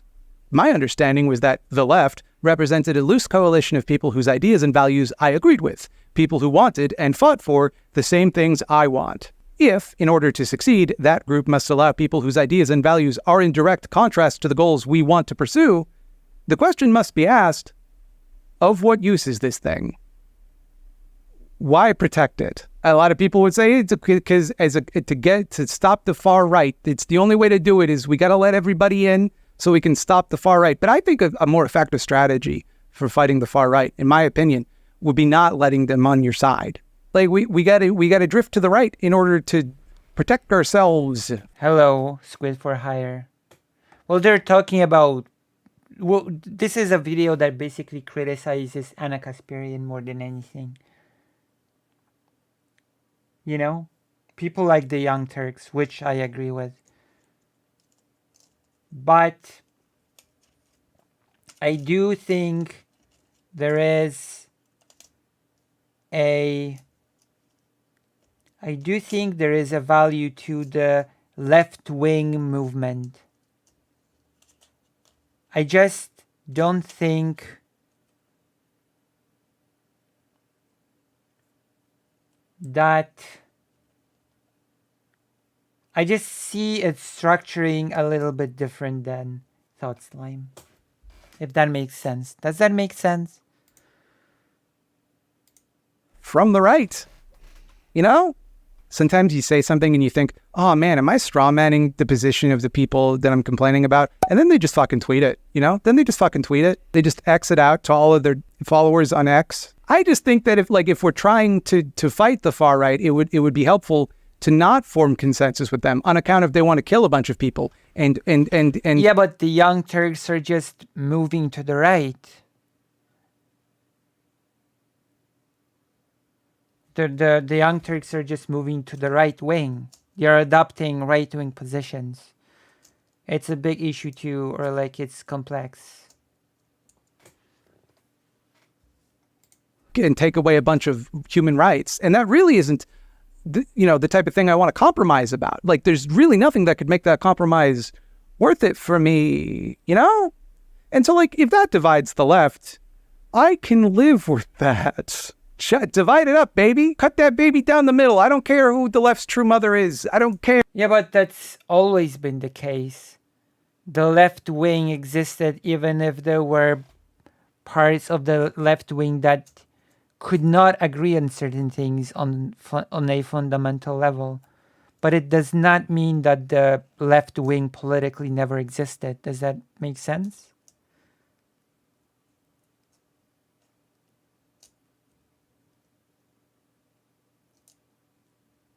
Does that make sense? It's like I said, you don't need a coalition with absolutely everyone. You just need coalition with enough people to win. Does that also make sense? Here, fucking balkanize the left. Who gives a shit? This isn't team sports. I don't care about my team winning. You know, what I care about is the goals that I wish to pursue. And if we must abandon those goals in order for the left to win, then the left is a dead project, standing in the way of the things that I want. So, in conclusion... I guess this is semantics, right? For me, winning is getting those goals. For me, that is the definition of winning. Right? So I guess we're hitting a bit of like a semantic difference. Like Thought Slime says, if we are to win and abandon our goals, then I don't want it. And I say, if you want to win, and abandon the goals, then you're not winning. Getting the goals is the winning. To me, at least, that is the whole point. There is no other winning. Any other thing is losing.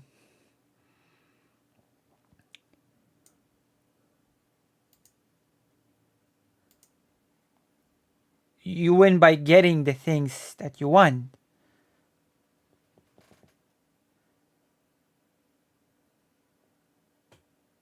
Oh, I see what you mean. You're correct. Is being ideologically pure but not actually spreading your cause or furthering its goals. Yeah.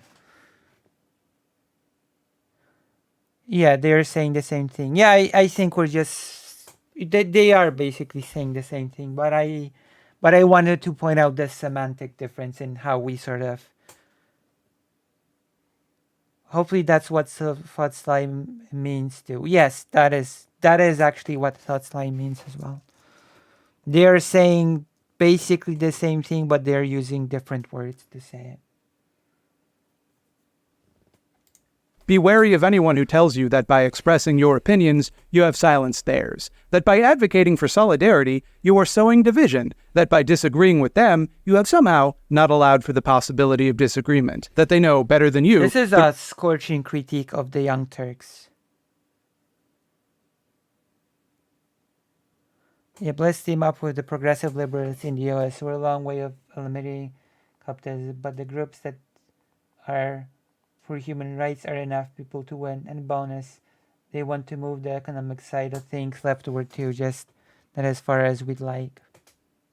The rate of progress that other people are willing to accept, that they represent normal people, the silent majority, the default human opinion, while you are aberrant and strange. Your ideas are off-putting and what you're talking about, Narodia, is actually a matter of having clear short-term goals and having clear long-term goals.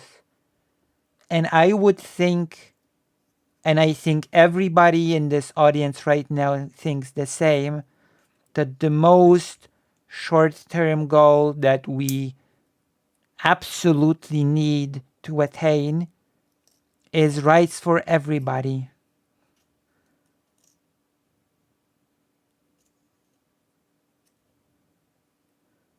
For populists, that does not track, Lucy.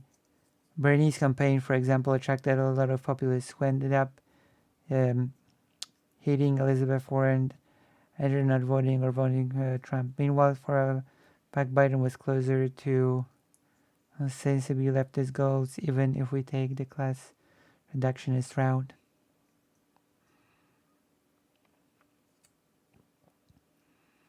Sort of.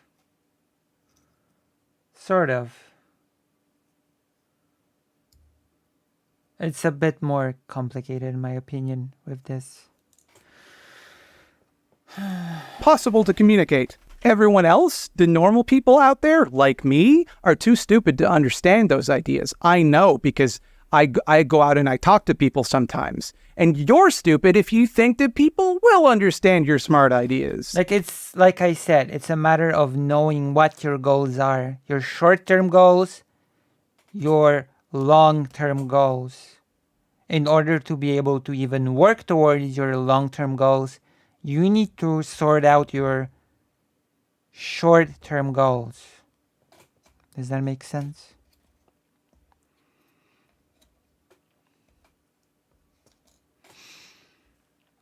Basically, anybody who tells you that the appropriate way to make progress is indistinguishable from the lazy, thoughtless positions of the reactionaries they claim to be the only ones positioned to defeat. Thank you for watching my video. And also, just a guess, thank you for also having an extremely chill and civil comment section on this one. My gosh, so many people here. Wow.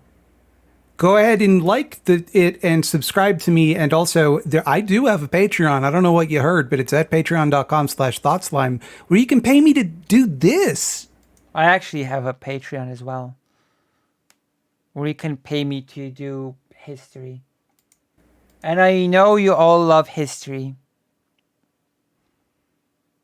So if you've enjoyed this, I might as well like this video.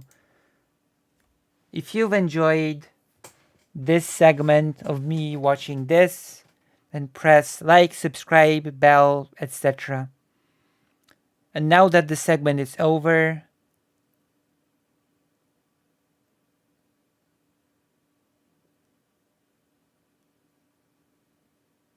oh, okay. I see what you mean. So now that the segment is over, all I can add is Thought Slime should apologize to Xander Hall for the whole sex cult thing. If they haven't already. Okay, we were supposed to check on Chud Logic, weren't we? Do you think there's anything interesting going on with Chud Logic? Chud Logic. Oh, Chud content. Yeah, because J Cool 4 asked for it by writing Oh Chud Logic. So they demanded it, so I'm looking into I cannot believe I cannot believe. We might not do it today because it's pretty late, but we might do it tomorrow. Although if someone donates a generous amount, then we might do it today.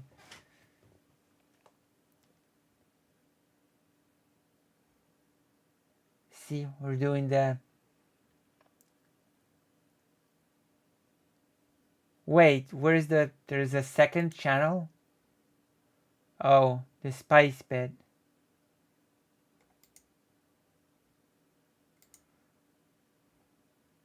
It doesn't have any new videos. The spice bit has no new videos.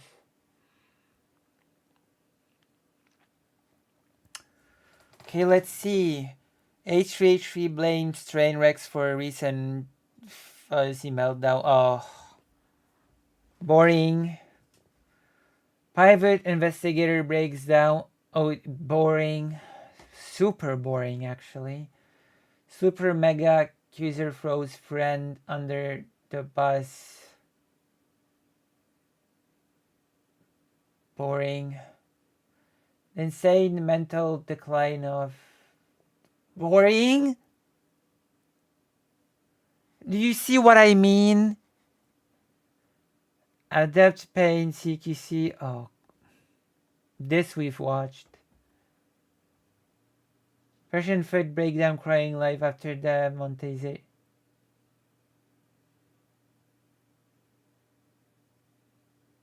Okay, this one I might be willing to take a look at. The Fresh and Fit breakdown crying. Okay, this one I might be willing to watch. Nerd War turns to allegations, Linus tech tips drama. Okay, that's not interesting.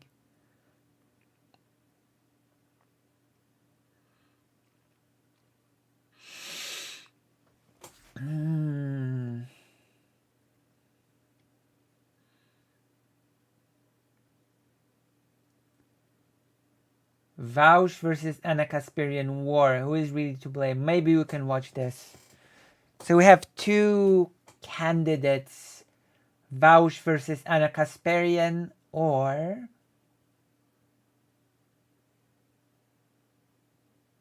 the Fresh and Fit right up under them.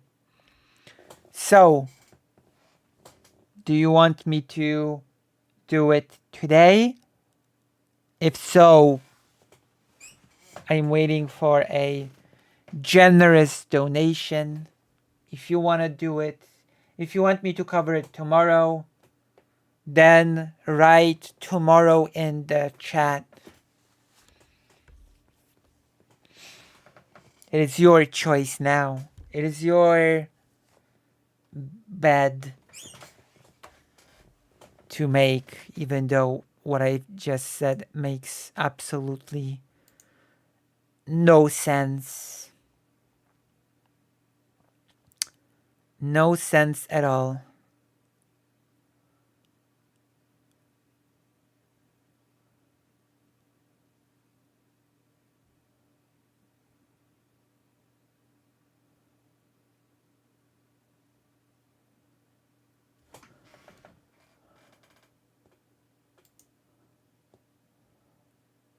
I'm okay with tomorrow. You rigged it.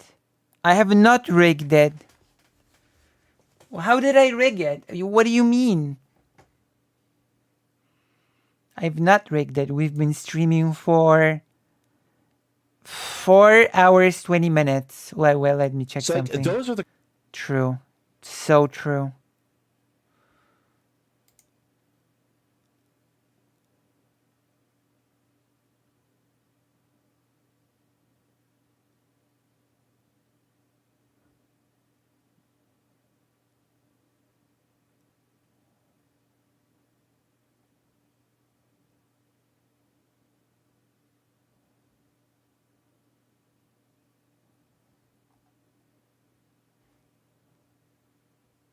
I've got a hate watcher. And they left a comment.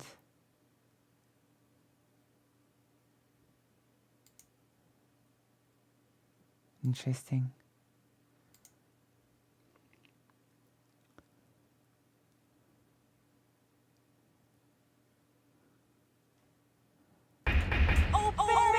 Wait, someone actually donated?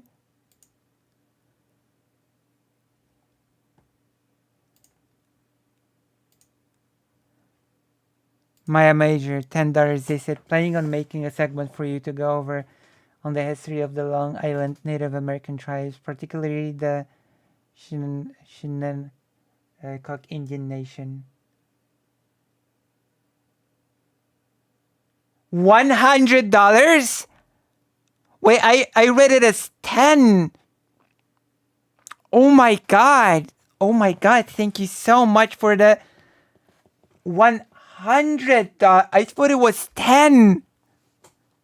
I was like, oh, someone gave me $10. Oh, no, it's 1. Oh my god. Thank you so much. Oh my gosh, Maya Mayor. Thank you. I will definitely go over that segment.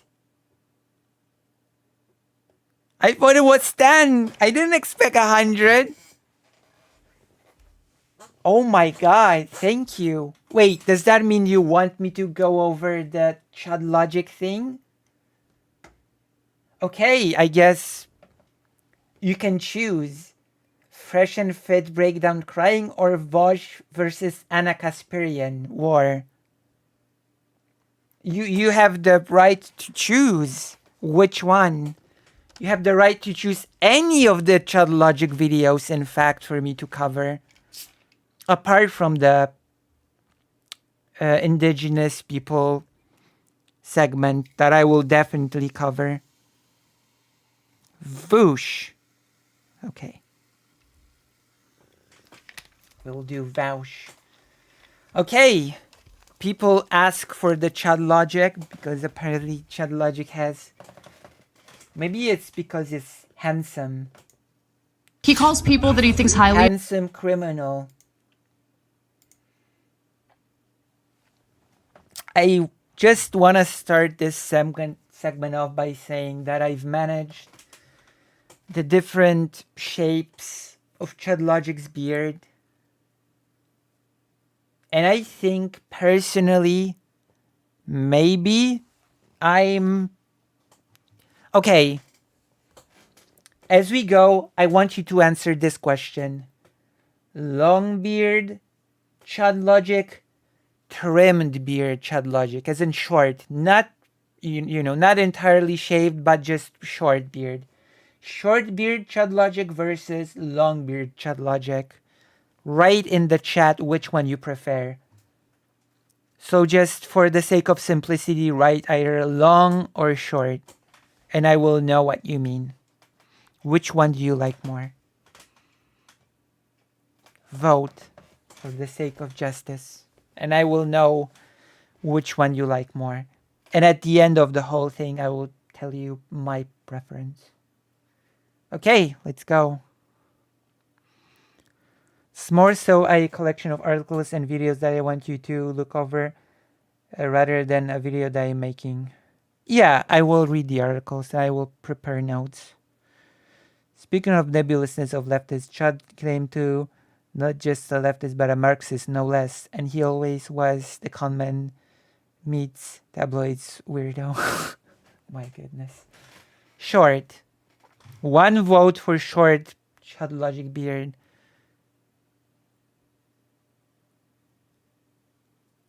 No, he's not.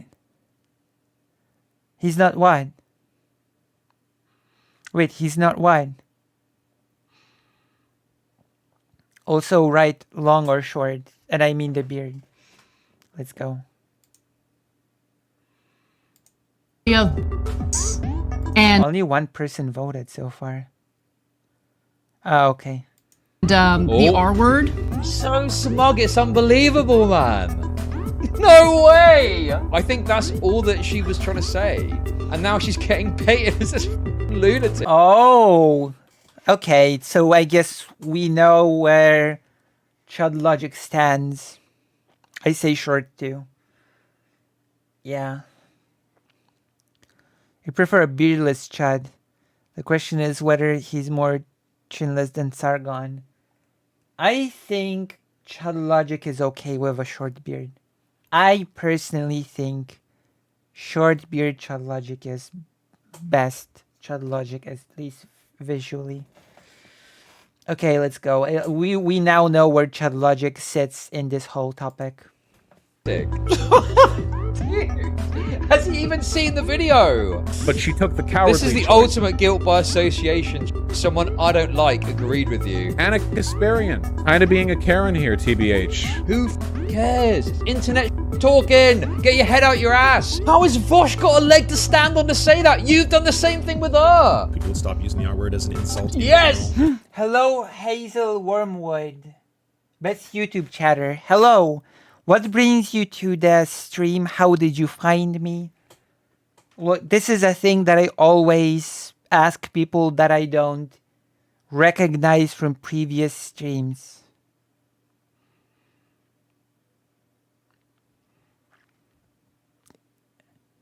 Squid told me about you. Thank you. I hope you'll enjoy yourself. Evening greetings. Hello, Moose Watcher. We're gonna go over a Chud Logic segment after having received a generous donation. And we're gonna see where it goes. Although already it has betrayed the game and the trailer thing. Chud Logic is gonna be backing Anna Kasparian in this. Which is not surprising because between Vosh and Anna Kasparian there's more money on the side of Anna Kasparian. And Chud Logic goes where the money trail follows or something.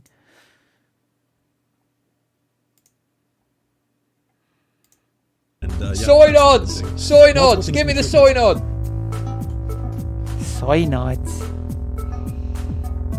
It's a leftist civil war at the moment. It's out of control. It's going Leftist. crazy on Twitter. I mean, It's going insane. It's worse. it's things like those that Chud Logic says here that make me agree with thoughts I'm in the whole video before. Also, this is uncomfortably close to the camera. This is a very uncomfortable,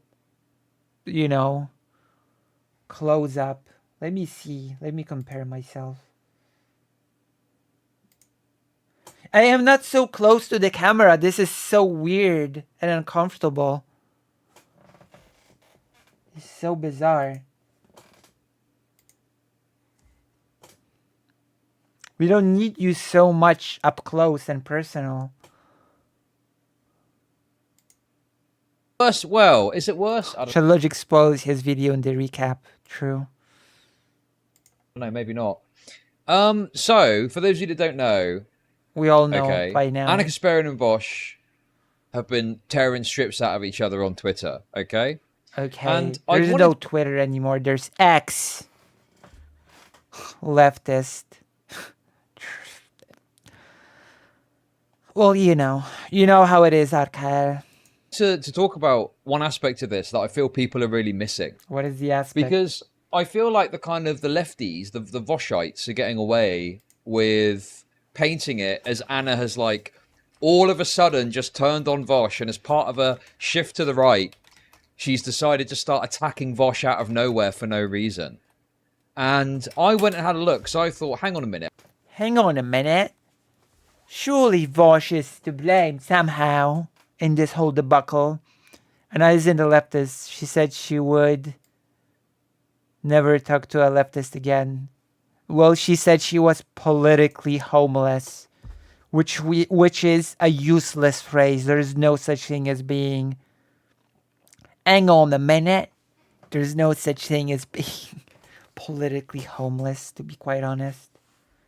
You might tell yourself that you're politically homeless, but at the end of the day, your actions will speak louder than words. That was great, thank you. Okay, let us continue. Why isn't it working? Wait. I think there's more to it than that, because I'm pretty sure that once before, you know, Anna had Vosh on her show and they spoke in a friendly way about issues. Okay. And that means what? Vosh then made a couple of videos about Anna and some of the trans takes and stuff like that, right? Right? And yeah, it's like... What do you mean? And yeah, can you elaborate? And no, in a minute, mate. Can you elaborate? What do you mean? Oh, it's not out of nowhere. He made a video. She made a video. Then he made a video. And yeah, what does any of that mean? Elaborate, please. It's a constant low-level anxiety between only being able to get 1 month's worth of ADHD meds at a time and the stimulant shortages going around. Plus, suddenly I need to have annual analysis because of the whole... oh, right. Hannah has been womb menstruator meltdown again. It's the entire human rights sphere, and Vosh is one but of many people that has pointed it out. True. Chad would be so funny if I didn't know some people took him seriously. Maybe, unironically, this is my career advice for Chud Logic. Maybe he should just say screw it and jump headfirst into 100% satire and comedy and try to be funny with all of that, you know? Instead of chasing drama, you should be chasing comedy. I'm pretty sure he'd get more viewers from that and more money. What do you think? Do you agree with my opinion, or do you think I'm off the mark? Would funny Chud Logic gain more subs and views than drama Chud Logic? Write in the chat. Drama or comedy? I'm back. Then damn it, I hate this guy. I'm sorry, fake Alec Kyle Parker. I've received a generous donation in order to cover a Chud Logic thing. Politically homeless is just a way to virtue signal to people like Adam and Sitch and Sargon, who can be like, no, we always have a home here, LOL. Comedy, for real. Politically homeless. Politically unhoused. Okay, let's... What a pause, by the way. He looks like he's deep in thought about something, but we all know that he isn't. But the way that it's... I don't know, the way that it's paused makes him think like he's like really contemplating something. But again, we know that he's not. Dream D. He should do drama at the weird conspiracy theory, alt history stuff like the Hybordian Giants Atlantis believers who put out videos. That might actually be a fit for him. Saying there's a leftist civil war is like saying there's a Christian civil war because there are multiple denominations of Christianity. That's actually a good point. That's actually true. Christian civil war. I mean, there was a Christian civil war. It was called the schism in the church. And it caused the church to split into the Catholic and Orthodox, right? So technically speaking, you had the civil war within the Christianity. That was Pretty what I big thought. one. But then when I looked at it, True. I was like, actually, there's a lot more to it than that. Like, it's kind of crazy what's happened here. There really isn't. I know you're trying to win. I know you're trying to, I don't know, milk this and turn it into a 2-hour, 30-minute. Okay, there isn't a lot more to this. Is the Great Schism, moreover, the Protestant Reformation, the denominations labeled as heresy as a result of the Council of, yeah. And there's the Anglican Church, of course. The famous Divorce Church of England. The funniest one. The funniest one. The Divorce Church. The one that I'm sure Chud Logic is subscribed to. Because he's British.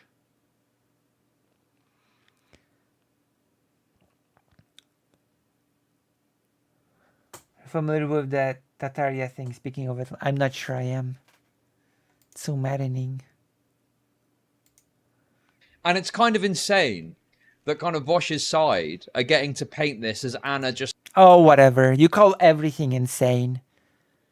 You have, to borrow the lexicon from Loner Box, you have spread the meaning of the word insane so broadly that it means nothing anymore. It's meaningless in your mouth, Chud Logic. Like,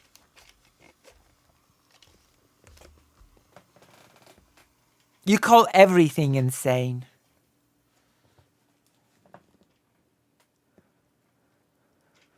People coming out and white knighting her is just laughable. Dare I say it's insane? The Anglicans are indeed the funniest ones. True. Dare I say that it's insane? Also, I think so far we've... Let's follow this window and let's see if I earn more than Chud Logic during a thing. just out of nowhere, just kind of like... It's Protestantism with incest. Well, it's also divorce. Divorce. attacking Vosh when the truth, it couldn't be further from the truth, really. True. Now, what I will say is that And I do truth is that it's Vosh attacking Paul and Anna. think Anna's taken a couple of L's in this drama. Like, What does that mean, taking a couple of L's? That doesn't mean anything.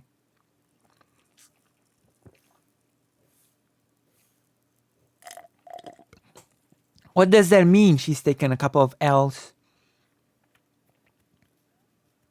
Okay, maybe he'll elaborate. I shouldn't pause so much. I'm pretty sure Chud Logic was mad at me once for pausing too much, and I wouldn't want that. I wouldn't want Chud Logic to be angry at me, especially since we're in the second minute of the video, and this video is 2 hours 38 minutes. So we're gonna be here for a while.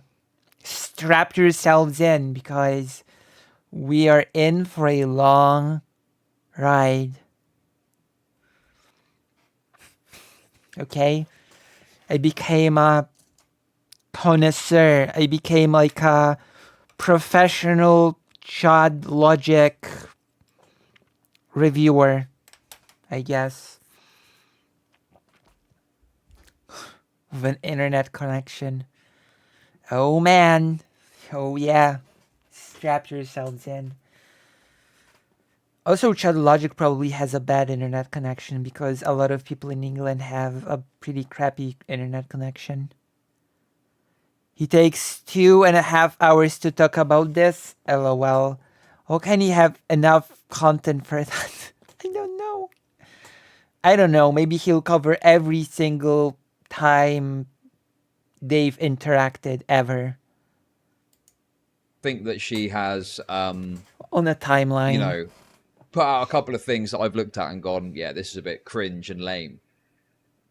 But like, people are kind of missing this background as to how this has come about. You know? There you go. Now, It's gonna show us the background. I've not had time to watch all of the videos about this. I've only watched a few bits and pieces here and there. bits and then why do you feel you're qualified to talk about this if you haven't seen the whole thing but just bits and pieces? But I just want to kind of give you a little idea of what's happened, right? Well, you can't. You've just seen bits and pieces.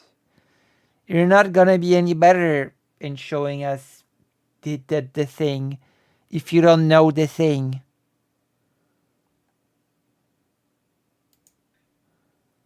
So It's like blind leading the blind. And we are the blind being led by the blind.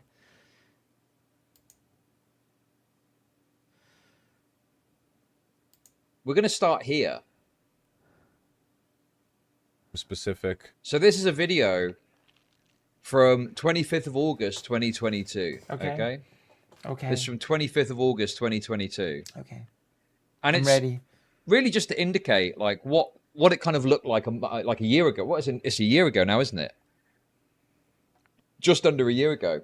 But this gives you a little taste. A year ago is like light years ago in internet time. Why are we even going back here?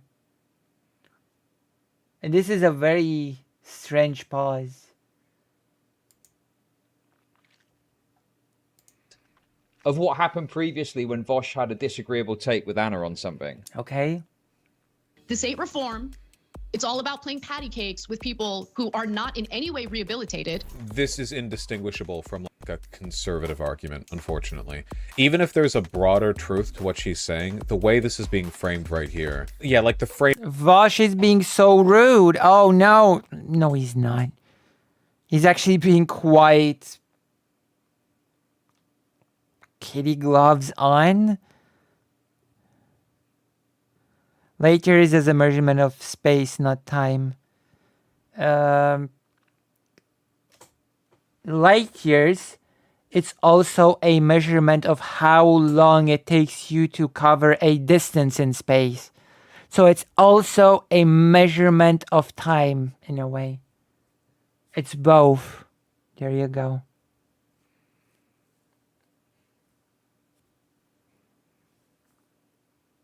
I win. Do I? Don't check this. Don't check that. We're not here to talk about light years. We're here to talk about Chud Logic. Oh my god. Start to be very gentle and kind for her, for him. Huh. Framing here is reactionary. Playing patty cake with criminals, I suspect she has a strong bias on this issue. However, being charitable, maybe more charitable than I'd be with others, but again, I do respect her a lot. I understand the broader problem she's pointing out. It's just like she is not making a great case for it here. Why is it interesting? Google says I told you not to check it.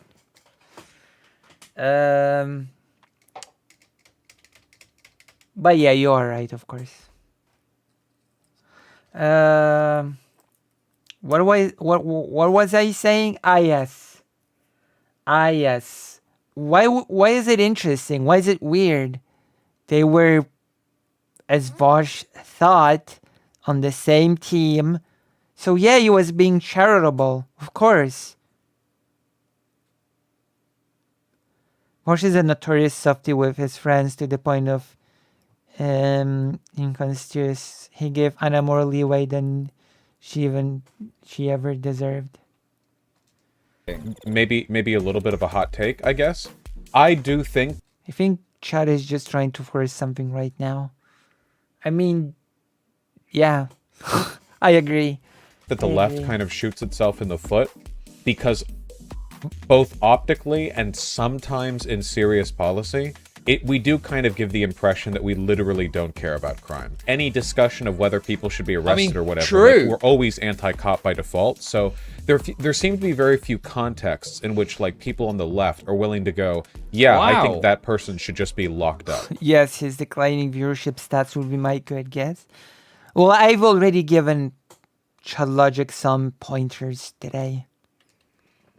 And just to preempt Chud Logic saying, oh, Lucy Hayes or Lucy Hazet has much less viewers than me, and she's giving me advice on how to have more viewers.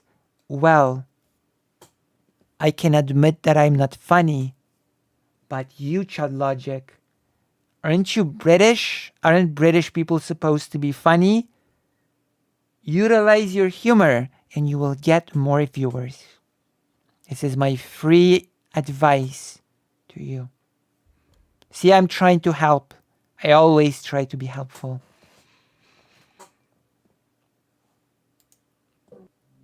Wow. So this was from like a year ago. Okay, this is from a year ago. Yes, obviously there's a bit of soy mixed in there. Okay, I think you're obviously funny. there's a little Oh. Well, then maybe I should jump into comedy more. Maybe I should, like, you know. I mean, let's face it, we're doing comedy right now with this.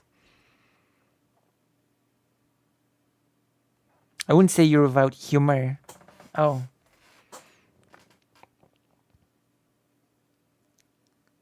You think you're funny? What? Oh, no. bit of soy mixed in there as well. But Soy? he's pretty reasonable. And even though he's got like a disagreeable perspective with the way she's phrased it, you know, fundamentally he kind of backs her up a bit and says, you know, we've got a problem on the left about this stuff, okay? When we're talking about crime issues, okay? When we're talking about crime issues, Vosh has got kind of an agreeable take, okay? Now, there's a I little see. bit more to look at here as well. Okay. This is an Is there? interesting clip.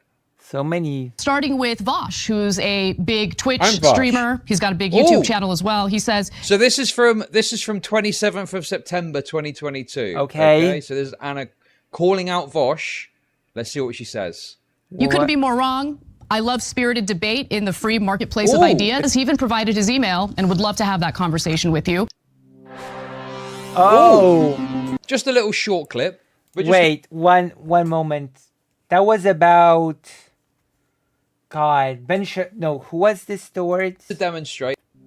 Free marketplace of Ooh. ideas. He even provided his email. PragerU, right? PragerU said nobody wants to debate us, and then everybody wanted to debate them, and they accepted nobody. So there you go. And would love to have that conversation with you. Oh, just a little short There wasn't no, it wasn't. clip. But just to demonstrate, there's Anna saying, oh, Vosh, what a great guy he is. And this is, I would guess, obviously you can't always judge a video. Yeah, things change. I don't know what to tell you. I don't know what point you're trying to craft, quite honestly. That things have changed. We all know this. We all know this. We all know that Vosh and Anna Kasparin used to be in far better. I don't know. What is the thing that we're being led to by this? That things change? Like, okay. Is Chud Logic under the impression that people have no clue that Vosh and Anna used to be good? Video by its title. But it seems pretty obvious that Vosh is being pretty supportive of Anna in this debate. Anna Kasparian crushes Dennis Prager in embarrassing debate. I'm going to go ahead and assume he's very positive about this. I mean, that is what happened. Okay, this is a 30-minute What am I supposed to say? That is what happened. chunk with Anna Kasparian, who's the only person I care about because she's cool, okay? Oh, Anna's cool. That's interesting, isn't it? Anna's cool. So Vosh had a disagreement with the way she'd phrased something, but had broadly kind of backed her up. And the 27th of September said, oh, she's cool. And Anna shouted Vosh out. Yeah, you can think that someone's cool, and then you can not think that anymore. Like, Chud, yesterday's Marxist can grasp the fact that things and people can change because he has always been the same.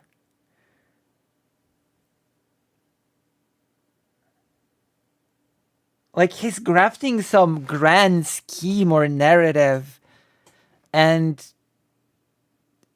like, the real simple truth to all of this is he liked her before.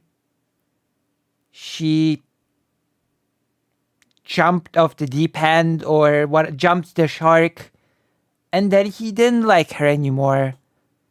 And I would add that even when she started having those ridiculous takes about the whole birthing people thing, etc., Vosh said that he actually reached out to her in private still. So it didn't happen out of nowhere. Yeah, I agree it didn't happen out of nowhere. But it happened. What's the point?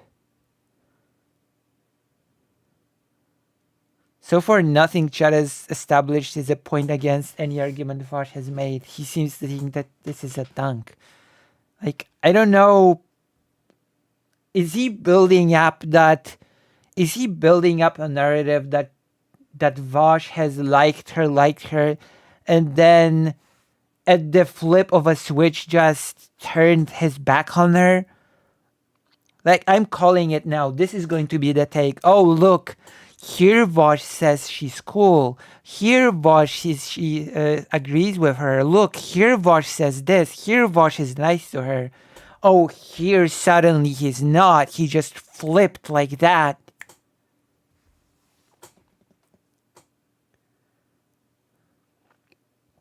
The point Chud is making here is that the left is like, if you disagree with some points of view, then you're banned by the left. But that's not what happened, Dexmex. That's not what happened at all. Even when Anna Kasparian started disagreeing with her, Vosh said, let's talk about this thing in private. So, and yeah, when someone disagrees with you when someone disagrees with you on some points that are pretty fundamental, then you're probably gonna distance yourself from them. Yeah. Like, you cannot take pretty fundamental differences in worldview and say, oh, these are just some points, so it's all good. Does that make sense? Friendly, very amenable, very nice, okay? Very nice. Plus, what's this next one? This is going to be an interesting one, I'm sure. And the fact that Ben had you up there rather than a 19-year-old freshman, sociology undergrad, you know? I think that speaks to the fact that we have to be taken a bit more seriously in direct confrontation. Refusing to engage in these debates demonstrates weakness. And even if you're not a weak person, it certainly comes off as weak. And I'm not in any way intimidated regarding debate, especially with someone like Ben Shapiro. Ooh. Okay.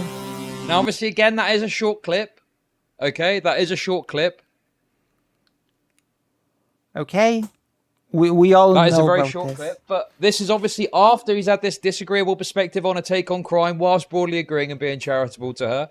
Very friendly, very nice. Wait, So this is what so this goes against the point that if you disagree with some points of view, you're banned by the left. Because as Chud Logic says here, he disagreed with her on points. Because they were not fundamental disagreements. There are certain disagreements that you can find common ground on. But there are certain disagreements that become pretty damn fundamental. And you cannot just find common ground on.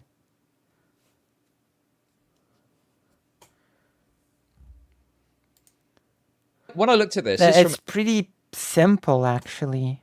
ages ago. This is from 27th October 21, so I kind of fucked up on this because it happened before the other stuff. But it's just funny how, they're able to have disagreements and still speak. I mean, to me, transphobia and racism are pretty fundamental disagreements. Friendly fashion, which we're about to show you now. But this one here, there's kind of this explicit praise. There's kind of this explicit praise for the idea that Anna is willing to speak to Ben Shapiro. Let's put a pin in that. I'm sure that's going to be relevant later, okay? Okay. Let's and this is the most recent appearance on stream, I think, which is them talking about Recently, issues. there were some statistics by healthcare company Cigna indicating that men are the loneliest generation. In fact, 18 to 24-year-olds. Reminder that Anna is the one refusing to talk to Vosh. True. True. Because he was mean and used mean words. And it's better to talk to Adam and Sitch. Of course. Year-olds are lacking friends, intimate partners. They're feeling increasingly alienated from society. And when you look at statistics in regard to their education, whether or not they're working, more and more of this data reinforces that there is something awry. And addressing it doesn't mean that you turn your back on issues pertaining to women, but it does mean that we should be focused on what it is in society that is leading to this epidemic, what the left can do to offer solutions, and how we can basically fight back against the more nefarious figures who have filled the void that men are struggling with, people like Jordan Peterson and what have you. Now, recently, Vosh, who's a yeah, we lefties don't remove figures from our space without due cause. But Chud Logic would claim there is a leftist civil war in response to a social democrat not wanting to associate with a Stalinist. True. That is actually what would happen. popular streamer, had tweeted this thread that I think is really, really important to address. He writes, I cannot stress enough how important it is to understand that 12-year-old white boys on Twitch are not being pulled into fascism because of some Machiavellian desire to preserve and expand their privileges. It's because the right talks to them and the left doesn't. He continues to argue that leftists and progressives have absolutely no idea how unnecessarily repellent they come off to so wow. Oh my God. What a base take from Vosh. What an amazing take from Vosh here. Many people, and they get angry at the idea of being a more effective social movement because they don't want to share their social spaces with people who might have gone another way. But the criticism for leftists continue, and to be honest, I agree with a lot of what Vosh says here. He says leftists will write master's theses on the effect. One thing to note here is this is clearly Vosh. Maybe Chud Logic is turning into a Voshite. Going against the kind of grain when it comes to men's issues on the left, okay? And here Anna is giving like a full-throated support for this. Okay, they agreed on stuff. You've established. You don't accept them. Anna sold herself as a person who will talk to anyone regardless of civility, and she's also comfortable shit-talking and name-calling people she dislikes, so her crocodile tears are transparent. True. Didn't she say with Adam and such that she has such a thick skin? And obviously, you know, I'd presume at the time these tweets were going out, there was probably a lot of contention. You know, Vosh was probably getting shat on. You know what happens when, listen, you know what happens when you say on the left, like, oh, men's issues are important and we should worry about it. All these fucking soy feminists defend on you to shit on you. I'd presume at the time that was what was happening to Vosh. Here Anna is. What? Do you know what? He's got a point about this. Effect of socioeconomic conditions on crime, and then shrug when 10 million more young men fall into fascism because their boy brains must just be innately fascist and they choose to be evil, and there's no way this could have been prevented. And then the final tweet, because I want to make sure you guys get a full look at what he's thinking here. This is always a good topic to feel smug over, because the replies and quote tweets are saturated with people who literally think, quote, we should care about men's problems and offer them advice is a dog whistle for we should build a fourth Reich, thus proving the problem. Now, joining us today to talk about this is the man behind the Twitter thread, Vosh. Chud Logic does realize that in Vosh's statement, Chud Logic is part of the problem, right? Insofar as he says that right-wingers talk to young men in order to indoctrinate them into... I want to call Chud little bro, but he's older than me.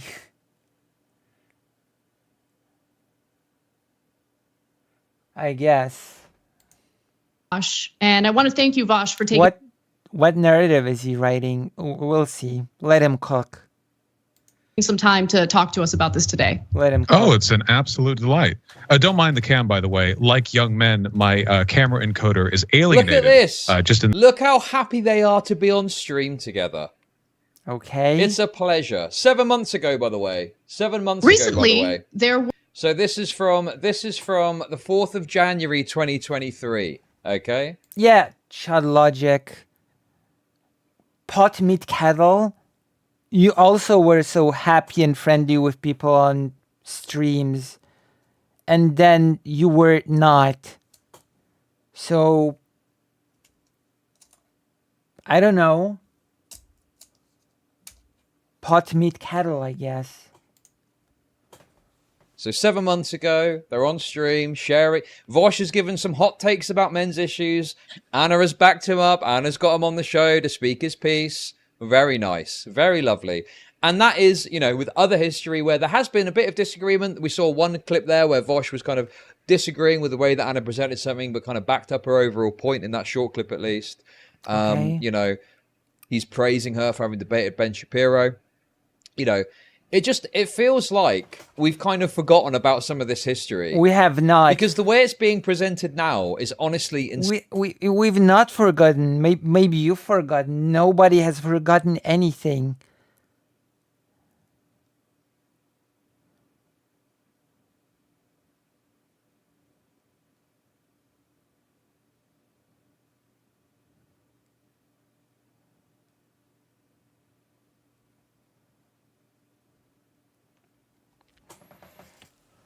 And even racing and trans rights are very contingent issues. People in the left believe that disagreeing with a black person is racism, so I believe we need to have some beliefs set in stone. What?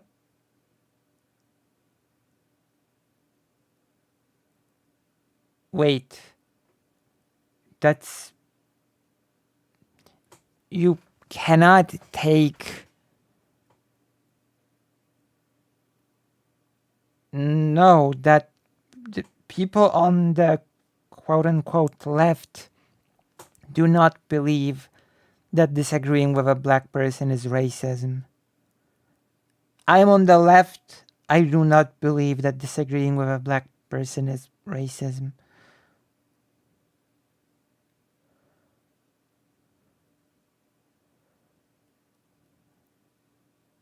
In fact, I've disagreed with a black person in real life not so long ago when they said that Kanye West might have a point.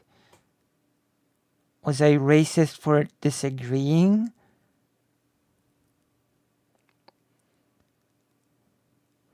There are people nominally on the left who say that, but I would say they're not leftists. Yeah, but Just because you can find a ridiculous position doesn't mean that it's going to be representative of the whole movement.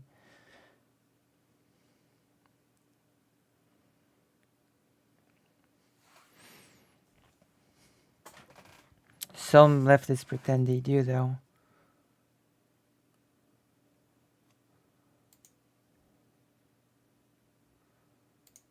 Insane. People are going, oh my God, Anna's attacking Vosh as part of a move to the right. And I'm thinking, hang on a minute, I'm sure didn't they have a stream together where they were like friendly? And I've gone and had a quick look, and in about, what, 30 minutes? That's a separate issue.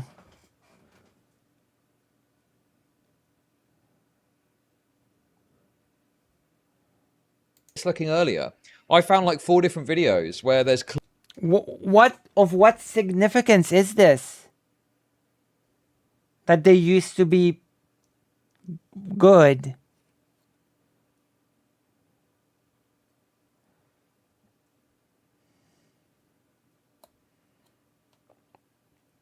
Chad thinks everything is in the same topic. It feels that way. clearly a very positive relationship between the two of them, right? So it goes further than that, though. You've probably seen this next clip, which is going around at the moment. So okay, this is Anna calling out Vosh on the show. Okay, all right.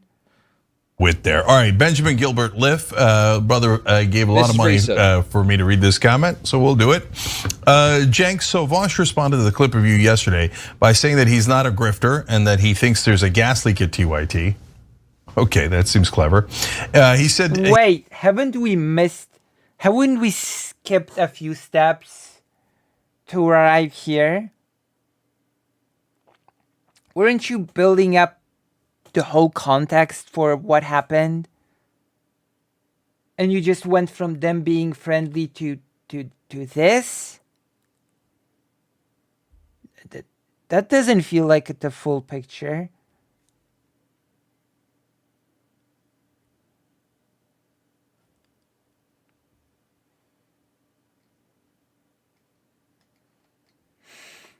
He thinks very highly of you and Anna. Well, he has a curious way of showing it. He calls people that he thinks highly of bitches and the R word. Is that what he does? That's what he does? Yeah, he's got a curious way of showing that high regard, but feels justified in informing his audience. Feels like we've skipped a few steps of this dance. Pretty ridiculous is to imply Vosh is a grifter, considering he frequently tanks his own growth to fight with people. True.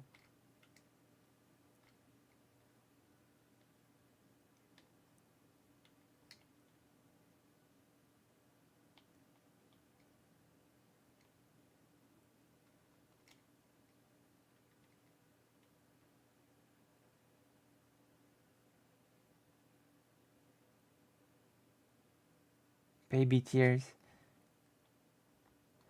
Is it too hard to understand that they used to be friends until Vosh considered Anna spineless and Vosh does quite honestly care about one's character? This seems to be a very difficult question for Chud Logic.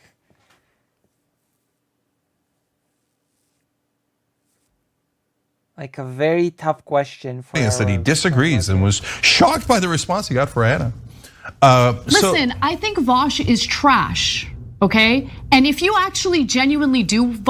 I can't believe Anna... Oh my God. I can't believe Anna's attacking Vosh like this. Out of nowhere. Out of nowhere. Anna's suddenly turned on Vosh. Oh my God, it's so disgusting. I can't... Nobody says that. Literally nobody says that.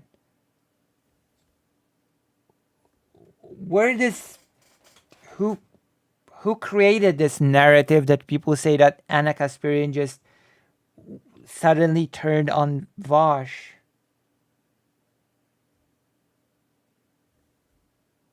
Who's saying that?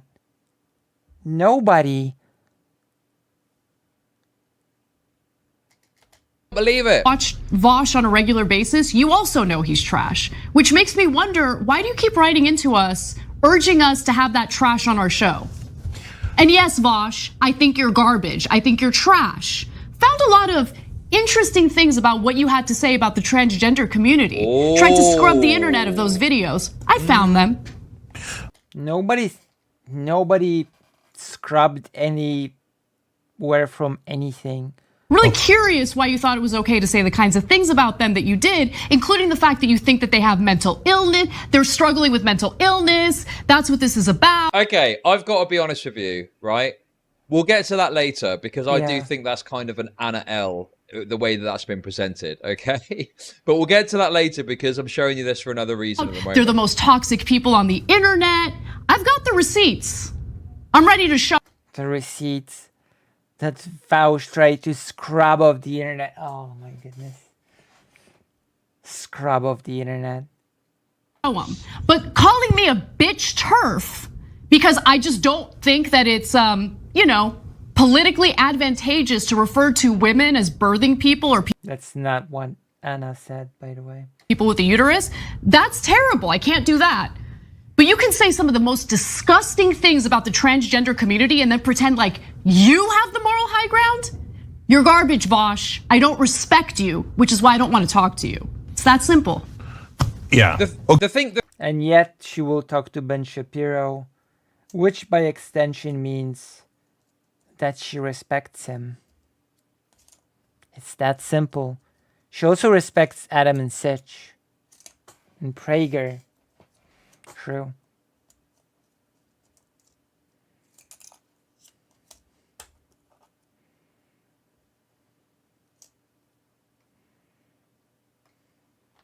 the thing is as well with this is, I feel like Anna is focusing on kind of the wrong things here in my perspective.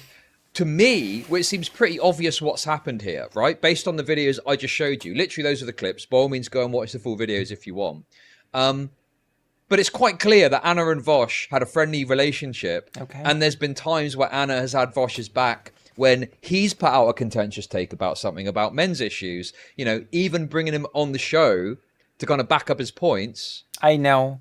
Arkael, Obviously, that we've they got to did. get I to know like what they Vosh did. has done to lead up to this. We'll get to that in a sec.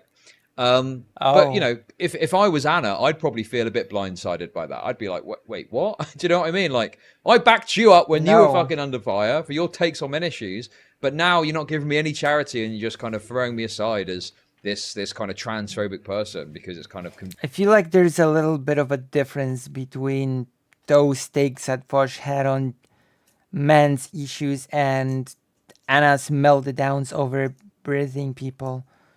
I feel like there's a little bit of a difference there. I just can't put my finger on it. I don't think Chud believes that anybody has beliefs. To him, it may just be a money game. I mean, it is. He openly said as much in a conversation he had a while back. So I just don't believe her that she found it. I think someone conveniently sent it to her and she thought she got a gotcha. True. Not doing your homework.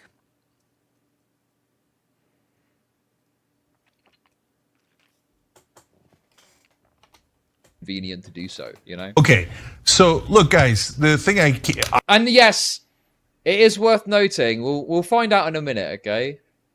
Let's just think. Let's have a think about what particular Mark. issue Think.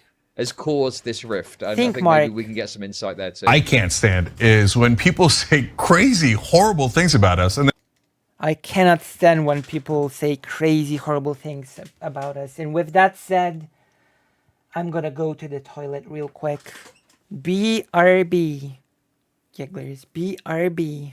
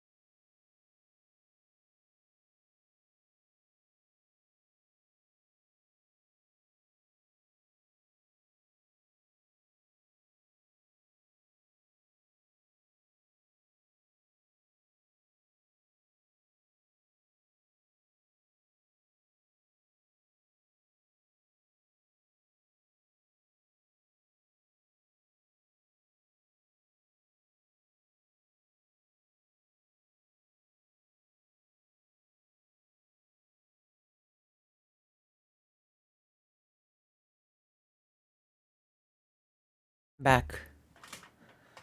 Personally think he's just a pathetic creature.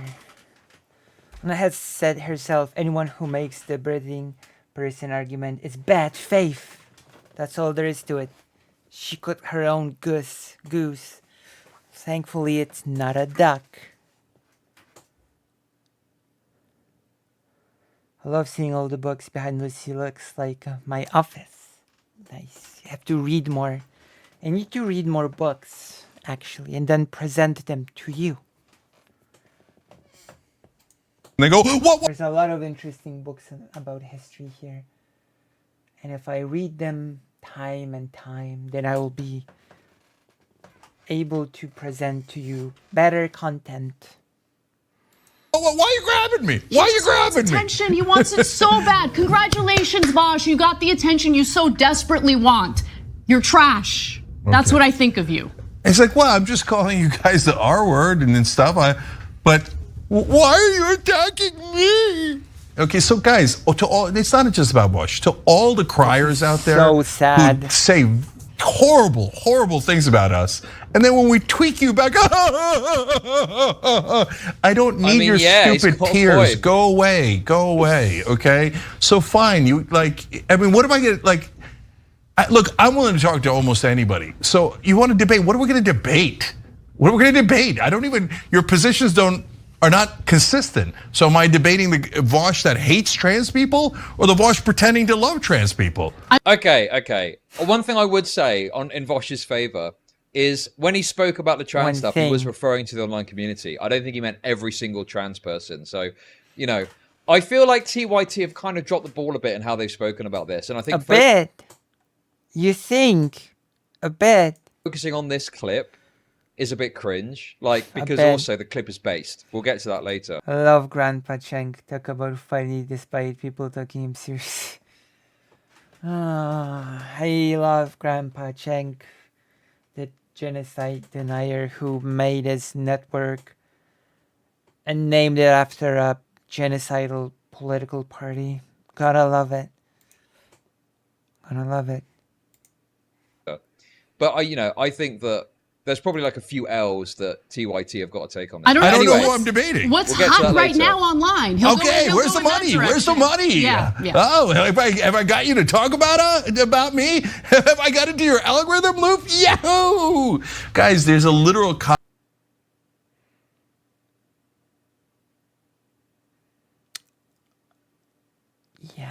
cottage industry of people being paid, but through the views, etc., to attack us and then pretend that they're not. They're trash. Exactly. Okay, I don't know. That's a bit conspiratorial. However, I bet. I hadn't actually watched that clip before. Definitely a few criticisms of TYT and how they've handled this. However, here's a question. Okay. Here's a question, guys. Okay. How do we go from this? Recently, there were, and I don't see it as very easily. When someone goes off the deep end, we go from friendly to not. Has Chud Logic ever been in any actual human relationship with anyone ever? Go from this. Addressing it isn't, in my opinion, a right-wing perspective or with their us urging us to have that trash on our show. How did this happen? And yes, Vosh, I think you're garbage. I think you're How did this happen? Because the way the lefties paint it is Anna has attacked Vosh as part of a move and shift. No. Look at this video from the source. Nobody.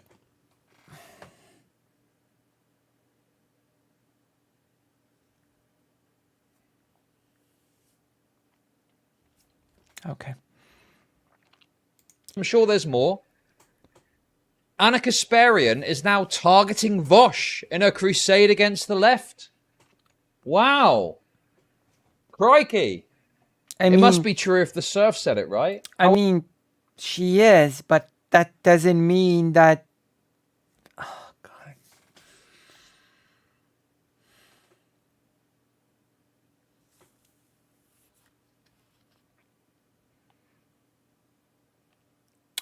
Chud's audience too is less than desirable. They each... I mean, However, there's a small However, problem. There's a little what's- problem with this what this is- angle. Okay. what is it? By my count, okay, since Anna and Vosh were on stream speaking about men's issues, Okay. Vosh has released 8 different videos criticizing Anna in one way or another. Okay. Now, you know, I'm not saying you can't criticize people. Okay. I'm not saying you can't criticize people. But you are. You're not saying you can't criticize people. But you are basically saying that, aren't you? Well, if you don't want to criticize people. But this narrative that Anna is just attacking Vosh out of nowhere is just completely false. It's misinformation. Yeah, nobody says that Anna is attacking Vosh out of nowhere. We all know what transpired in detail. We know nothing happened out of nowhere. What does that have to do with...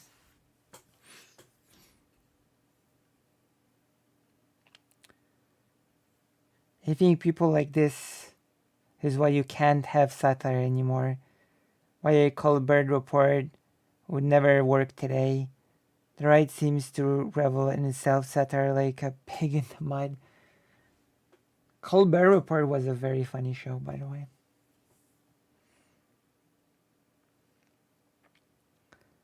Wow, getting paid for views for bashing the Young Turks is so much different from getting paid from the views for cozying up to Daily Wire orbiters. True. It's bullshit. It's not true at all, right? If you want to talk about, you know, who's having a go at who, it's pretty fucking clear that Vosh is like more so the aggressor in this situation. No. Both. It's that is missing the whole point completely. Anna went off the deep end. Vosh distanced himself from her. Nothing more, nothing less. It's not about aggressors and who was the aggressor.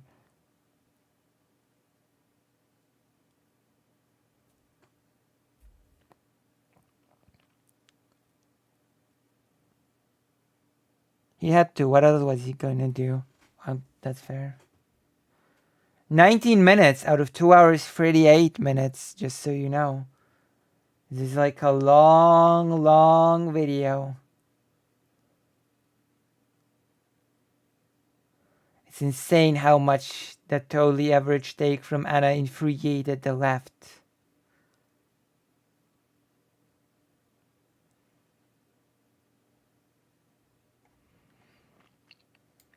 By all means, if there's videos that I haven't seen, you know, since January when they spoke, of Anna making kind of numerous videos about Vosh and his bad takes or something, then I've not seen them and I'll happily have them pointed out to me. Okay. But from what I can tell, it seems pretty obvious that Vosh is the one that's been kind of aggressing and criticizing Anna, which again is... Aggressing. He started it. Jesus.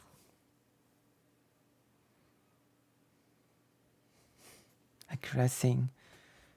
This is such shallow level of analysis.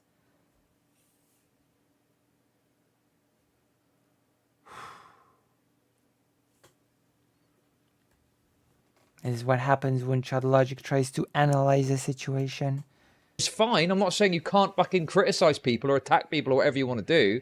But this But you narrative are. that Anna has just all of a sudden turned on Vosh out of nowhere as part of a, you know, as part of a crusade against it, it's just wrong. It's not Nobody said that. Even this doesn't say it. Anna Kasparin is now targeting Vosh in her crusade against the left. true. Look at this. The reason these terms are used Like, it's true.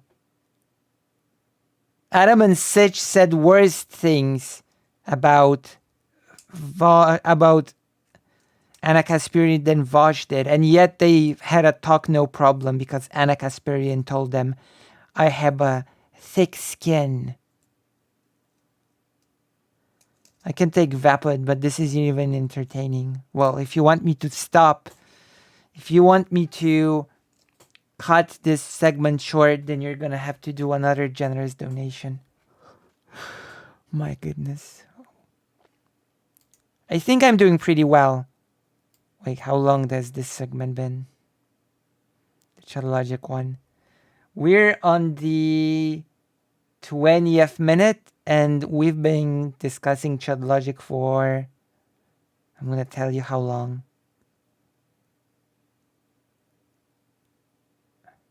1 hour, 1 minute. Over 1 hour.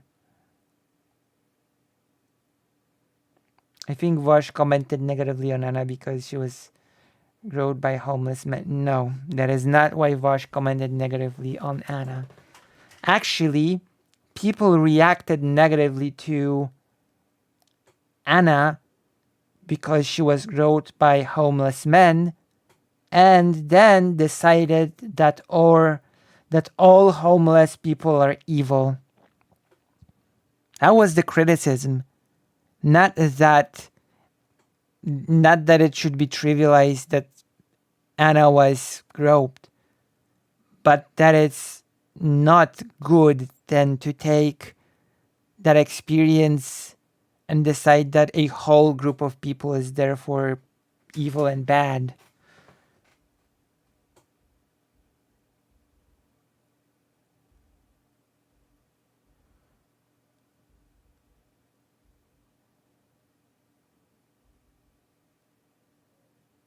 You know?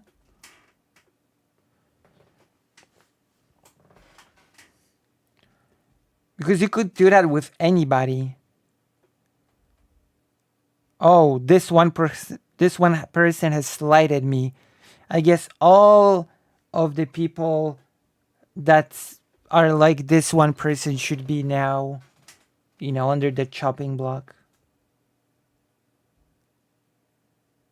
20 minutes, geez. Will we even be able to get through this by the end of the stream? We'll see. We'll do as much as we can. We'll do our best. Yeah, now replace that with race, gender, or whatever. You could.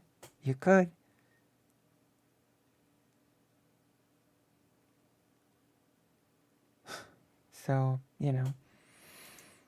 Used in the context they're used is because they're broad descriptors for people who are not entirely women in the group category. And again, it doesn't immediately like knock out or invalidate everything she's ever done or said that I think is good. Okay. Of course not. But like, it's really dumb. This is really, really dumb. Okay.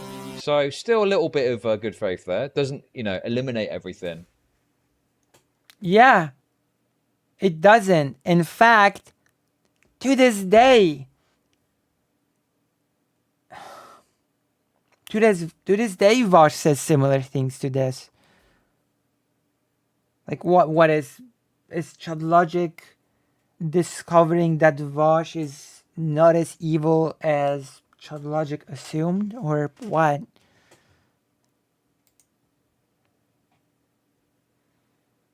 What if we don't care about any of these people or what they do? At the top right of your screen, there's a little X. You just go up there, click that, close my stream, and never come back. There we go. Easy peasy. In fact, I'll make it easy for you, okay? There we go. Easy peasy. Lemon squeezy. Also, Lucy, I heavily doubt that Anna was growed by homeless. And she isn't exactly credible, which is not to say that people aren't sexually assaulted by mentally homeless men.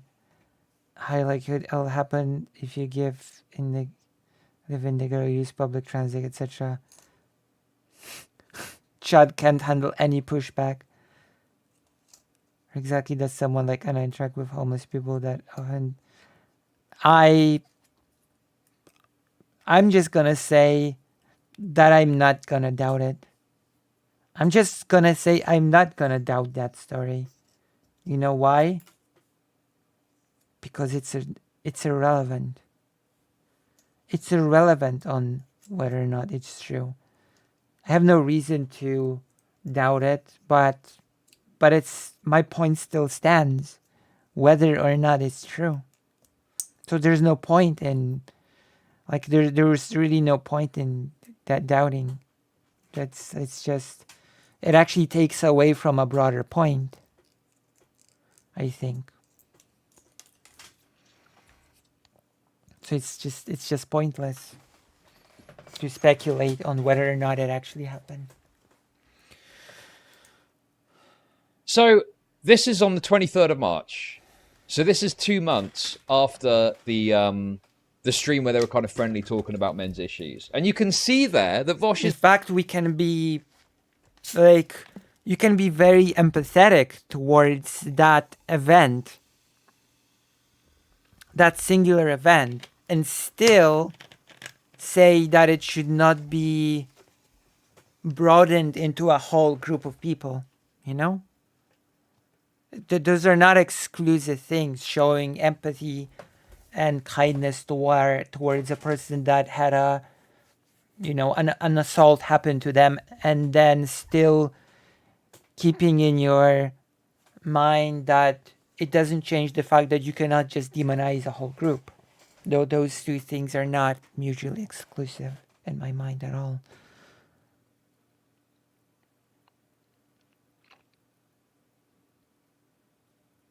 You know? Well, I'm probably not gonna speculate on that. This title of his channel. For someone who has logic in the title of this stream, he seems to lack any. Being able to accept critique is both a reasonable principle to hold and a Nietzschean one, yet Chud Logic can't understand.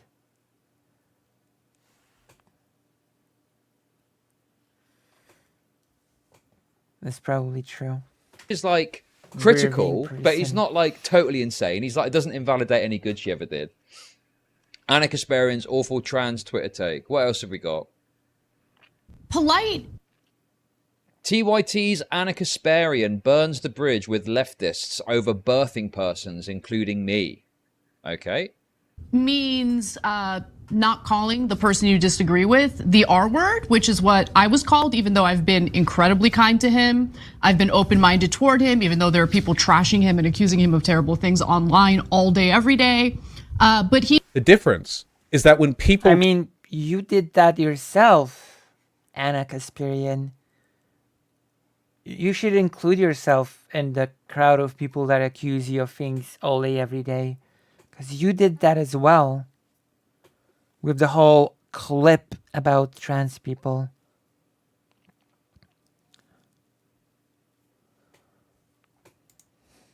trash me, they're wrong. But when I trash you, I'm right. He's so smug, it's unbelievable, man. No way! That's unbelievable. That may be true, but that is why we watch Vouch. That is why we watch Vouch. At least I do. From time to time. Because I don't have time to watch that many Vouches. I'm too busy preparing nice streams for you. For you. You know? It is his shtick, and it's actually pretty funny. Maybe Chud Logic just cannot read humor. Maybe it's, I mean, I don't know. There are some people that just have problems reading humor, you know? Maybe Chud Logic is one such individual. Who knows? But yes, I don't have time to watch that many Voshes because I'm preparing top quality content for you. So leave comments under videos, leave likes, and recommend this channel to people. See, I integrated a little bit of advertising very fluidly and naturally into this segment, which makes me proud of myself, sort of. This is from the 30th of April, 2023. April O'Neil.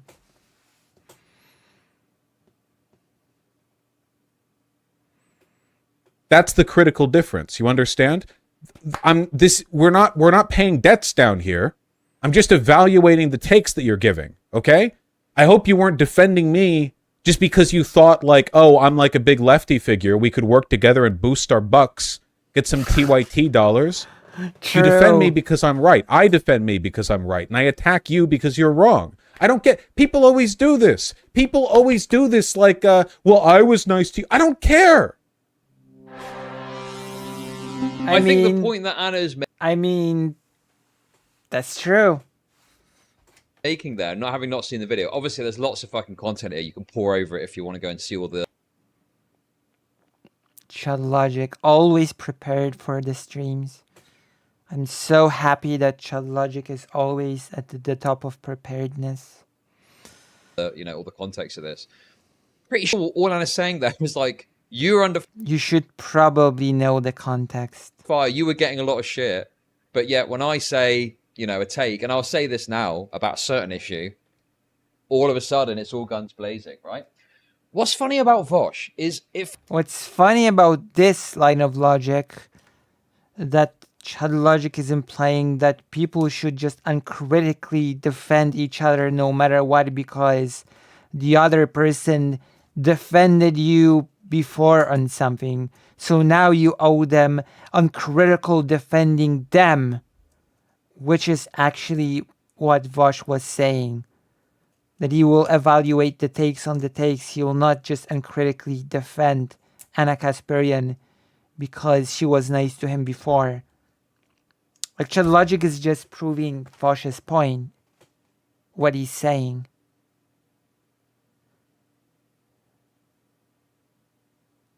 It's okay.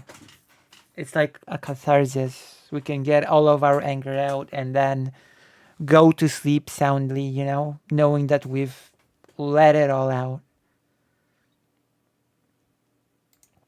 Feels like he's willing to have a contentious take about a whole host of topics, okay?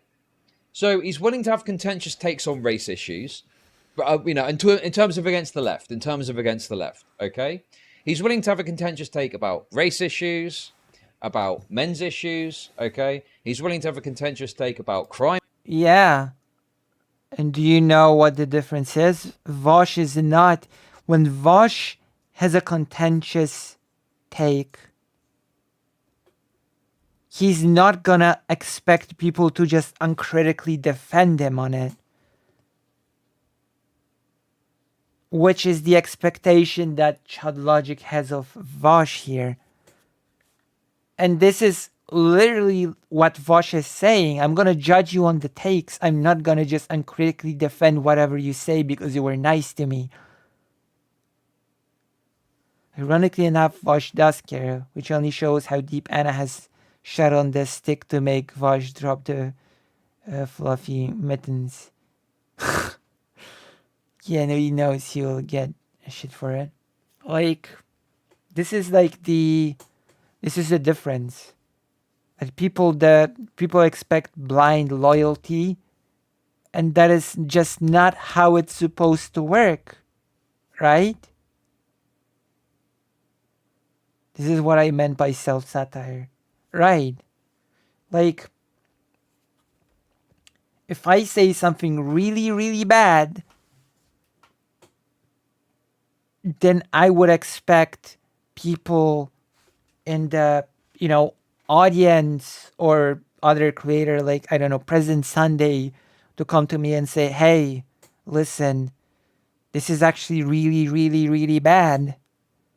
And my biggest hope is that then I would be like, oh, let me think about maybe, oh, I guess it was really, really bad. You know?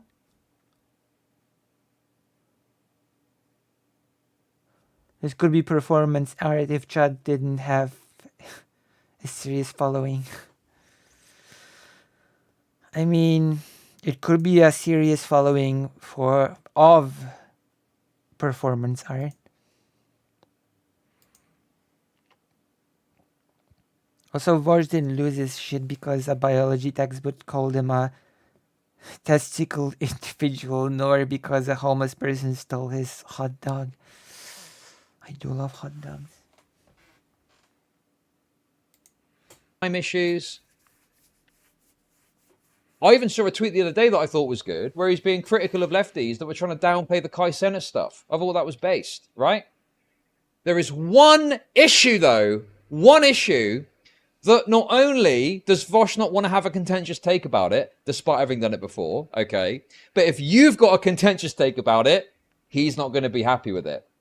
What is that one issue? What is that one issue that Vosh cannot stand someone having a contentious take on to the point that he's got to fucking go nuclear on someone that does? Okay. It's trans issues, isn't it? It's trans issues. For some reason, he's willing to have, not even just willing, maybe he doesn't necessarily agree, but he's willing to at least be permissive of disagreeable takes on certain topics, right? But with trans stuff, Anna tweeting out about the birthing person thing was too much, to the point where he's got to, essentially go on this campaign, call her a retarded bitch because she doesn't like the term birthing person. Good. Wow. You know what? I gotta give it to Chud Logic. Chud Logic really knows how to present someone in a good light. Wow. It's so incredible that I just listened to all of this. And my takeaway was, wow, Vosh is actually really cool. Oh, Vosh is willing to agree with some bad takes, but he will put his foot down on trans issues. Well, good. That's actually a good thing. That when it comes to the most marginalized group in the US currently, probably, I don't know, okay, I'm not going to say the most, because there are a ton of super marginalized group like the indigenous people. Okay, very marginalized group in the US, that he's just not gonna compromise on that. That is actually very, very good, that when you're not going to compromise on bad takes about a super marginalized group. That is making Vosh look extremely good. As if it is every time, this feels more like a self-therapy session than an analysis. This imagined issue that he's arguing against is a phantom haunting Chad at night. He's defeating his demons, true. But I still think my point stands. That he just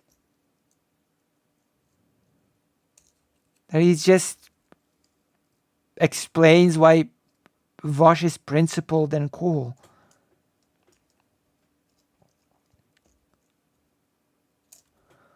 Oh my goodness. 25 minutes also, almost. Maybe I'm crazy, but I feel like Vosh of late 2021, 2022, early 2022. I feel like Vosh would have had the same take, no? I'm pretty sure Vosh would have said, oh yeah, calling people birthing persons is kind of cringe. Like, am I insane? Am I fucking gaslighting myself? I feel... Okay. First of all, press X to doubt. I doubt it. Second of all, even if he did, that would still be irrelevant, because people change.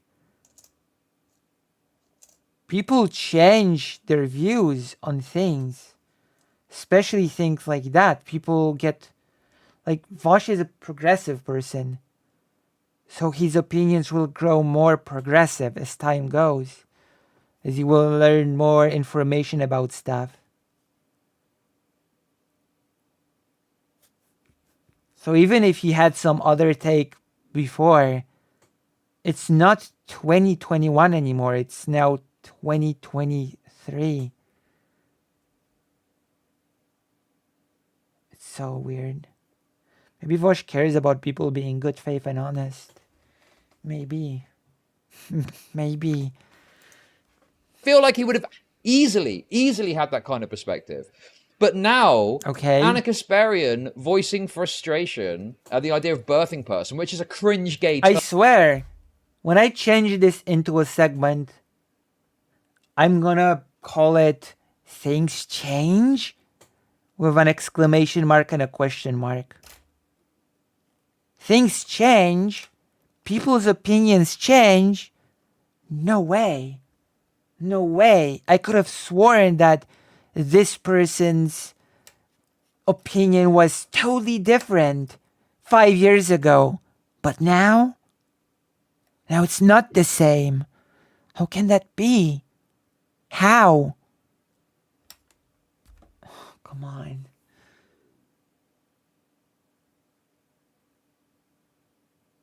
Come on. Jesus.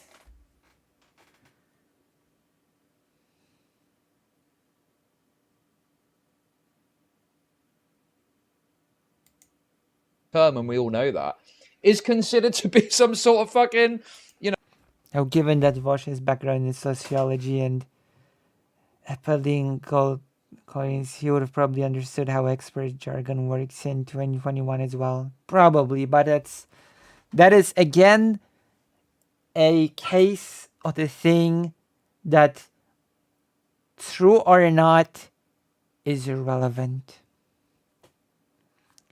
If he believed what he believes now in 2021, that's great. If he didn't believe what he believes now in 2021, then it doesn't really change the fact about what he believes now, does it?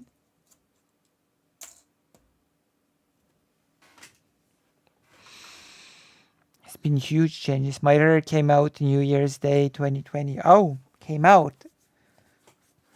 Okay, that must have been big. I'm not sure what the coming out entailed, but it's big. What's the right word for it? When you speak out, heresy. It's like fucking, trans heresy or something. What?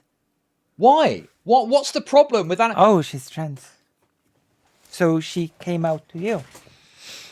And you were accepting, loving parent, which is why, and which is the thing we love. Also, having principles about trans issues is not treating it as heresy. This is so... Do I even have to explain why this is stupid? You know what? I'm going to be Captain America. No, I don't think I will. I think everybody here can understand the difference between being principled and treating things as heresy. My dad was gay. I grew up around LGBTQ. My dad died of it. Oh. The AIDS epidemic was... Well, actually, it was pretty weaponized from what I know. That's a whole other topic. The weaponization of the AIDS epidemic.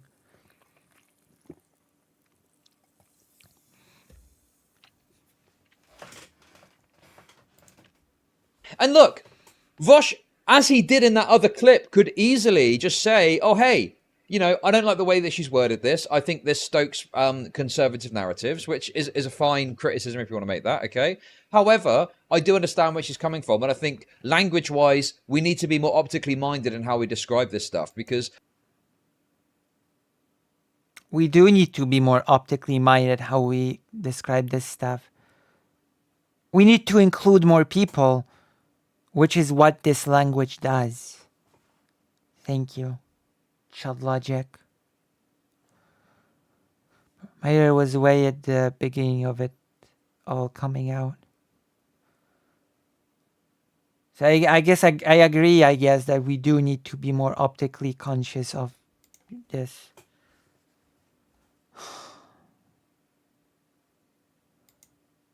Birthing person is a very fucking off-putting term. And it's like, I feel like Vosh recognizes this dynamic as well in these very tweets when he talks about being repellent, right? He talks about being repellent.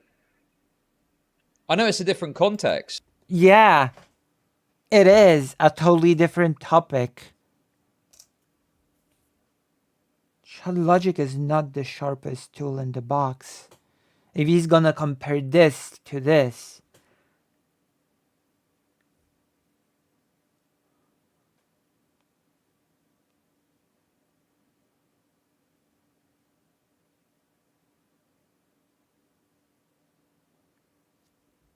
do you know what the repellent here is to Vosh? The repellent to Vosh in here, in this tweet that Chud Logic is showing, is the idea of rejecting a whole group of people. That is the repellent.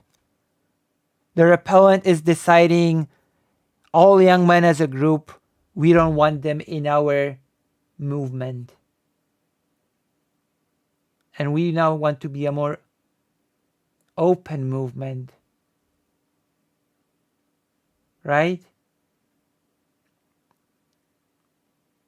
More effective social movement.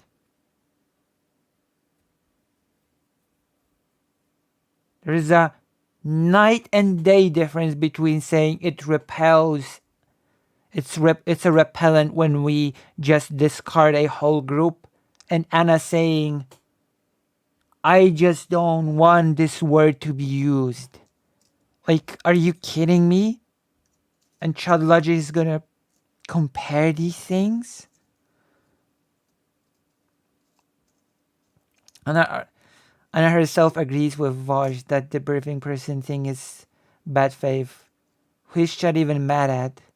I mean, if we're really going for context, then Chud Logic would play that, you know, that clip with Anna Kasparian talking about inclusive language for trans people and how it's important.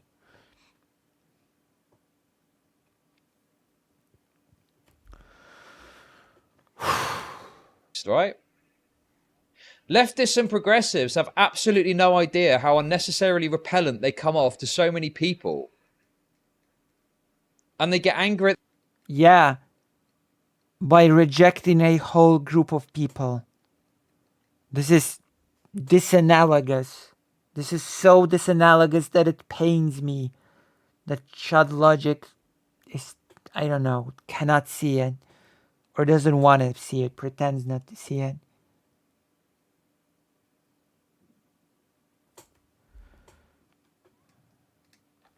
the idea of being a more effective social movement because they don't want to share their social spaces with people who might have gone another way. Except for trans issues, of course. Okay? But secondly... What do you mean except for trans? What does that mean? Do you even understand what this means? What this tweet means? Hello, Mnensha. What do you mean except for... What does that mean? I genuinely have no clue what that means except for trans issues. What?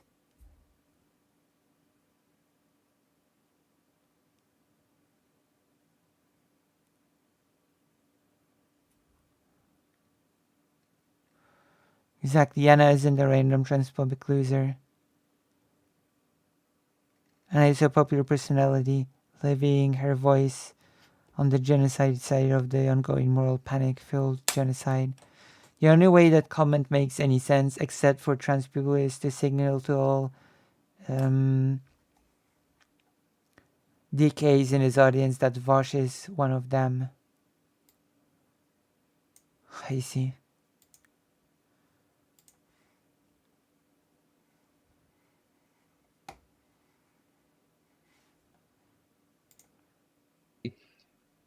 This absolutely applies to birthing person.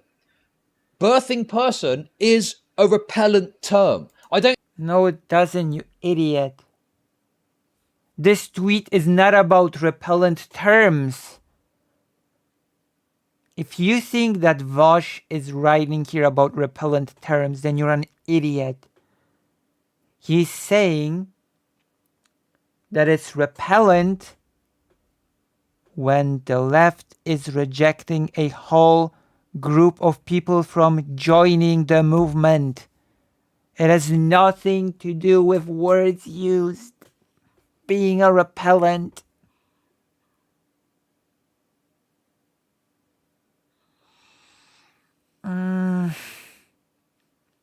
Why?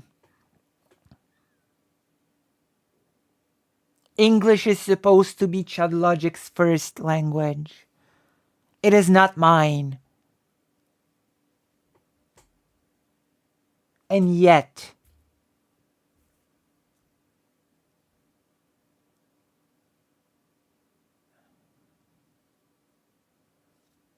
he thinks that Vosh using the word repellent when it comes to rejecting a group of people is analogous or almost the same as saying that some words are repellent. This is so stupid.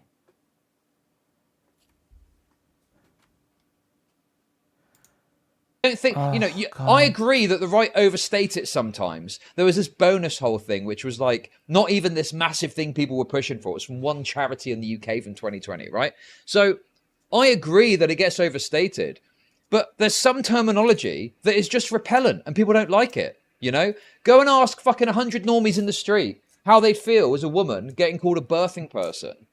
And I'm pretty sure most people are going to be like, yeah, I don't really like that term. Yeah. If you phrase it like that, then maybe.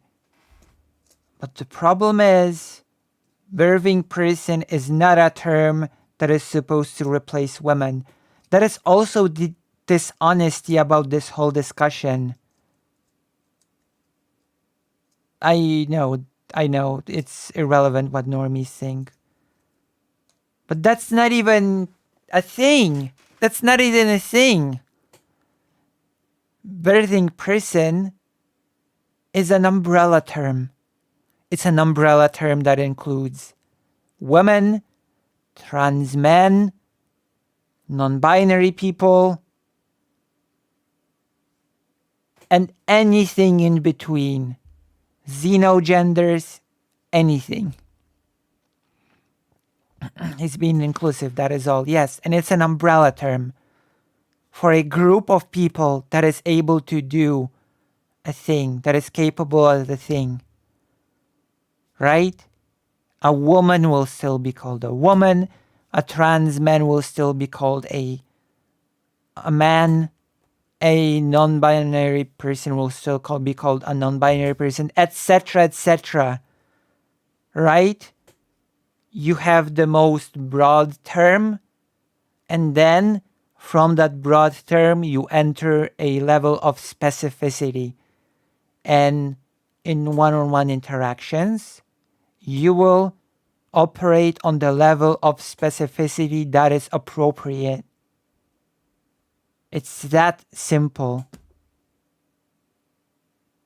Right? Like, what we are all people. When I go to the doctor, will the doctor address me as hello person? No, I don't think so. Even though we're all people.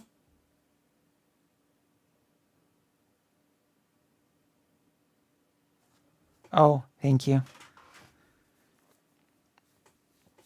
Like, oh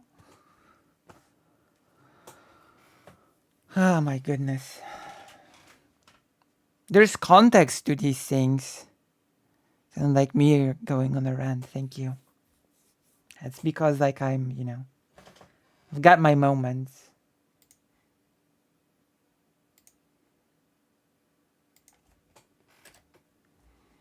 All right, let's continue. We're on the 27th minute.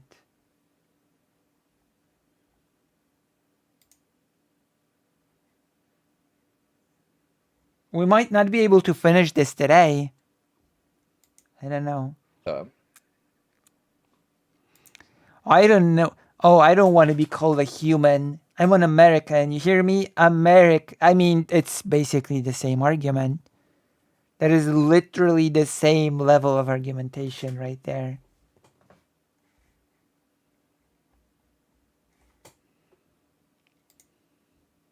You know? So yeah, it's just crazy to me. It's so insane to me that Vosh, you know, not only was kind of defended by Anna when he had his kind of moment getting dogpiled over the men's takes, you know, and that's not to say that he has to defend her forever, but it's just worth noting that they used to have a friendly, you know, relationship. And then Anna has a True. I'm not German. I'm a Bavarian. You hear me? Bavarian. Double. Especially since Germany is sort of like a combination of those smaller kingdoms, right? So in a way, Bavarian is like a different thing from a Saxonian, right? But still German right now because of the created newly national identity of German, but you still have those regionalities that come from those old kingdoms that existed before. Hello, human. How dare you? How dare you slurp at me?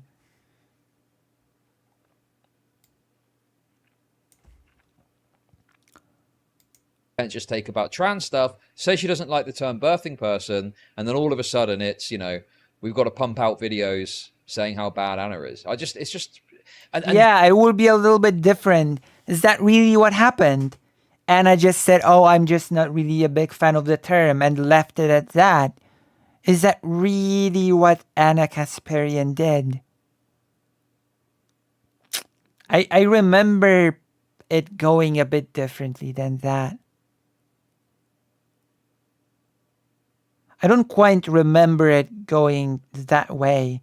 Anna just throwing it out there. Oh, you know, I'm not a big term fan of this term. I think it went a bit differently, but you know, maybe I should trust Chud Logic on this. He seems like a very reasonable and objective fellow. then now people are looking at all of this and they're going, oh, Anna's turned on. And yes, I know she went on a whole rant about it. That's the whole thing.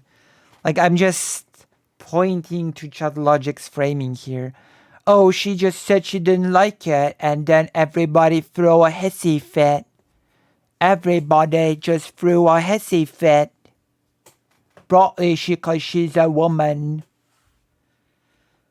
Probably, oh, she's a woman. My goodness.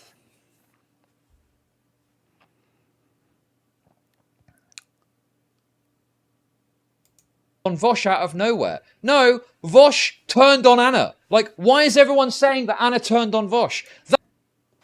It's not a question of who turned on who.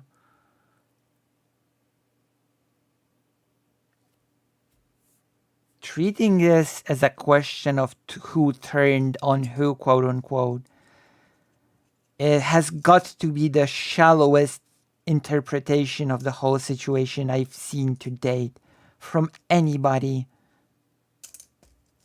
Leave it to Chud Logic to give us the most juvenile, shallow interpretation of a situation. Oh, who started it? Who turned on who? Wow. Amazing. Amazing. This is amazing. What a beautiful kitty. That's not what happened. Vosh turned on Anna first. There's fucking 8 videos here where he's, you know, criticizing her. Criticizing is not, quote unquote, turning on someone. Just so we're clear. Admittedly, I've not watched the videos, so I don't know the exact nature of, like, what Vosh has said in all of these pieces of content, okay? Oh. Right? So you've not watched it, so you have no clue, in other words. Good to know. Anna is offended that an imaginary person didn't call her a woman. Little, and then in the same sentence claimed that calling her a person is objective. My goodness. True. True. My goodness. However, I think it's undeniable. I think it's totally undeniable that Vosh has absolutely, given kind of heavy criticism of Anna repeatedly. How dare you? How dare you give heavy criticism as a meh?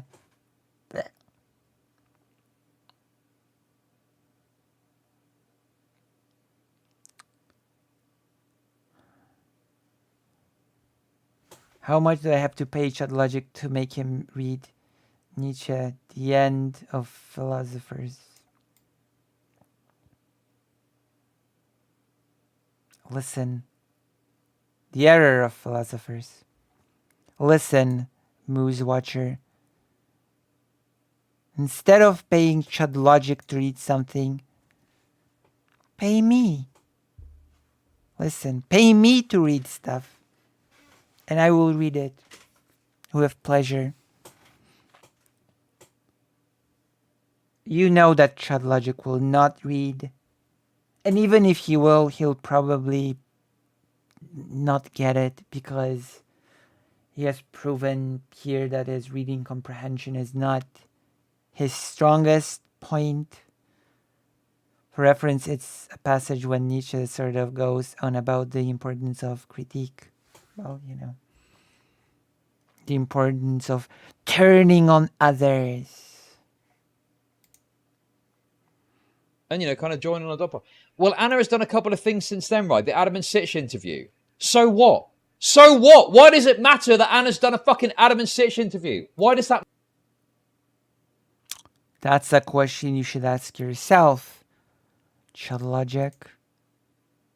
You should think on that. You should think on why it matters. Matter? Why does that mean anything? What's that got to do with anything? I'm pretty sure, I don't know the exact timeline, I'm pretty sure that Anna went on Adam and Sitch after she got berated by lefties for having the take about the birthing person thing, no? Wait, now I have to ask. Why does that matter? Hold on. Now I need to do a reverse Uno card and ask you, Chud Logic. Why does that matter? Oh no, she heard some mean words from the lefties, so now she has to go to... what?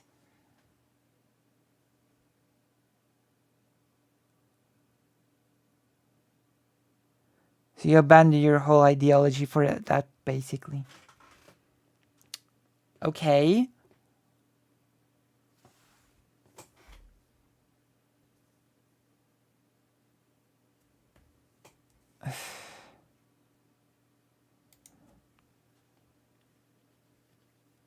Who's been saying that Anna's turned on Vosh first? That is the narrative amongst the kind of the Vosh associated people. No. No, it's actually not. It absolutely is not. God.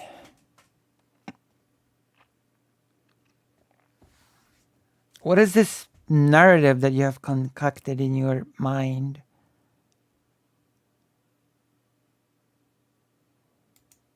That is absolutely the narrative. We just looked at a search video that claimed that as part of a... No one says that except Cenk and Anna. They made it up. There was extremely light touch with her, but she cried wolf for every one of them. That's true. Like, I remember when the whole birthing person started, how people literally tried to have a discussion. Every single person tried having discussions with her about it. And she just shut all of them down.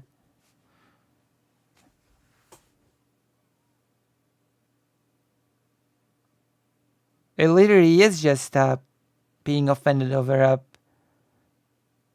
term in textbooks. Oh, they all were handling her with kid gloves. I know. I saw the thing as it was happening. I Crusade remember. against the left. Anna's turned on Vosh. Anyway, where were we? I don't know. Where were So you? we just saw that one. What else have we got here? Let's have a quick look at these. Where were you? Oh, Christ alive. What? Anna Kasparian and Cenk Uygur keep getting worse and worse. I think this is about Ukraine What takes, now? to be fair. Oh, yeah. Their Ukraine takes are so bad that it's disgusting. It disgusts me how bad their Ukraine takes are. Genuinely disgusting behavior. Genuinely. Another TYT video with a 50-50 like and dislike ratio. Ooh. Ouch. U.S. knew all along about Ukrainian plan to attack Nord Stream pipelines. Okay, to be honest with you, I haven't actually looked into the Nord Stream thing at all because I... That is classic Vosh at this point, is it not? Is that... Wait. Are you really gonna do this, Chud Logic? Are you really gonna laugh and point and laugh when several times during this 30 minutes you've said several times, I haven't watched the videos, I've only seen bits and pieces, I haven't seen this, I haven't seen that, and now you're going to laugh at Vosh for not looking into things? For real?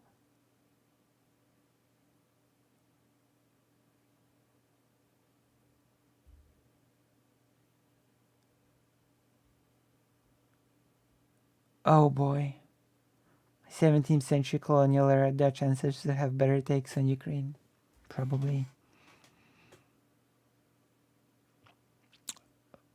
I don't think we do.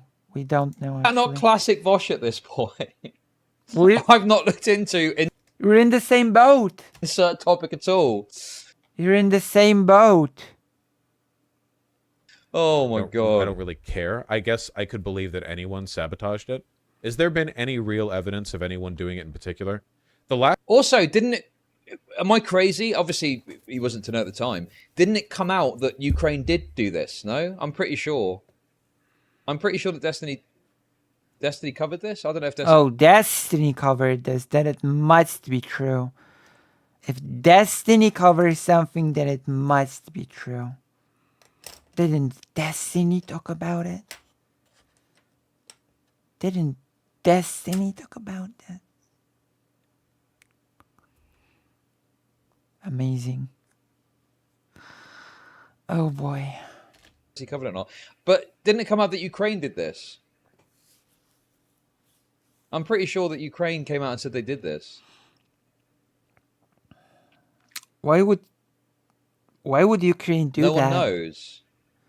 Why would Ukraine come out and what?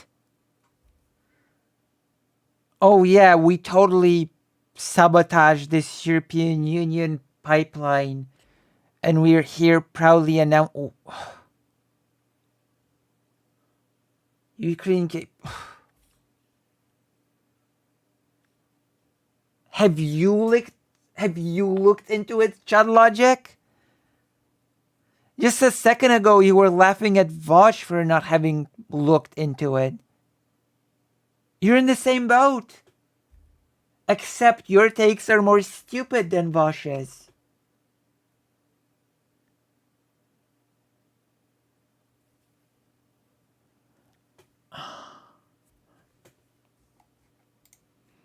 Or was it like the righties that have said that?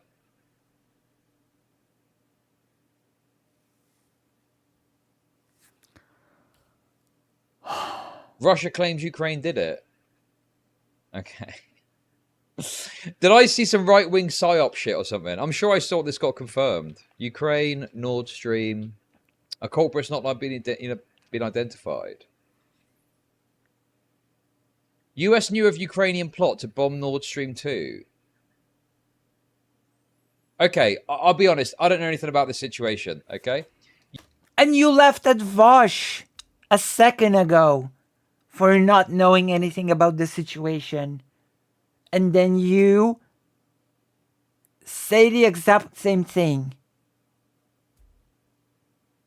Think before you speak. For God's sake.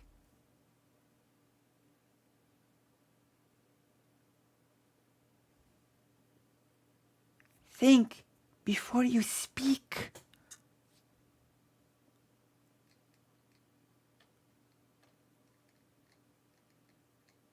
People pay him.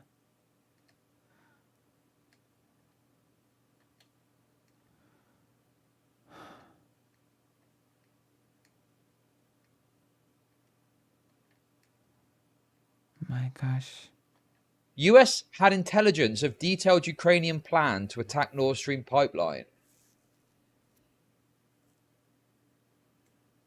The CIA learned last June via European spy agency. By the way, I'll accept if there's not proof of who did it or whatever, that's fine. But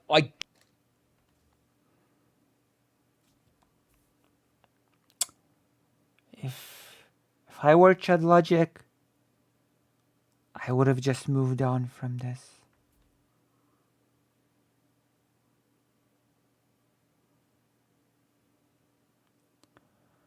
I would have moved on from this so quick. He's making such an idiot out of himself now.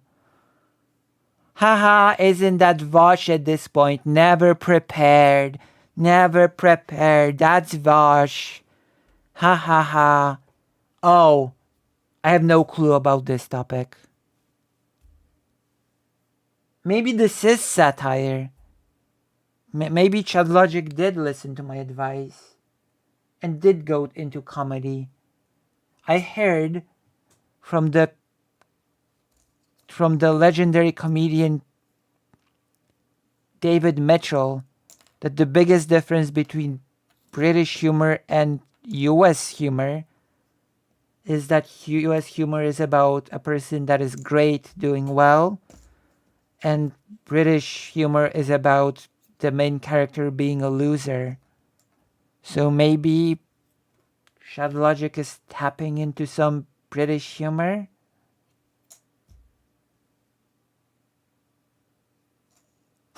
She's never prepared. Just like me. My God. guess that the TYT are reporting on this story. That would be my guess. When is this video from? 12th of June. This article is from the 6th of June. This is from the Washington Post. I guess it doesn't prove that Ukraine did it, but I mean, I'd be surprised if the Washington Post is making shit up. He cannot read the article. Don't expect so much from Chud Logic. The US said it was Ukraine. By the way, it's been 32 minutes and Chud Logic has received 30 subs. No, wait, sorry. 1 sub out of 30. 0 bits and $0 in tips. Just so we keep tabs on what's happening with Chud Logic's booming career.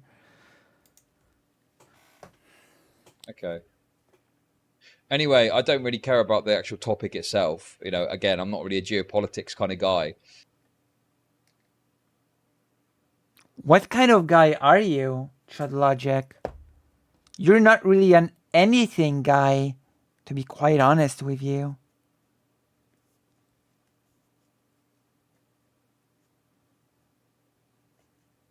Not even worth the sub.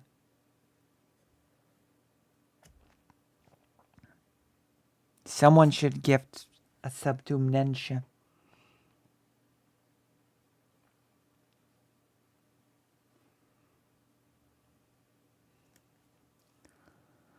A rudimentary news article. Oh boy, that is rough. That is harsh. But Last thing that I saw was Jackson Hinkle posting a photo of a like rusty, disgusting boot buried in the water, and they were like, "This is an American boot, therefore America blew it up," or something like that. Like, that's the extent of the evidence that I'm familiar with. I get like anyone could have done it, and I don't really care. There's a claim Biden knew for 3 months Ukraine was planning to attack the pipeline. Well, do you think this video covers that topic? Let's find out. Indicates that 3 months before the Nord Stream pipeline was bombed last September, a close ally to the Biden administration informed the White House about a Ukrainian military plan to essentially launch a covert attack on. Damn. The Young Turks are so bad on Ukraine. I don't know. It makes me quite angry.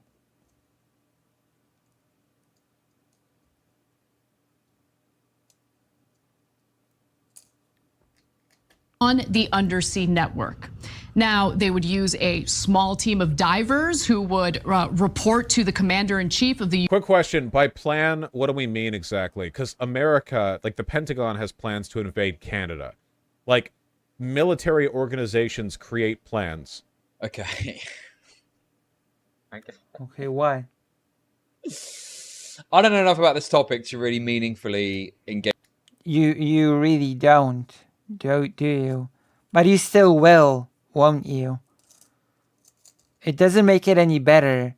It actually makes it worse if you preface saying something with, "I don't really know anything." Thank you, Mayor, for giving Nensha tier 2 sub. Begone, Whitey. At this point of Kremlin said that the sky is blue on a clear day at noon. I want material evidence supplied with the claim. True. True. It is worse. I'm ignorant, but I will give you my opinion, he says. True. Thank you. Thank you very much for the tier 2 sub. Gauge of this, unfortunately. It's just kind of. But I think that if this is getting reported on in the mainstream press as the Biden administration knew of a plan, I think that's like sounds a bit more actionable and imminent than just, oh, there's a plan to invade Canada or something insane happened. Anyway, don't know enough to talk about. It's great that it sounds like that to you, but that is still your own little speculation. That's speculation. Chud Logic. You can say that, but it doesn't mean anything. About this, but it's worth noting, and obviously I'm Well, that was a waste of time. hammering on the trans stuff. One thing that is worth noting is that Vosh has also. Chud Logic has a weird obsession over the trans stuff, by the way. Let me remind you that Chud Logic has said also recently that the trans stuff was the main thing that has moved him out of the left. That's actually a thing he said. So,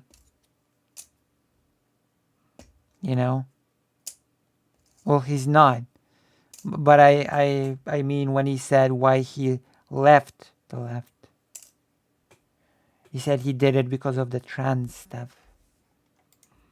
Put out videos that disagree with TYT on the basis of their Ukraine coverage, rightly or wrongly. I don't know either way, but it's just worth bearing in mind that has also been part of this too. So remember how Anna Kasparian in a relatively short. So bear in mind, obviously, I'm not one to judge by titles and thumbnails necessarily. You are. You just did. One thing I would point out though is this video is titled "Anna Kasparian hits a new low. TYT is crumbling." Okay. Okay. Wait. Really? Chud Logic's gonna cry about titles? Chud Logic that said that I must reported him in a title? In a fever dream? Is that Chud Logic? Is now gonna whine about titles of videos?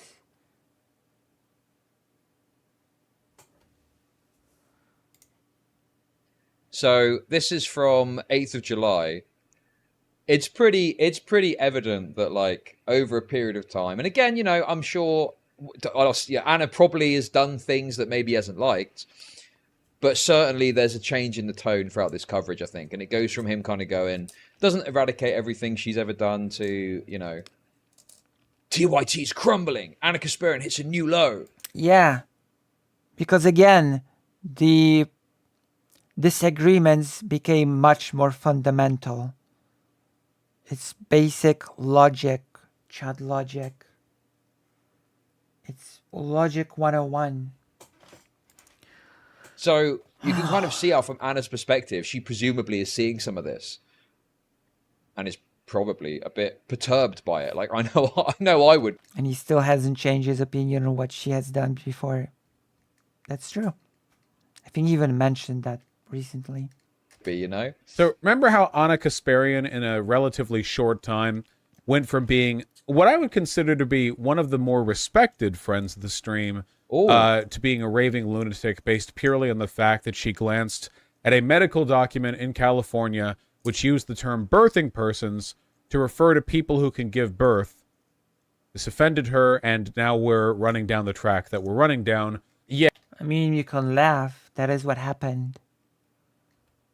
Laughing won't make it not true.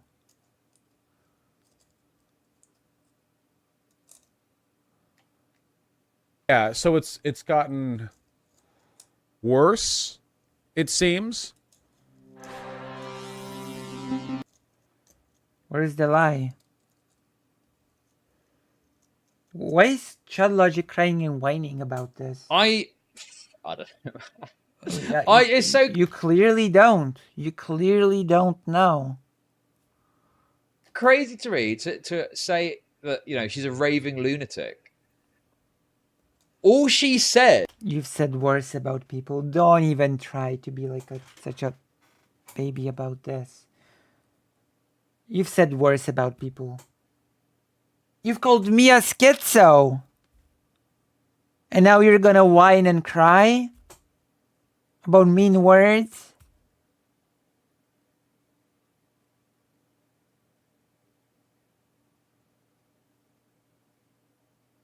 Who? Blue's Clue? What? I'm sorry, what?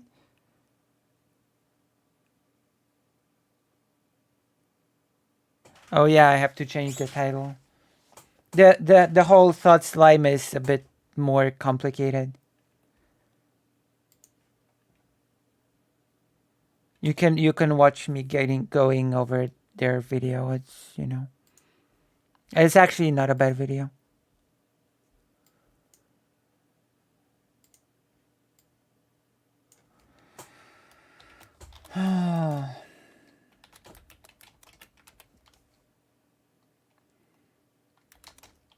I'm gonna change the title right now.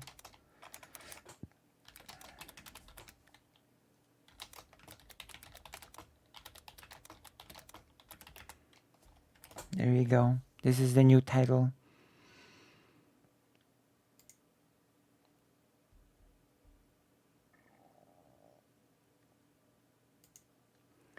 I think we all know why Chud Logic likes to cry and whine. How do you like the new title, Fake Alec Kyle Parker? How do you like the new title?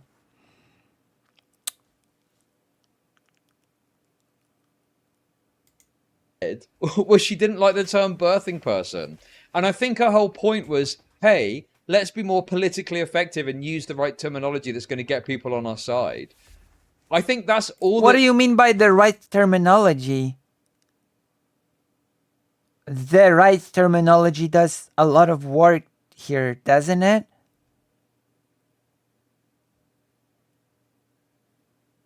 Let's use the right terminology. So what are you suggesting, Chud Logic?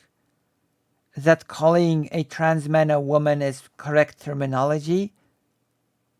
Is that what you're pushing for?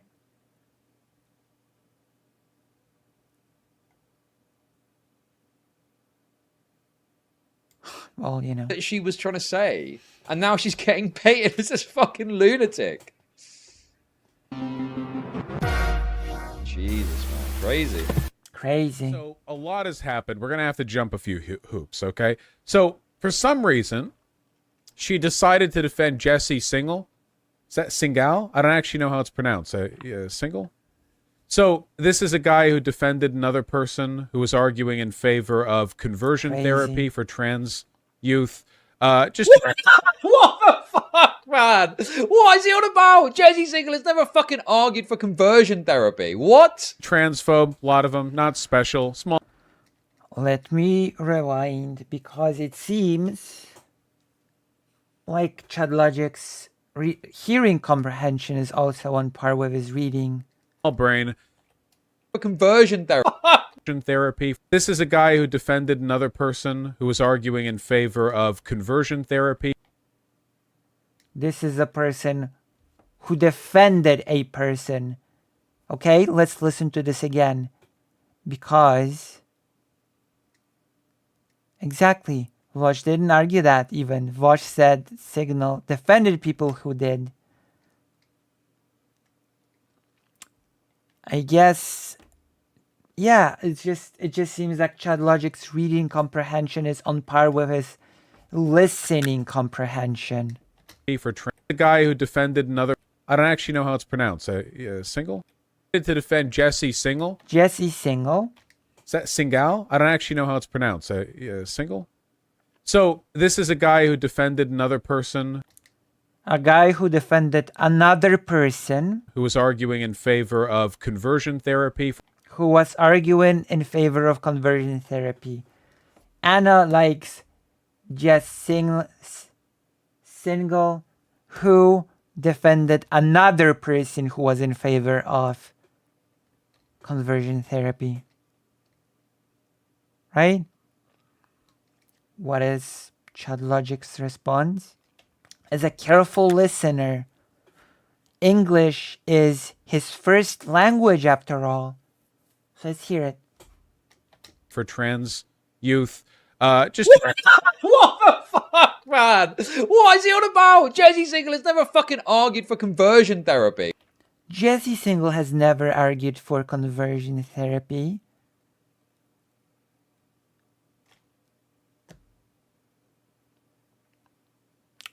There we have it. Chud Logic is an idiot. My diagnosis.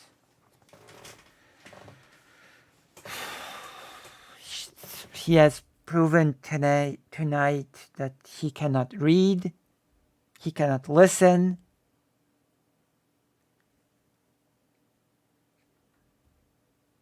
Amazing. What? transphobe, a lot of them, not special, small brain.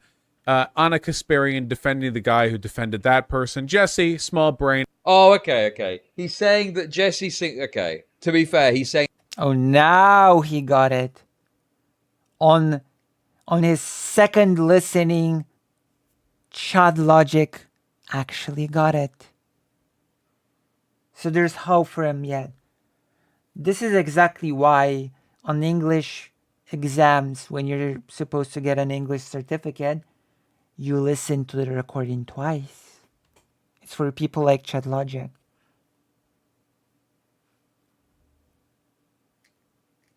Can he even write, or does he have somebody write his titles for him? DK writes the titles. I have zero doubt about that. Of course DK writes the titles. To be fair, it's pretty standard for editors to write the titles.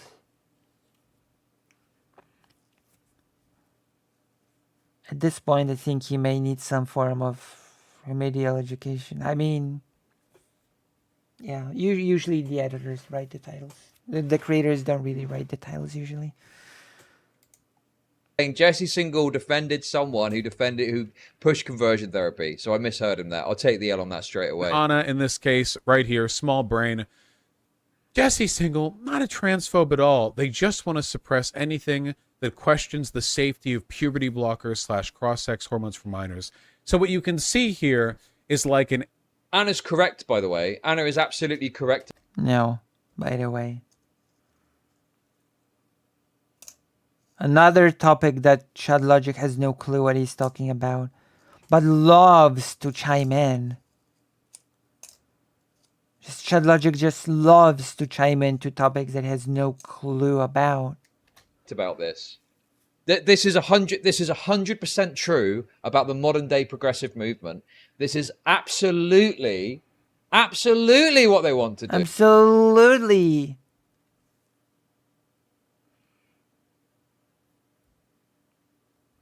Wait, what is absolutely what they want to do?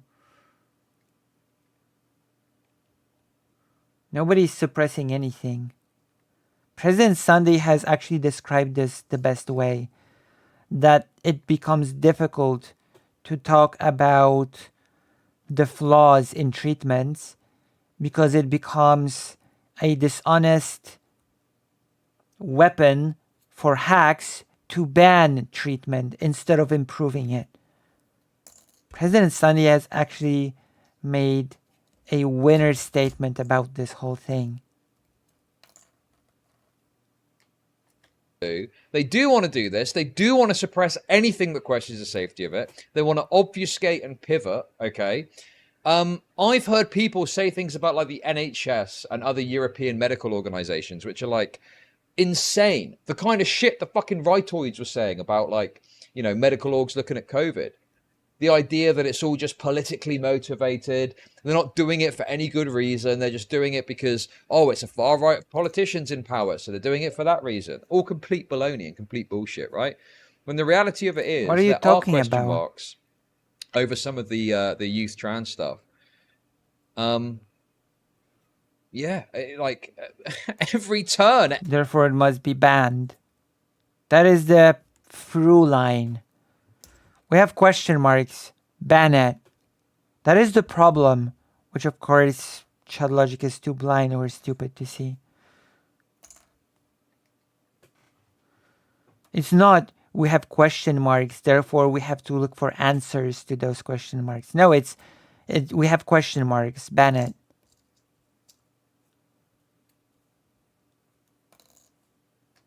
Every fucking turn.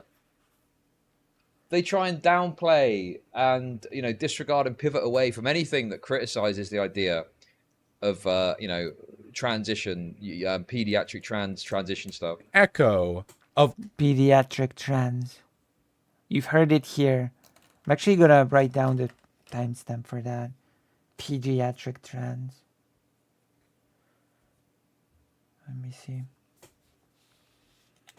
What's the timestamp for this? Let's say it's this. I'll find it based on that. Pediatric trans. The infamous pediatric trans. all the disingenuous bullshit conservative talking points on the issue. True. Like, not engaging with the criticisms, just like they disagree with you because they want to suppress any dissident information. And then, like, you look at the dissident information and it's like dumbasses. Oh, burn. You feel the burn, Chud Logic. This is directly targeted at you. It just gave us a demonstration. And now Vosh is addressing you directly, ironically enough. Scrawling with their own shit, like finger painting with it on paper. I don't know if it's a psychotic break or if the money's changed or what, but I think that Anna's acting in clear bad faith. I don't think this is like a fully genuine thing. Like what I'm often most concerned about is not the art. It feels like a direct message towards Chud Logic. The money has changed. Damn. Arguments that people give, it's the way they give them. Because I've talked to That is so insane coming from Bosch. Is it Oh though? my god. Is it though? That is wild coming from Vosh. Vosh is extremely boisterous and aggressive in the way that he makes his arguments. People who have had pretty Wild. significant disagreements with, and not It's not about being boisterous and oh god. Maybe Chud Logic is truly an idiot. Vosh wasn't making a point of being boisterous or aggressive.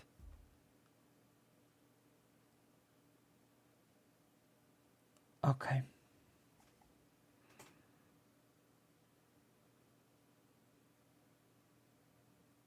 Yeah, exactly.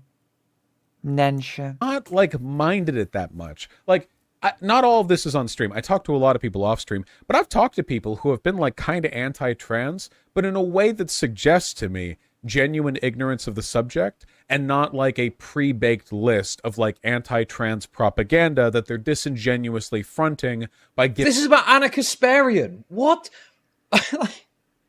All over the fact that I'm sorry. Can Chud Logic just do faces and call things crazy? Any argument from Chud Logic? I'm waiting.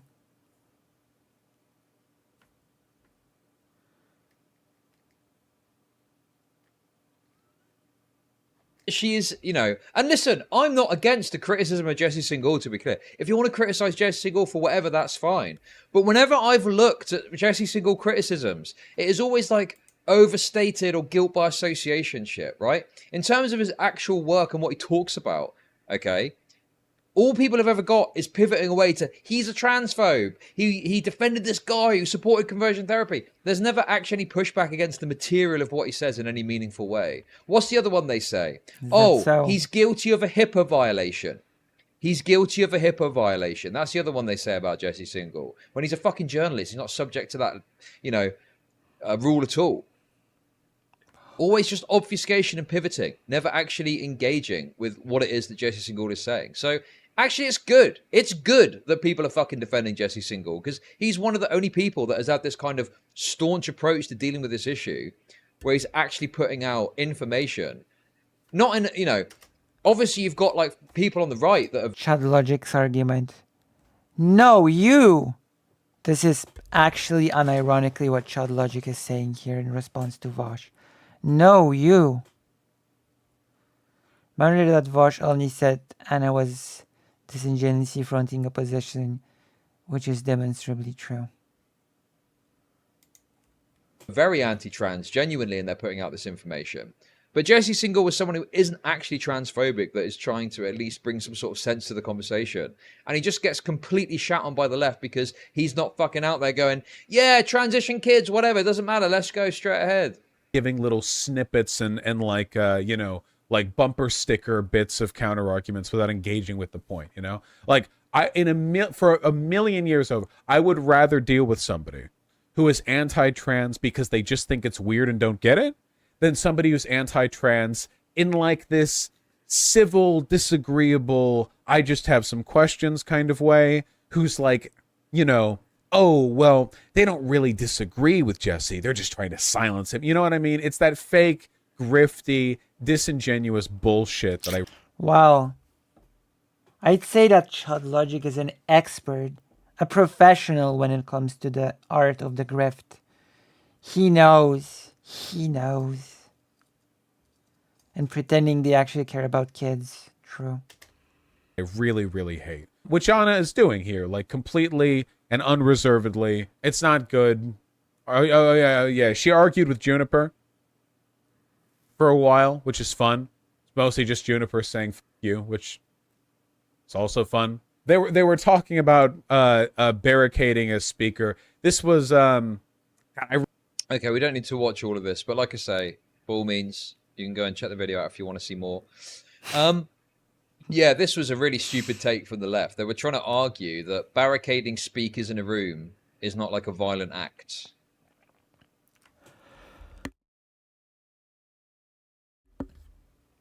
Like, yes, it is. It absolutely is. You are by force stopping someone from leaving an area. How is that not? How is that not fucking a violent act? Yes, that was a discourse. God, it's like rapid fire of all the discourses about this stuff over the past few months.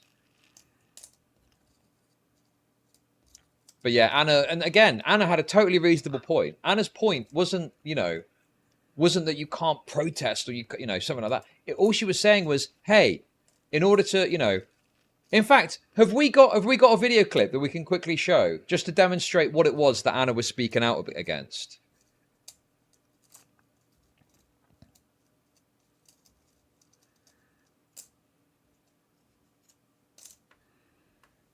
Is this it?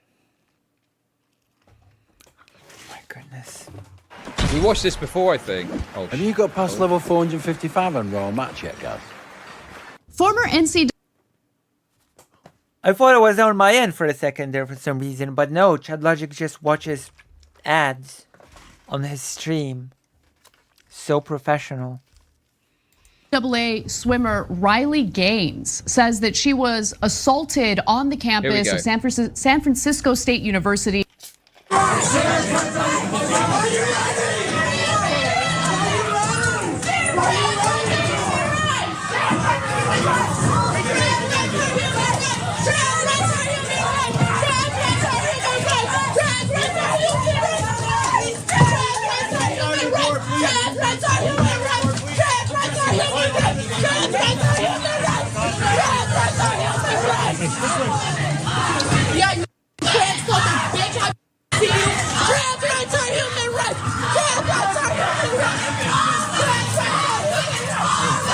So yeah, basically, the whole, obviously, again, if you want to watch the video, by all means do.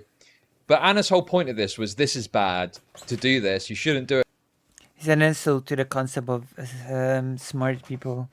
Like, yeah. Like this. There's other forms of protest which are not only more effective, but also like look better optically. So you should focus on that instead. Oh yeah, because people historically mostly won their rights by being optically pleasing to others. No, that's not what happened. Actually, that is not how people historically gained their rights. It is not by being optically pleasing. Like, at no point was she trying to claim that the idea, like, she was happy with protesting, but was just saying, this is counterproductive. How the fuck can anyone watch this and think this is a productive, like, use of advocacy to do shit like this, man? And yet, it brings results. It historically has brought results. Cry about it.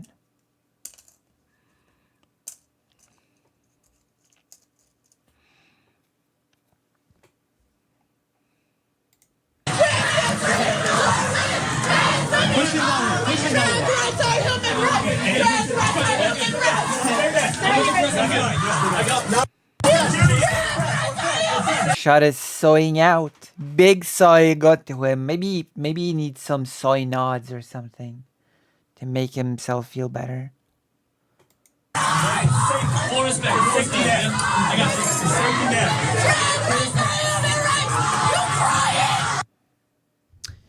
So after that, Gaines had to be escorted by campus police into a safe room where she remained barricaded for literally 3 hours. There's documentation proving that, which we'll get to in just a moment. Okay. In fact, she couldn't leave the room until members of the San Francisco Police Department showed up to escort her out of that.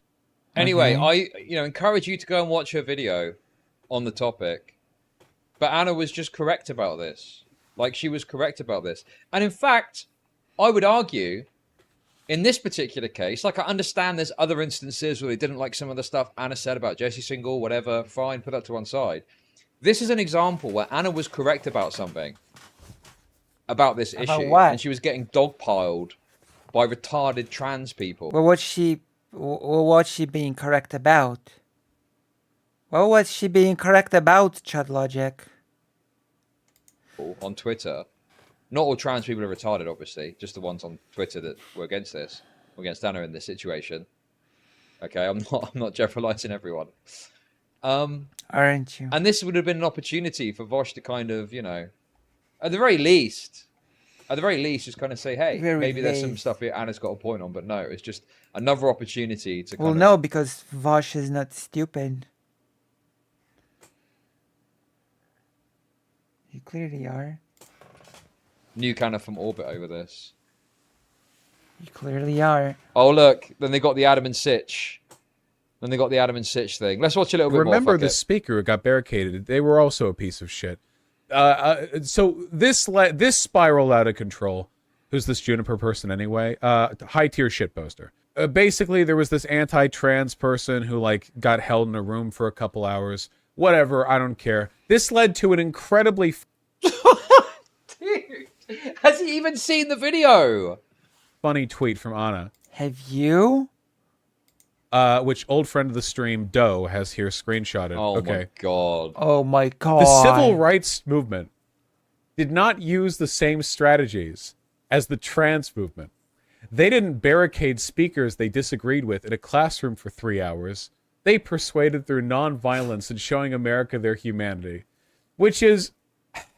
I mean, I can't say it better than Doe has here. It said, the sanitized and child-friendly version of history makes liberals into reactionaries. And, yeah. I mean, true. What else is there to say here? True. It said it. Chad has a point. You should consider optics of genocidal maniacs. Iron sights are good. My god. Yeah, pretty much. Yeah.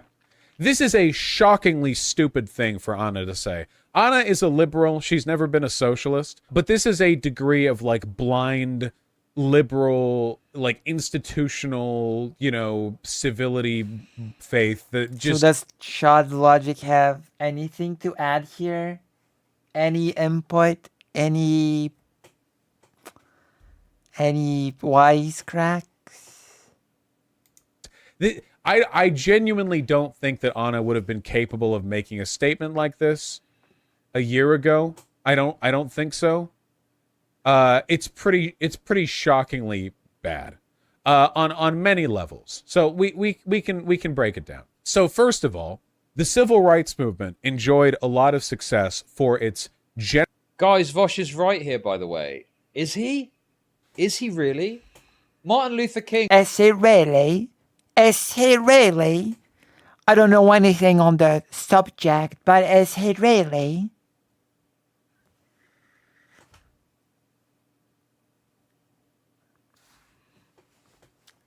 Reminder that Chud Logic was mocking Vosh just a few moments ago for being unprepared on topics. was like dedicated to non-violence. There's this like narrative that lefties push that Oh. Martin Luther King, There's this narrative that lefties push. Some call it history. This narrative. Some call it historical record, but I call it bullshit. I call it lefty propaganda. Oh. point to like the letter from Birmingham jail and they go, oh no, he talked about how bad the libs were then. Not true. Not true at all. You know, what he talked about was he criticized, the, I can't remember exactly what it is he criticized.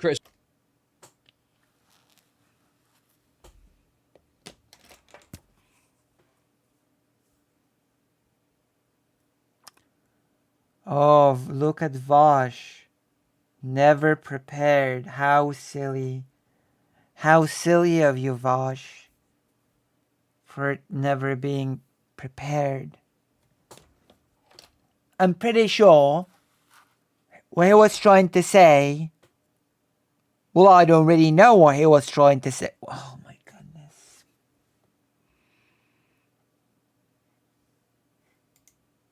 So some flavor of liberal at the time, right? But he also at the same time reasserted his dedication to non-violence. He was like staunchly non-violence. He pushed non-violence consistently, endlessly. I don't think there's a point where Martin Luther King at any Oh, point. endlessly. How do you know? Just how much do you know on the subject? Endlessly. Do you know what? Actually, this non-violent stuff is no good. He's so stupid. Oh my god. We need to knock this on the head. Generally peaceful tactics. But that's because we're talking about an aggregate of a movement that involved actions of millions of people. There were plenty of instances where people associated with the civil rights movement did stuff like this. In fact, here's an anecdote. In 1969, Samuel L. Jackson, the same one, yes, was expelled from historically black Morehouse College for locking board members in a building for 2 days in protest of the school's curriculum and governance.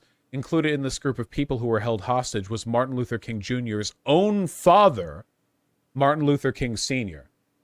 So okay, we're using one incident where he was punished as well for doing this. Okay.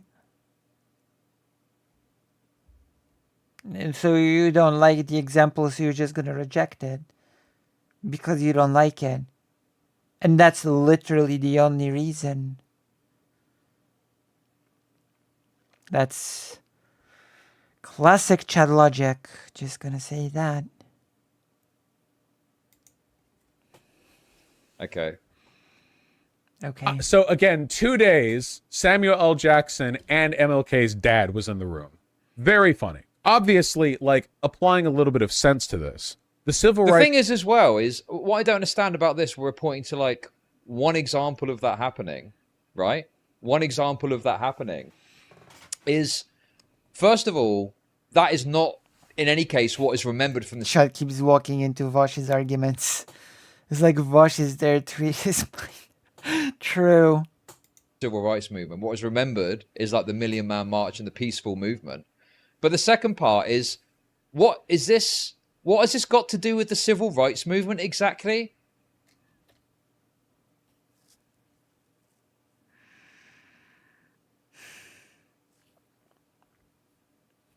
Vosh is so silly for never being prepared. It's Vosh that's always not prepared. Not me. Not me. It's not projection, I swear. Vosh is doing.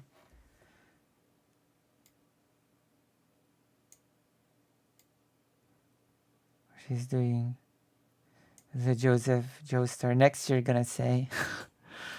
Like, oh my goodness. Chud Logic was mocking Vosh for not being prepared. It's such... That's just lovely. Also, hello, Ellen, degenerate. Ellen, you should join the page. Isn't it time you joined the page? Especially since you've...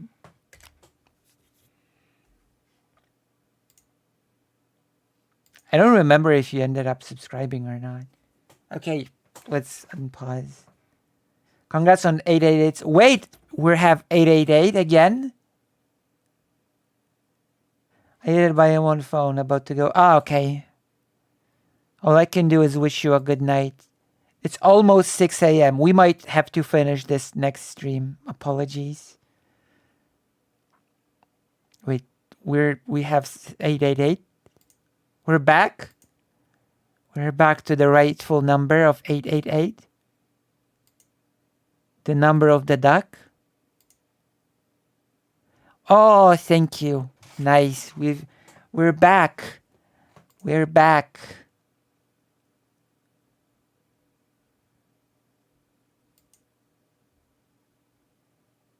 Sleep well, comrade. True.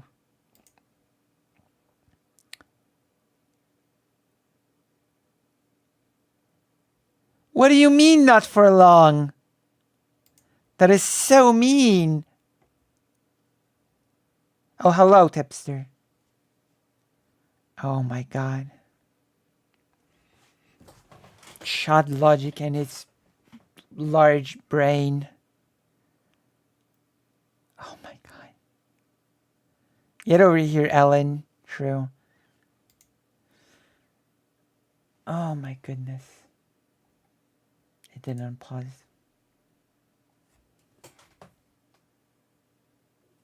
Locking board members in a building for 2. Wait, why does Chud Logic look so baffled? Is this like a defining moment of the civil rights movement? Nobody said it was. Nobody said it was. Like, English is supposedly Chud Logic's first language. I've told this so many times today. Like, oh my god. Vosh said there were incidents of violence within the movement. Chud Logic's response, but was it a defining moment in the movement? There was no one defining moment in the movement. There were several, many different moments. Oh God, defining moment in the movement.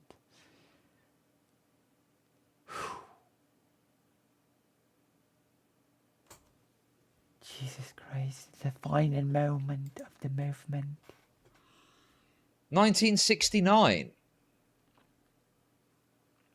Really? Like, I don't think this has got anything to do with the civil rights movement. True, it was just a rogue. It's just a rogue operation, isn't it? It's just a rogue, you know, by a rogue operative who was arrested forever.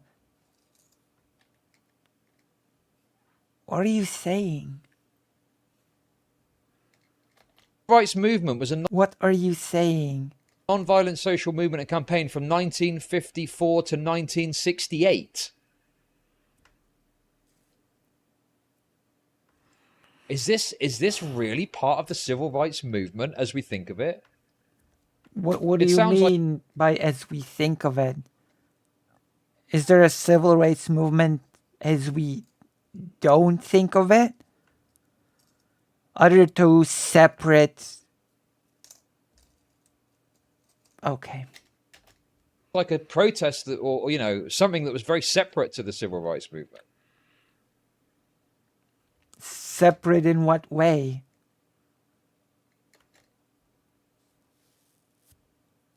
So yeah, Separate I feel how? like it's kind of weird to use an example outside of what...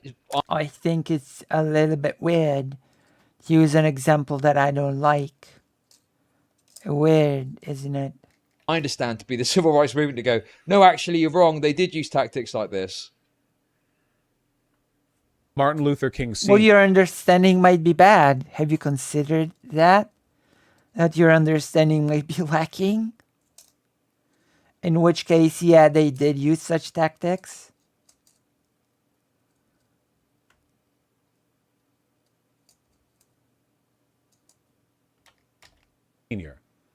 So again, 2 days, Samuel L. Jackson and MLK's dad was in the room. Very funny. Wait. Martin Luther King died on the 4th of April, 1968. I know that he's not the be-all and end-all of the civil rights movement. Okay. And there's probably other things that happen. It just feels very odd that just because Martin Luther King's father... And yes, he really does think that black people had nothing to protest about after the Civil Rights Act passed. ...was there. This is getting attributed to the civil rights movement. Next, Chud Logic is going to go full what about his brain and say the civil rights movement has no links to the abolitionist movement. Oh, I remember that debate. I remember.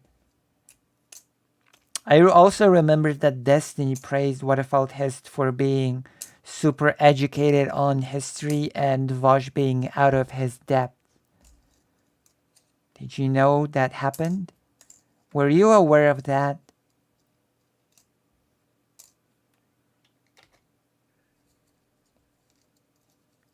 Obviously, like, applying a little bit of sense to this, the civil rights movement enjoyed success broadly, as peaceful movements tend to, because peaceful movements are more likely to attract larger amounts of participation. Violent movements don't get moms with children marching. Peaceful movements do, which is why they tend to have higher turnout, which means higher rate of sympathy, and so on. However, MLK was unpopular when he died with white folk, so, you know, popularity isn't everything, for one.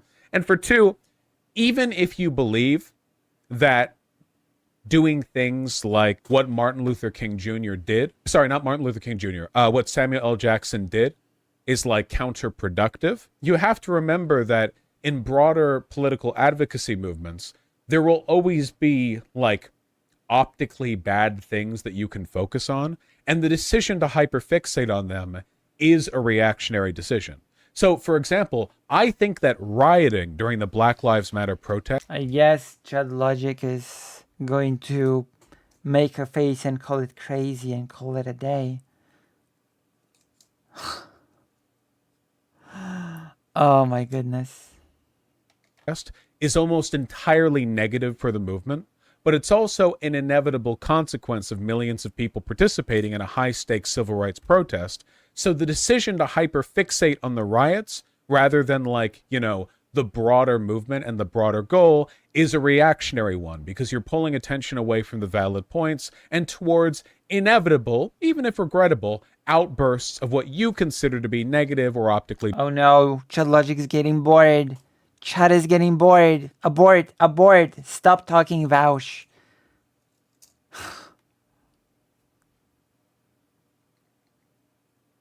bad attention, which is exactly what Anna Kasparian is doing here, making a bunch of anti-trans arguments, defending Jesse Singal, making arguments against trans people broadly, and then going, well, look at this one instance of something... It's because Ellen DeGeneres was there, or still is. ...that I consider to be optically bad, hyperfixate, hyperfixate, hyperfixate. MLK would have never did this, ignore the fact that, you know, people who followed MLK did This is such a wild take from Vosh, where but when he spoke to, when Anna... Is it? ...spoke to him, she threw out that tweet, you know, when he talked about how important it is to not be repellent to people, and then you watch... Oh my god. Chud Logic is really stupid. So again, when Vosh was talking about not being repellent, he wasn't talking about optics. It wasn't about optics.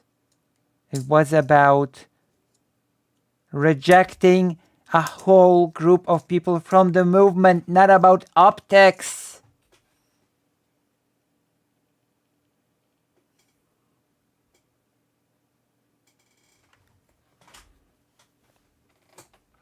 Karas was here before, but it was probably late for her, so she's probably went to bed. Okay. Question for the chat, because the chat rules over me. Continue today or tomorrow? Write today or tomorrow. If you want me to continue this coverage tomorrow, because we've been streaming for, I'm gonna tell you how long. 7 hours, 10 minutes. So, sleep, okay. Oh, Maya Mayor said the main donator for this has said sleep, so I guess I have to sleep. You should sleep. All right, we shall sleep. It's tomorrow's sleep time now. Okay then, we shall sleep. Oh my god. Maya Mayor, Porky. There's a Polish leftist on Twitter/X that has Porky as the profile picture, and he always does the best sarcastic remarks. So I really like the Porky. Thank you for being here. Sleep, said Arkaya. Okay, I'm gonna sleep. I'm gonna see you. I'm gonna write love and solidarity.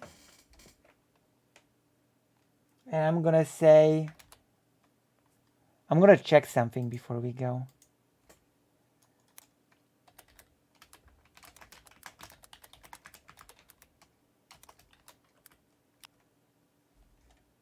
Love and solidarity. How much have people paid Chud Logic by the end of this? Let me see. Was it worth it for him? Wait, where's the mouse?